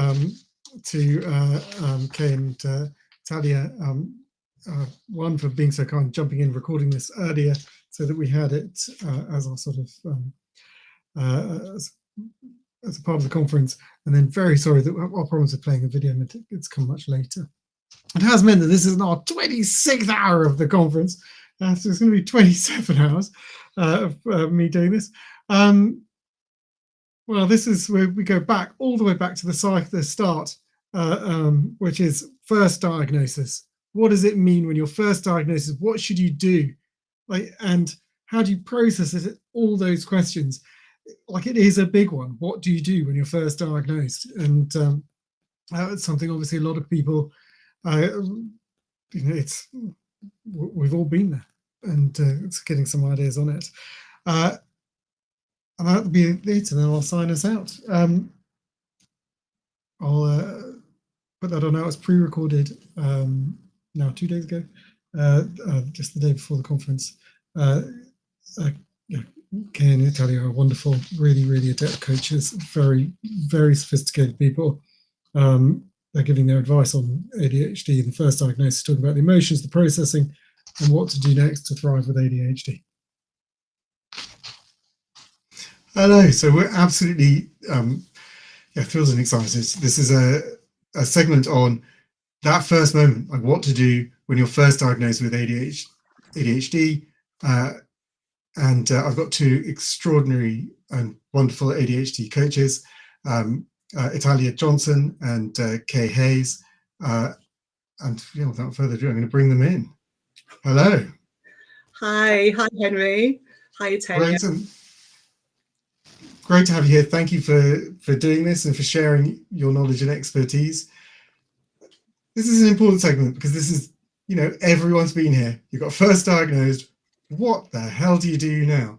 And in your coaching, I suppose the question to you, what do you tell them? And if we start with Kay. Oh, Henry, I can really remember my own journey. I think what's really important is almost having a landing space. So I know what I do when people have first got that diagnosis, especially as it's all very medicalized and you've been told other things that you can't do. So if you've got your report in front of you, it's very much a pathology, it's all the deficits, the things that you can't do. So I really see my role as a coach almost holding like a sacred space for somebody to kind of land and process some of that. And I do include psychoeducation and also talk about language. But I think that initial session is really about that person really like processing their own unique journey, how they've got here, and kind of hosting it's almost like a cocoon, I think of it, in terms of somebody, if they've been late diagnosed, it's almost like they've had parts of themselves cut off. And I really see this as the first step in their journey back to remembering who they are in their wholeness. So it almost feels like a spiritual, for want of a better word, like very sacred moment. And I think, really welcoming that ADHD and kind of stepping into that is a really hugely important journey. And it's a real honor to be alongside somebody when they have that, that I have that diagnosis. Yeah. And Italia, what about you? What do you say when they come to that first session? Yeah, I think, Kay, I just love how you describe that, landing point, that welcoming and warm space, so that they can feel normalized, even though in this world, there is no normal. But what I really like to focus on when I'm with a client who's just got their diagnosis is about redefining and articulating strengths. It's so important to be able to encourage an adult with ADHD to articulate what are their strengths. And I find that a lot of the time this is a bit of a blank pause when I ask that, do you know your strengths? And I use the VIA tool, which is a free survey, and it's a wonderful tool to be able to, for an individual to process, to answer that survey in their own time. And I usually ask them to do that before they come to the session, so that we can celebrate and acknowledge where those strengths are presenting in their life and where they are not in balance. And that really sets the scene to where we're going to go on our journey together as a coach and a client. So, and I love to do that.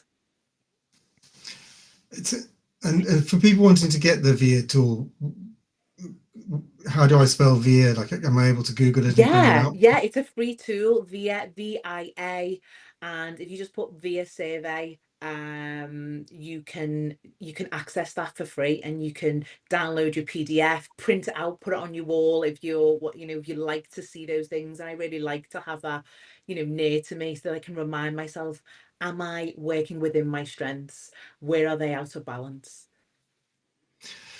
As a conference, one of the things we've done is so there was a segment on positivity, the positive aspects of ADHD, because it is so important. And I think you're both, I could see Kay nodding when Italia, you were talking about the issue of people having just focused on the negatives. And to go through the diagnostic process, as we know, the diagnosis is only given if it's having a debilitating impact on your life. So the focus is all of the problems, all of the issues. You've only gone, I talk a lot, particularly when we're talking the media, people aren't going for an ADHD assessment because they're worried. Well, they're not going because they're like, oh, I'd just like to know this about me, like it'll make me happier to just know. Like, no, they're going because they're in trouble. Like, there are really significant problems in their life, and they're going because they recognize they need help, that their life could be very different in a positive way. So when you start to nudge them towards thinking about the positive aspects of their ADHD, like particularly when they're in that abyss of this is tough, what do you say to them? Starting with Italia. Well, I really find being able to do that survey before we have the conversation. I find that when I first have that, open up our coaching session, I can acknowledge where their strengths are as they're talking, or as they're explaining a win for the day. I always start a session with tell me a win for the day, because we know if the mind is in the negative mindset, then a lot of the conversation can keep going back to that, rather than let's try and find something that is positive that you're doing that maybe not celebrating or acknowledging. It's not it's not usually as easy as that. It takes a lot of time to keep on reminding the client to do that. And also, it helps me to implement some information around like the neuroscience of the brain, how our minds are working, and also to acknowledge ADHD is this term that is used, but it's very different for each individual. And just to talk about how, our dopamine is, how it's low in our brains, and how our that brain chemical responsible for motivation rewards is processed very differently. So it helps us. So that's why a lot of us are very creative, and can respond to a problem with 10 different solutions. So it also allows me to invite some of that neuroscience information, so that they can start to learn more about their brain, and see it as a factual thing, rather than think it's just about them not being great, not being brilliant.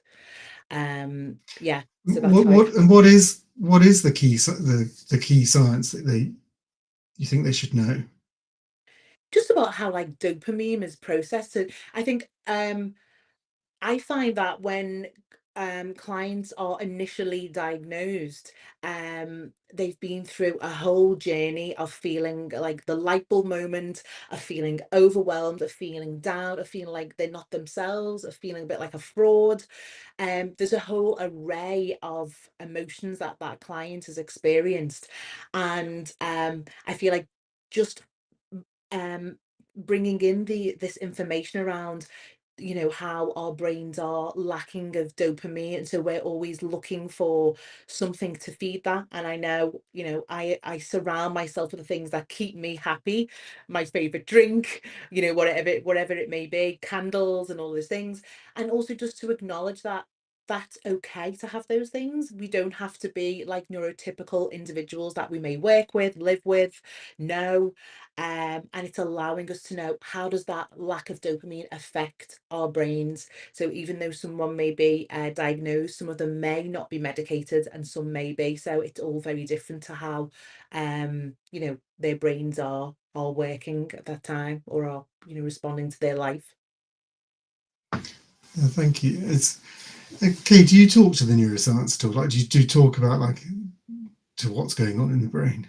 Yeah, and I love the fact that you use the VIA survey, Talia. It's one of my favourite like ways into coaching as well, because as you say, very often when we've had ADHD in a lifetime of not knowing, and we've been told all these negative messages, actually starting with those strengths and things that they're proud of, it just opens a whole different conversation, doesn't it? Just changes everything.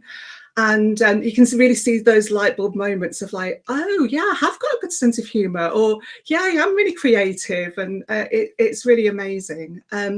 And you know, I mean, there is neuroscience in that as well, Henry. So you know, for most of us, you know, we're biologically wired as human beings in terms of evolution to have that negative bias, because we're, you know, you think back to years ago, we'd have been constantly horizon scanning for danger, you know, predators and all of that, and so our brains are still wired in that way.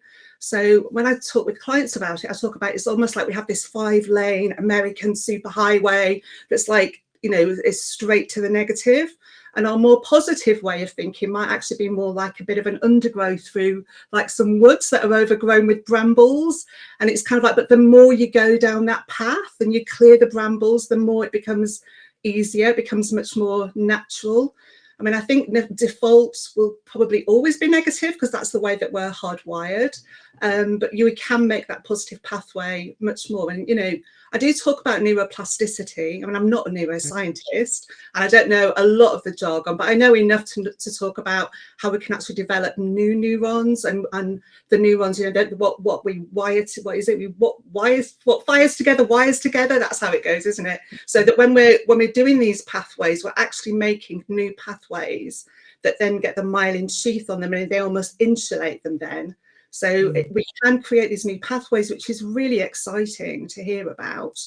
And I love that you bring dopamine into it as well, Italia. And, you know, those neurotransmitters, we know that dopamine and serotonin and oxytocin are all really important. And we don't use them in the same way that maybe people who've got differently wired brains than us might use. So it's really important just to give people, I tend to give people a bit of a flavour of it. And then for many of them, if they suddenly get that interest, because we've got these interest-wide brains as well, right?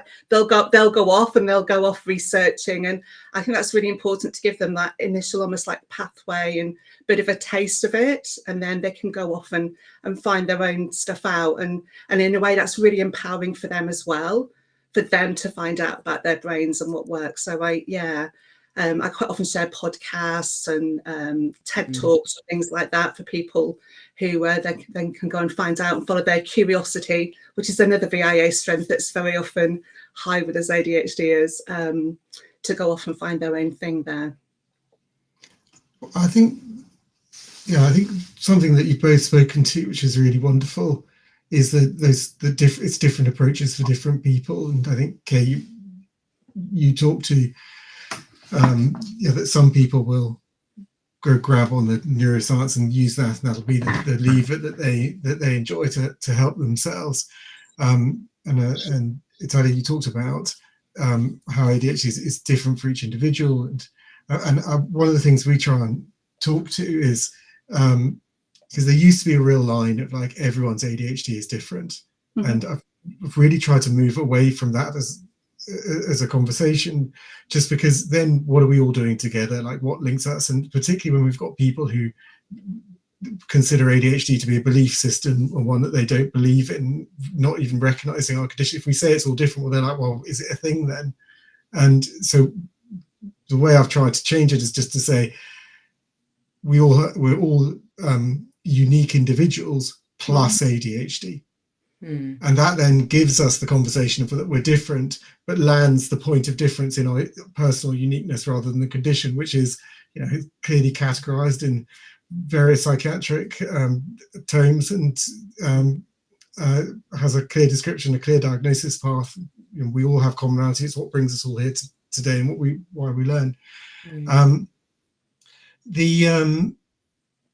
I thought that you talked about like the light bulb moment, sort of like in recognizing you've got ADHD.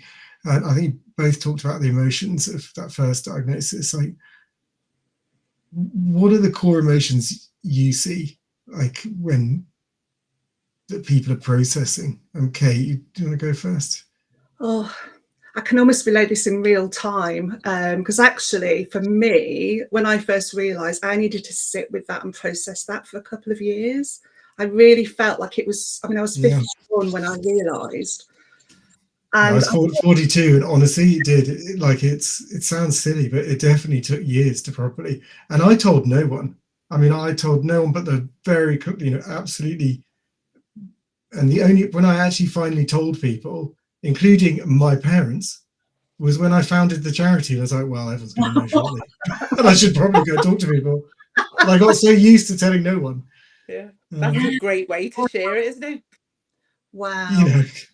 Go bold or go home. Yeah, wow. I can really relate to that. I mean, I count myself so fortunate that the time I realised I was homeschooling till children, it was during COVID, like many of us during COVID. And I was really trying to figure out what was going on with my daughter. So my son already had an autism diagnosis, and I was kind of looking at that for her and thinking, oh, it's not quite right. And then I looked at ADHD, and just, I'm sure so many listeners will be able to relate to this, that kind of, oh my God, when you're looking down how it presents, especially in women, and how it shows up very differently. Like, oh my God.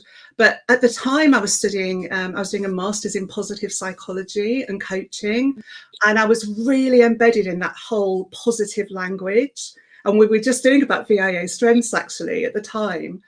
And when I looked at all the ADHD language, it was so negative, and it really struck me. And and everything I was looking at was the things about like how to manage your symptoms and coping techniques, whereas the language of positive psychology was all about thriving and flourishing. And I was like, what's going on here? So I'm really grateful that I was kind of in that world at the time I realized. So I was able to kind of almost process it myself and use my own language. And I really feel like language and linguistics and how we do that inner talk and talk to other people about our ADHD is so important, because it's very easy to get caught in that trap of talking about symptoms and coping strategies. And it's like, no, we deserve to thrive and flourish, regardless of anything else. So I kind of waited until after my master's degree, and I thought I want to complete this and feel like I'm really fully in that positive psychology community. And having done some of the research before I kind of go down that pathway. So it's actually been quite recent. I was 53 when I got my diagnosis. It was only earlier this year. And then my daughter was diagnosed autistic yesterday. So I feel like it's really fresh. So just even the questions in the assessment and the diagnosis was very negative based. All the things that you struggle with, and comparing it to your peers. And it's kind of like, no, it's so important that we're able to choose our own words and language. I feel really passionately about that. It is, and it's actually, I was reflecting, so I saw both of your coaching focuses and names, like your Positively ADHD, Tally, your Joyful Minds ADHD coaching, and it shows both of your focus points being on that change into positivity, into joyfulness. I have to say, I do think one of the most awful bequests that I see commonly in ADHD, sadly, and myself too, is a negative internal voice. And and a lot of that's from, when you're not diagnosed, people are going, oh, you should try this. Have you tried a list? Oh, no, that might help. And those, and they don't work, and it just goes on this pile of stuff that's just not been worked for you, and particularly when it's a boss or a teacher or a professor or like someone above who says you should do this, and then you fail it, and they go, well, you clearly just don't care, and that inference of you that you don't care, being so wrong. The emotions I talk to when I first, I think for many people, and myself included, is that there's a mix of just a piece of, well, that makes sense, like that's just and some anger, on how hard the path has been, and some joy. Joy for how it can be from now. So talking of joyful minds, I mean, did you see that? That was an incredible slide. What a brilliant, I know, I love that, like, Henry. Seamless.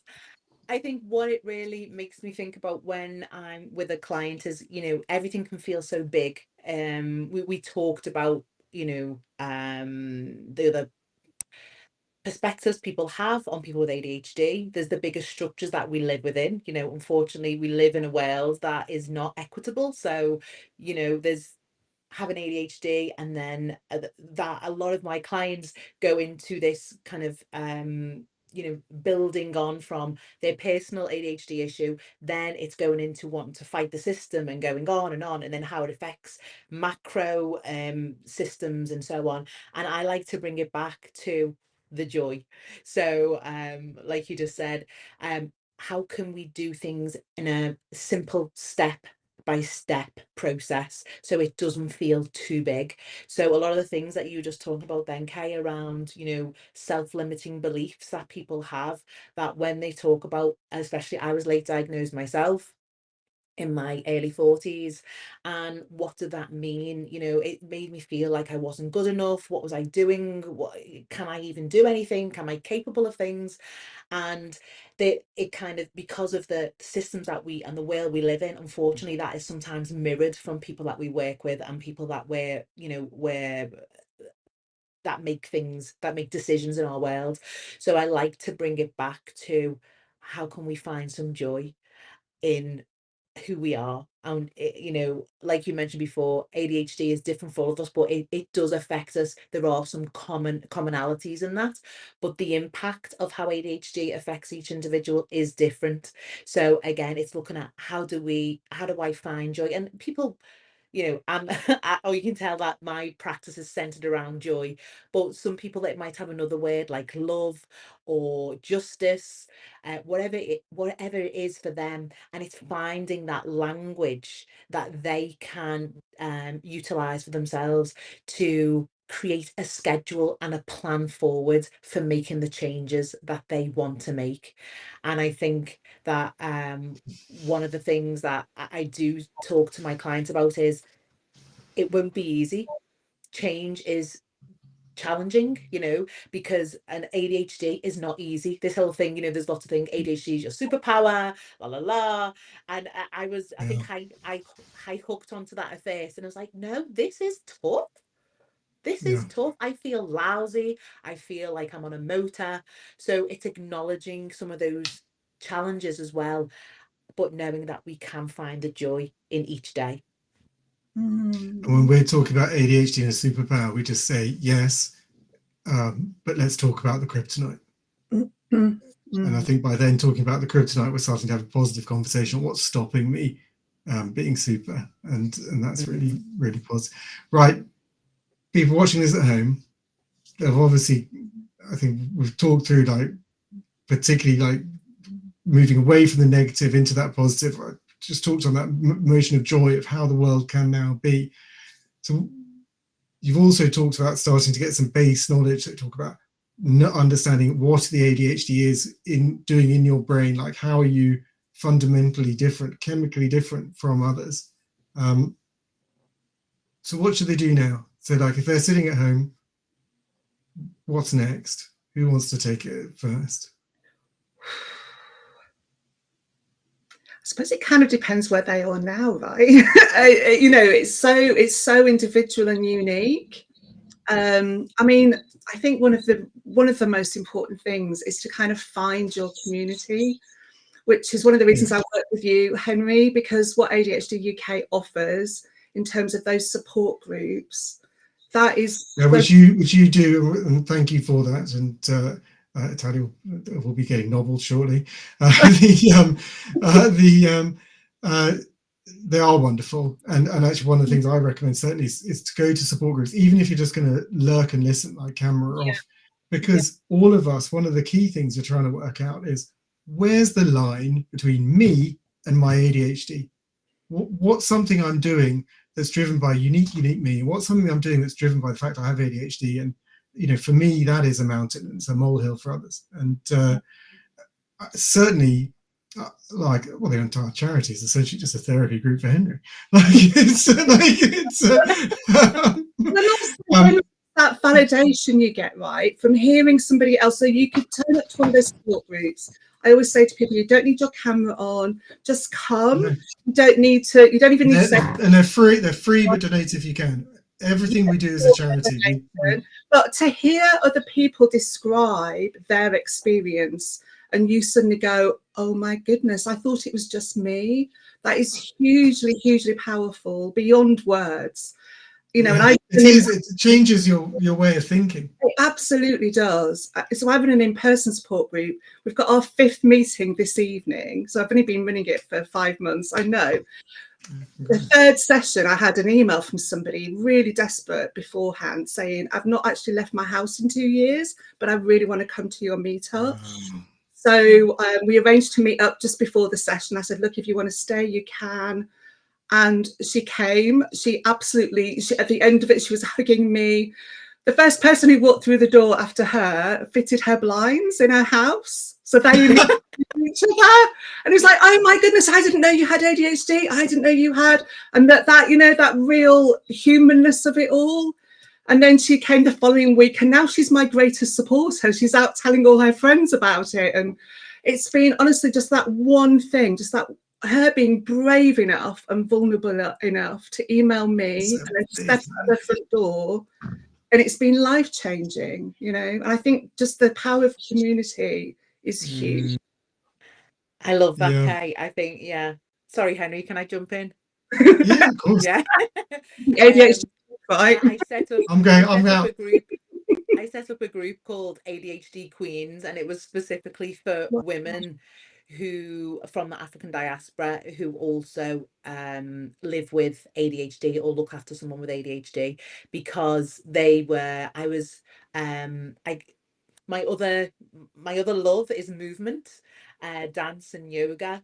And through those projects, I was having conversations, and then as I was training as a coach, I was acknowledging some of these similarities and some of these conversations. So I set up this group, and it was just wonderful just to see, like you say, that the shoulders relax for a moment, just to be able to be accepted, not judged, to have a cuppa and speak with truth, and to find some resolve from other people. I find it's really wonderful as a way of it's a collective coaching session, because everyone has some information to share, and I think it is really important. There are lots of groups out there, and it sounds like ADHD UK is a great place to start. And if you are, you know, in the Liverpool region, then, you know, get in touch. But I think it's just wonderful in order to be able to create a space where people can feel fully accepted. Yes, it's so huge, isn't it? It's so huge. Not knowing who you are, and then suddenly you find people who, you know, maybe jump in, like, you know, like we did just then. You know, I mean, I often say to people, it's almost like not what we talk about in those meetups, it's the how we talk. So we're not going away ruminating about, oh, did I say too much? Did I overshare? Did I do this? Did I do that? That we often do in those, you know, if we go down to a bar or a cafe, whatever. It's having that space where we can accept each other in all that ADHD, you know, that excitement about wanting to join in and things like that. Yeah. So I love that you're doing that, Italia, in Liverpool. So I'll think about some of my clients and whether they're that way. Well, so again, I'm East Kent, so I'm Deal in East Kent. So we've got the country covered between us, I think. We'll meet in between. And as a charity, we actually are starting to build out in-person support groups, because we were born in the pandemic. We actually wanted to take advantage of that and create groups based on type of person and need. So that that ranges now from, we've got ADHD in women groups, ADHD in men.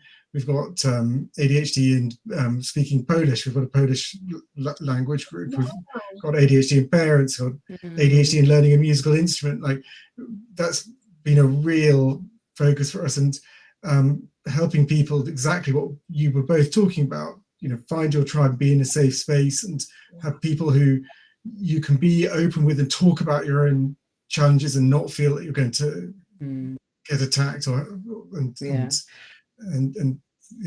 Yeah, Go I on. think the beauty about having ADHD, it's that radar, isn't it? I know wherever I go, I know I'm going to gravitate to the person with ADHD. Yeah, and we have a conversation. For sure. You know, it's the openness, it's the empathy, it's the wanting to be kind and considerate to others and wanting to talk, probably. And also those deeper connections, right? It's like not small talk. Like, let's talk about the meaningful stuff in life, you know? Let's not talk weather. It's that sense as well, isn't it? We can kind of make immediate friends because we have this ability to connect with other people at a really deep level very quickly. So yeah, like I say, even though we've only met, like tonight will be our 5th time, already those connections have been forged and people have met up, and it's been really amazing. So yeah, to anyone, you know, to any coaches that are listening to this as well, I'd really encourage people, if they're thinking about setting up, you know, yeah, do and come and talk to us, because we're now starting them under the ADHD UK brand and push them out. I think one of the things we've been doing is creating that sort of structure and what helps make a successful group and make it last, and probably looking for some hints and tips from you in both in the future. It's an important, I think we've just talked to that, talking to people and having that safe space and learning from each other being critical. How do you teach people to be kind to themselves? They've often spent a long time with a weight on their back and beating themselves up for their failures.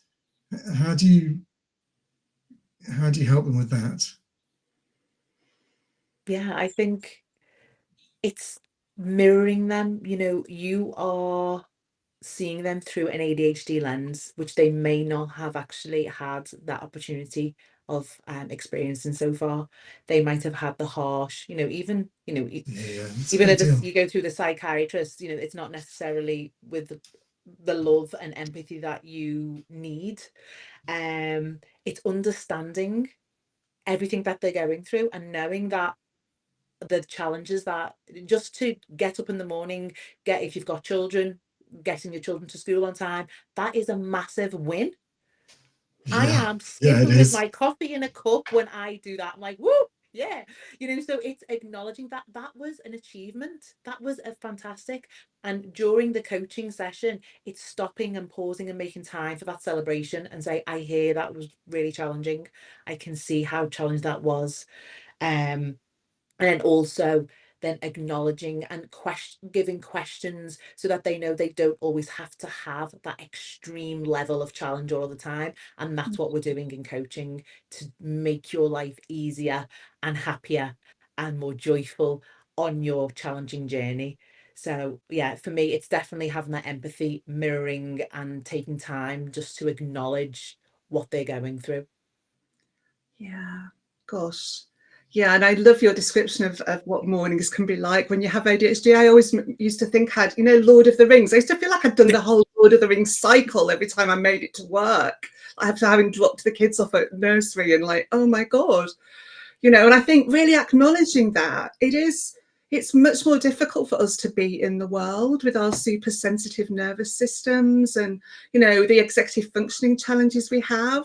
So yeah, to hear that and actually to recognize how like all those different decisions you have to make in that process, all that, emotional regulation you have to kind of keep calm and co-regulate your kids while you're getting them to school, and sometimes even just breaking it down and saying, oh, in that moment, that's what you were doing. And then they can go, oh my goodness, yes, I was co-regulating myself and like managing to keep calm while, and actually really acknowledging that every moment of that school run actually takes so much from us in terms of emotional regulation and remembering. I mean, the memory, like remembering that they've got, I don't know, it's World Book Day or PE Day or whatever it is. It's yeah, absolutely. I love that. It's just, really accepting that, you know, there's extra challenges for us in even what are considered simple things, like packing for holidays, for example. You know, so, yeah, there you go, eye roll, says because it's about making decisions about the now and not, it's about the not now, you know, and people say, well, I've just got to pack. And in that just, there's so much under there. So yeah, I can really relate to what you're saying about that whole Lord of the Rings cycle. Yeah, just to do what would appear on first surface to be a simple task. And oh my goodness, that importance of pausing as well, to really acknowledge that. And yeah, you say, like you say, people just kind of get on to the next thing, but taking the time within a coaching session to really pause and, oh my goodness, I was doing all of that in that seemingly simple activity, you know? And something, both you're talking to the coaching, and I think it's worth raising, like one of the real powers of coaching, and both of you actually talked to it at the very, very start, where you talked about people being unique, is that it is one-to-one working with someone on your personal challenges and creating that sort of bespoke custom grouping of things that make that difference. It is worth saying that for people in work, there's access to work, which is a government grant available.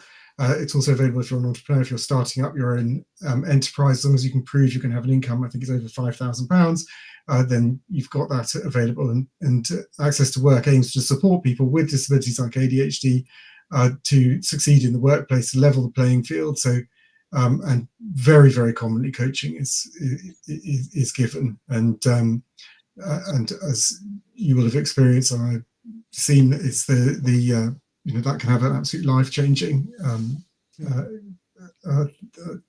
aspect. Right, we talked also about the memory problem. So for many with ADHD, the fact they've got the busy brain means you can't hold the thought for long enough, it become a memory, and it can be challenging to put it back. And so one of the best things to do with someone with ADHD is to put them on the spot and say complex things like, what do you have? I'm not asking this, like, what do you have for breakfast? You're like, I don't even remember what breakfast is right now. I know, not quite that bad. Or worse than that, what did you do yesterday? And you're, you know, like, so, right. I want people to, one of the takeaways to be, and because it is important, is that you're different. You've got ADHD, you are different. The solutions that are going to work for you may well be very different from the solutions that work for others. I'm going to queue up the question. I'm going to give an example to give you like a little bit of room to think. But I suppose, and the question is, like, in terms of emphasizing that point that we're different, like, can you think of an example where you've come up with an individual with ADHD has a very different solution that really does work, and you can see why in the grounding of ADHD, why it does, like why it's suitable? You know, in my own life, I have two, both in the same vein, which is around alarms. So an alert for me, it will go bing, and you know, and I forget about it almost instantly. And if I'm to stay present with it, I literally have to say it in my head: you're doing this, you're doing this, you're doing this, you must do this, don't stop it. Like if I've got something I need to do, like I'll often grab a thing and I won't allow myself to put it down. So the I find for being on time for this kind of thing, I set my alarm for 3 minutes before, and it's a full alarm. Now the false advice, the bad advice I get is, okay, you're often running late. Have you considered setting your alarm earlier or a lot earlier? And it fails to understand the fundamental difference. So their assumption is you're not giving enough time between A and B or whatever, but between that point to that point to get whatever it is you need done, or to travel however far it is, which can also be a problem. The reality is, I look at that, it's gone off 10 minutes before, and I go, oh, I've got a bit of time. I should do something. And I start to do it, and then I'm lost in it, and now I'm late. So if I set my alarm earlier, let's say 20 minutes, all I've got now is more time to get lost in something and now be late. It doesn't help me at all. Whereas an alarm that says, right, you've got 3 minutes, you've got no time to do anything except turn on your camera and be there. I can't get lost. I'm there. It's worked.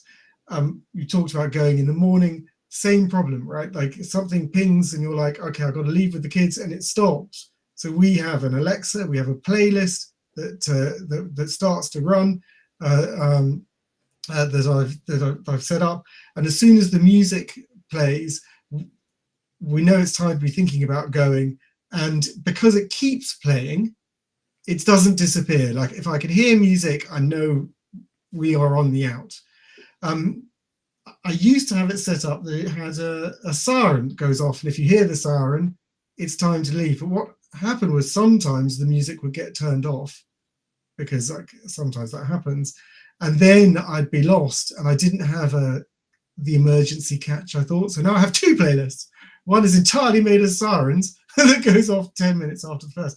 But that persistence, so you can see with that alarm, because of the ADHD fallibility of focus, I've got two different solutions. One is creating immediacy, and the other is creating persistence. But the solution, okay, so who wants to go? I've waffled. You had plenty of time. I love that. I just love that. And also I think there's that thing, isn't there, about, so a system might work for a little while, and then you need like to add something different to it to make it more interesting for your brain again, for your brain to recognize it. So yeah, I love that, Henry. Yeah, thank you. Although just to be fair on that one, like they are established now for years, so like they definitely, and I don't, I think actually the piece of learning I have had is to recognize that's working and not to change it, not to go and go, actually, yeah, so I'm a bit bored with those songs, but like that part I'm sucking up because this works.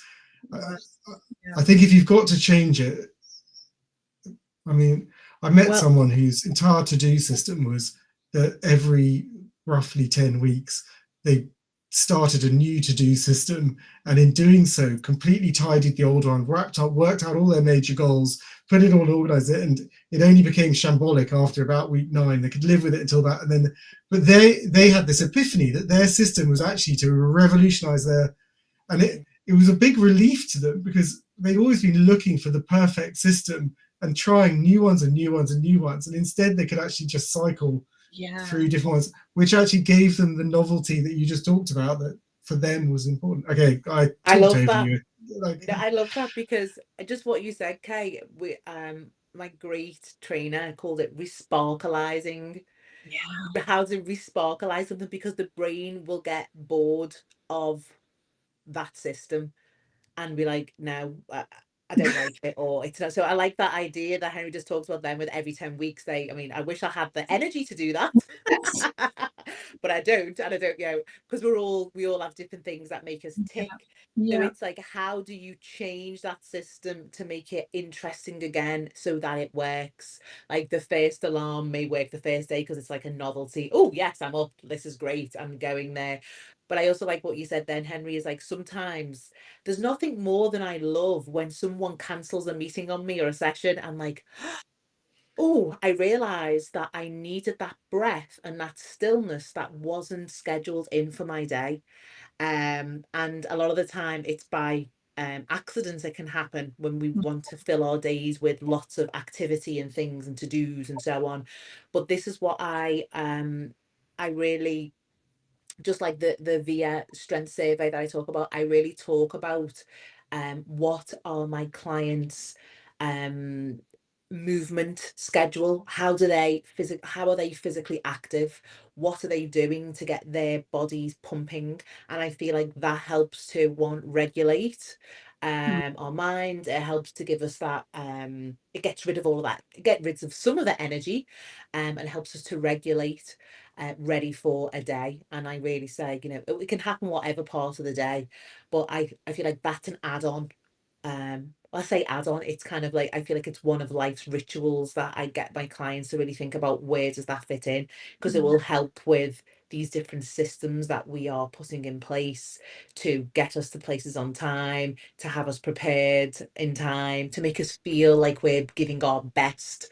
And that I talk about that, how do we help our clients become their best selves, so that they can feel like they can shine. I love that as well as how that you talked about rituals and not habits. I think it's only a word difference, right? But it's so the actual energy behind the word ritual and habit, they're so completely different. And yeah, I often talk to clients about like, shall we establish a ritual, and then you can like honor that commitment that you've made to yourself, rather than I need to set up this new habit. It's very different. It's quite nuanced, and in a way it kind of almost like brings your whole self and your whole body to that, because you've created a little ritual. As you know, Henry, my ritual is very often going for a sea swim in the morning, and it's people say to me like, how do you do that? How do you do that habit? But for me, it's so much more than a habit. It is a real ritual, like, you know, communing with nature and other people. And on the days where the weather means I can't swim, or if I've got a cold or something, I find it so much harder to get into the shower than to actually get ready and go for a swim. And it just really sets that intention for the whole day. So I think, you know, in terms of productivity advice that's out there in the mainstream, the idea of eat the frog first, I think is so designed for ADHD folks, because for us, it's almost like we need some positive emotion. We need something that gives us that dopamine spark and the oxytocin and serotonin to kind of then enable us to motivate ourselves to kind of do the rest of our day. So that advice that is out there. And I went on training when I was in employment, and it was all about, eat the frog first. That really doesn't work for me. Yeah. Well, and now you may have got ahead of me. So we need to wrap up, sadly. I thought that was a brilliant pickup on the ritual versus habit, and because as ADHD is like we can have habits for years and then like I find that very common, and I think changing it into having that different emphasis is nice, because I don't find habits a reliable thing when people talk about what's a habit forming technique, which very much centers on that sort of neurocentrist framework of how it works for others and not us. So I was going to ask, and what's your sort of final thought for people as we sign out? And it might be eat your frog first, which is why you might have got ahead. So who wants to take it first? I'll just jump on you were saying about your seawater swimming, Kay. I just love that. But I think that links with kind of my final thought is being able to allow yourself to ride the wave, because having ADHD is not like this. You know, it's not. So, but allowing yourself to know when you've got this surge of energy and what that means, and what can you put in place so that your transitions can be loving and supportive of your needs. And I think that transition is something that I love now. When I think about the transition of picking my boy up from school and coming home, the transition of ending one coaching session with a client to another. What is my transition? There's a transition I need to make in my brain to allow myself to enjoy the next thing, rather than either overthinking and taking too much time on the previous thing. And I feel like that's linked with riding the wave, to acknowledge what are your transitions when you're on the surfboard, when you're in the water, when you're on the beach. Yeah. Oh, thank you. Love that. Okay, over to you. How can I top that, really? I think for me, probably the number one thing I'd say is go to the VIA survey. It is fabulous. Print out your 3-page report. And the example I give to clients, it's almost like you can almost like choose to embody one of those strengths, and it brings a different energy to what you're doing. So I'm a single parent, so at the end of every day I have to then make dinner, and I could do that from an energy of, oh, I've got to do this, or I should do this, or I can choose to embody love or creativity or even curiosity and kind of cook from that energy. And already you can, I'm sure you can imagine how different that is then. So that it's not necessarily about, hints and tips and strategies. Sometimes it's about the simple thing of just like looking into your being and who you are, and just something like that. Well, tonight I'm going to cook from love for my children and cook from that place, rather than thinking about all the things you've got to do. So that's probably my last thought. Although if we had another hour, I'm sure we could all three of us come up with loads more as well. Sure. I love that, Kay. I love that. I think that's really both brilliant. And I've started to think that there's 3 core things that anyone with ADHD, if they want to succeed, needs to do. And it's good, isn't it? 3. It sounds like powerful. 3 things. And I need one of those little mics comes around here, like, be a motivational speaker. Yeah, you'll know yourself. That means knowing you, knowing your ADHD. And that was what you talked to earlier, which is understanding what's going on. And you've then got to, number 2 is you've got to work out what makes a difference, which is really what you talked about in the second half of this. And that is different for you than others. That part of we're all unique individuals plus ADHD. There'll be some things that work for a vast percentage. There'll be nothing that works for absolutely everyone, just as there isn't in the world for but you got to do that. That's understand you, understand what makes a difference. And the third part, which is the tough, is a real toughie, is you need to structure your world. You need to be in a place where you can be different, because if you're forced to be on the tracks of others, you're going to struggle. You've both been amazing. Thank you so much. Thank you for doing this. Thank you for sharing your knowledge and your spirit, your joyfulness, your positivity, and those thoughts. It's been a genuine delight, and your insights have been spectacular. So I really can't thank you enough. You're obviously both already involved with the charity and supporting it. Thank you. Obviously, Kay, you were part of the conference last year as well. You did an incredible piece talking actually about your sea swimming, and do go to Kay's support group, which she does, and both have volunteered their time. It's all voluntary, and it's very, very generous and appreciated. So thank you both, and which I've got to sign you both out. So thank you both. Thank you, Henry. Thank you, Kay. Thank you, Natalia.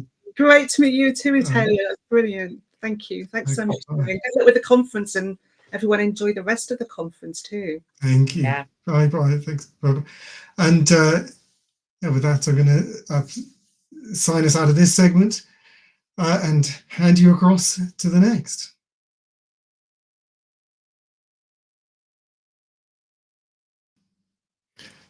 Wonderful. Well, that's it. I want to say a big thank you to Kay and Natalia for that. And my apologies again that we played at the end, not in the middle. They were wonderful. They stepped up to do that just this week, as we realised we needed that sort of backup. And it's something that actually I've been wanting to do for a long, long time, a focus video on what you do when you're first diagnosed. That's the end of the Global ADHD Conference with ADHD UK, ADHD Australia, and participating for ADHD New Zealand and Singapore, and ADHD Girls, and a number of other organisations, and obviously a huge number of people, all of whom I think I did a big thank you at the end, but there's too many to properly thank. Total live streams over the whole period is 59,619, which is a pretty big number, and we're excited about that. Do donate. Please donate to globaladhd.com. That goes to the funds for the cost of the conference, of running it, of getting it out there, organising, and the excess goes to ADHD Australia and ourselves, split between us as we work to make a change within the UK. I hope you've learned something. All the videos will be, they will actually already be on YouTube in terms of like the big long live stream in a couple of chunks. We are going to split them up, and you'll see in the next few days them pop up as individual segments, as the last conferences have been. So we break them up and so people can see them. One of our ambitions with some of these, though, is to use them as sort of embedded bases in the main site, particularly the ones we've just seen around what to do when first diagnosed, what to do around overwhelm, to doing the to-dos. So these are critical things. They'll also build into the discovery platform, which is the platform on ADHD UK for finding new strategies, new ideas, new things that are going to make a difference. And right now it's up, it's working. And we're now starting to think about the next stages of building it out and of running correlations so we can create recommendations for you, so you can come in, answer some questions and go, these are the things that are going to make a difference. It's one of our really big goals. That's it. This is what we've done for really for ADHD Awareness Month. That's October. We always try and start the month with the conference. We then do a lot of activity, particularly in media, as people want to look and within companies, as people look to do stuff for Awareness Month. If you're a corporate, do get in touch. We're very keen to do education within there, do speeches, do management training. We also have that same training video available on YouTube channel, and that goes right down to our premise, right? Free, but donate if you can. Where we have, say, a service where we're turning up, we also have an option for free. We really strongly believe that information should not be restricted financially for those who need it. As a charity, we shouldn't be stopping people learning stuff that could make a difference to them. We should be helping them get that. That's why our conference is so different. It's why it is streamed widely. It's why it's free, but donate if you can. It's donate if, as we ask, people who register often kindly donate. That's how our support groups work. Free, but donate if you can. It's a basis, but God, it makes our life hard because we don't have money, right? We don't have a surplus. We don't have some great amount in the bank. Every month there's a struggle. It's really, really hard. And we can't do this without you. Everything we're doing costs money. The streaming platform costs money. The camera that's doing it costs money. Everything costs money. Like, and it's so difficult. So do consider donating. It really is. We get no government funds. We don't have corporate sponsors. We don't have farmer money. It's all from people. We do that because we're here to lobby and make a difference, make noise, shout at politicians, shout at people, make our voice heard. A lot of those kind of donors don't want that. They don't want the sort of trouble that might bring. We want to make change, and we don't mind if it makes, we want to make change. So we don't mind. We have to be loud to make that happen. That's it. Gonna go. It's been 27 hours, 16 minutes since I pressed start stream, and it's now time to press end stream. Thank you for joining. Do come and watch it again. Do donate. I hope you've learned something. I certainly have, and it's been wonderful sharing with you. Thank you for all the comments. Thank you for being here. All 59,640 of you who came and visited for however long you did. So thank you. And we will keep, this is ADHD Awareness Month, but every month is Awareness Month for us. We're always working really hard, especially now. I do see change coming. I think things are looking like they're starting to, the noise has got loud enough that people have started to notice. We had the NHS report, it's wonderful. So please consider supporting us. I think now is the moment of potential real change.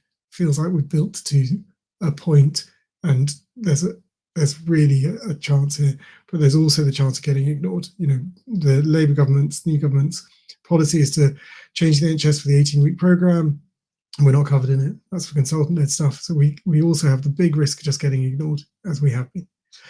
And we mustn't let that happen. And obviously we're seeing children ignored, particularly girls in schools. We're seeing wait lists up to 2,000 years in Sheffield, but huge waits across the country, people not getting the support they need. We see huge problems in the prison system and within the criminal justice system. We see people being failed out of school, failed in education, falling into crime. We see lives being absolutely ruined by wild waitlist children coming out of CAMS and waiting 2 years before they get their medication again as adult service picks them up. We'd snatch defeat from the jaws of victory. And we're doing that all over the place. And things have to change. And in doing so, we will revolutionise lives. And we, as we saw with Matthew Locke's parents and what happened there, this is about saving lives. and not only saving lives, but having people thrive and have wonderful lives. That's it. Have a great rest of your day. Thank you for joining at the conference.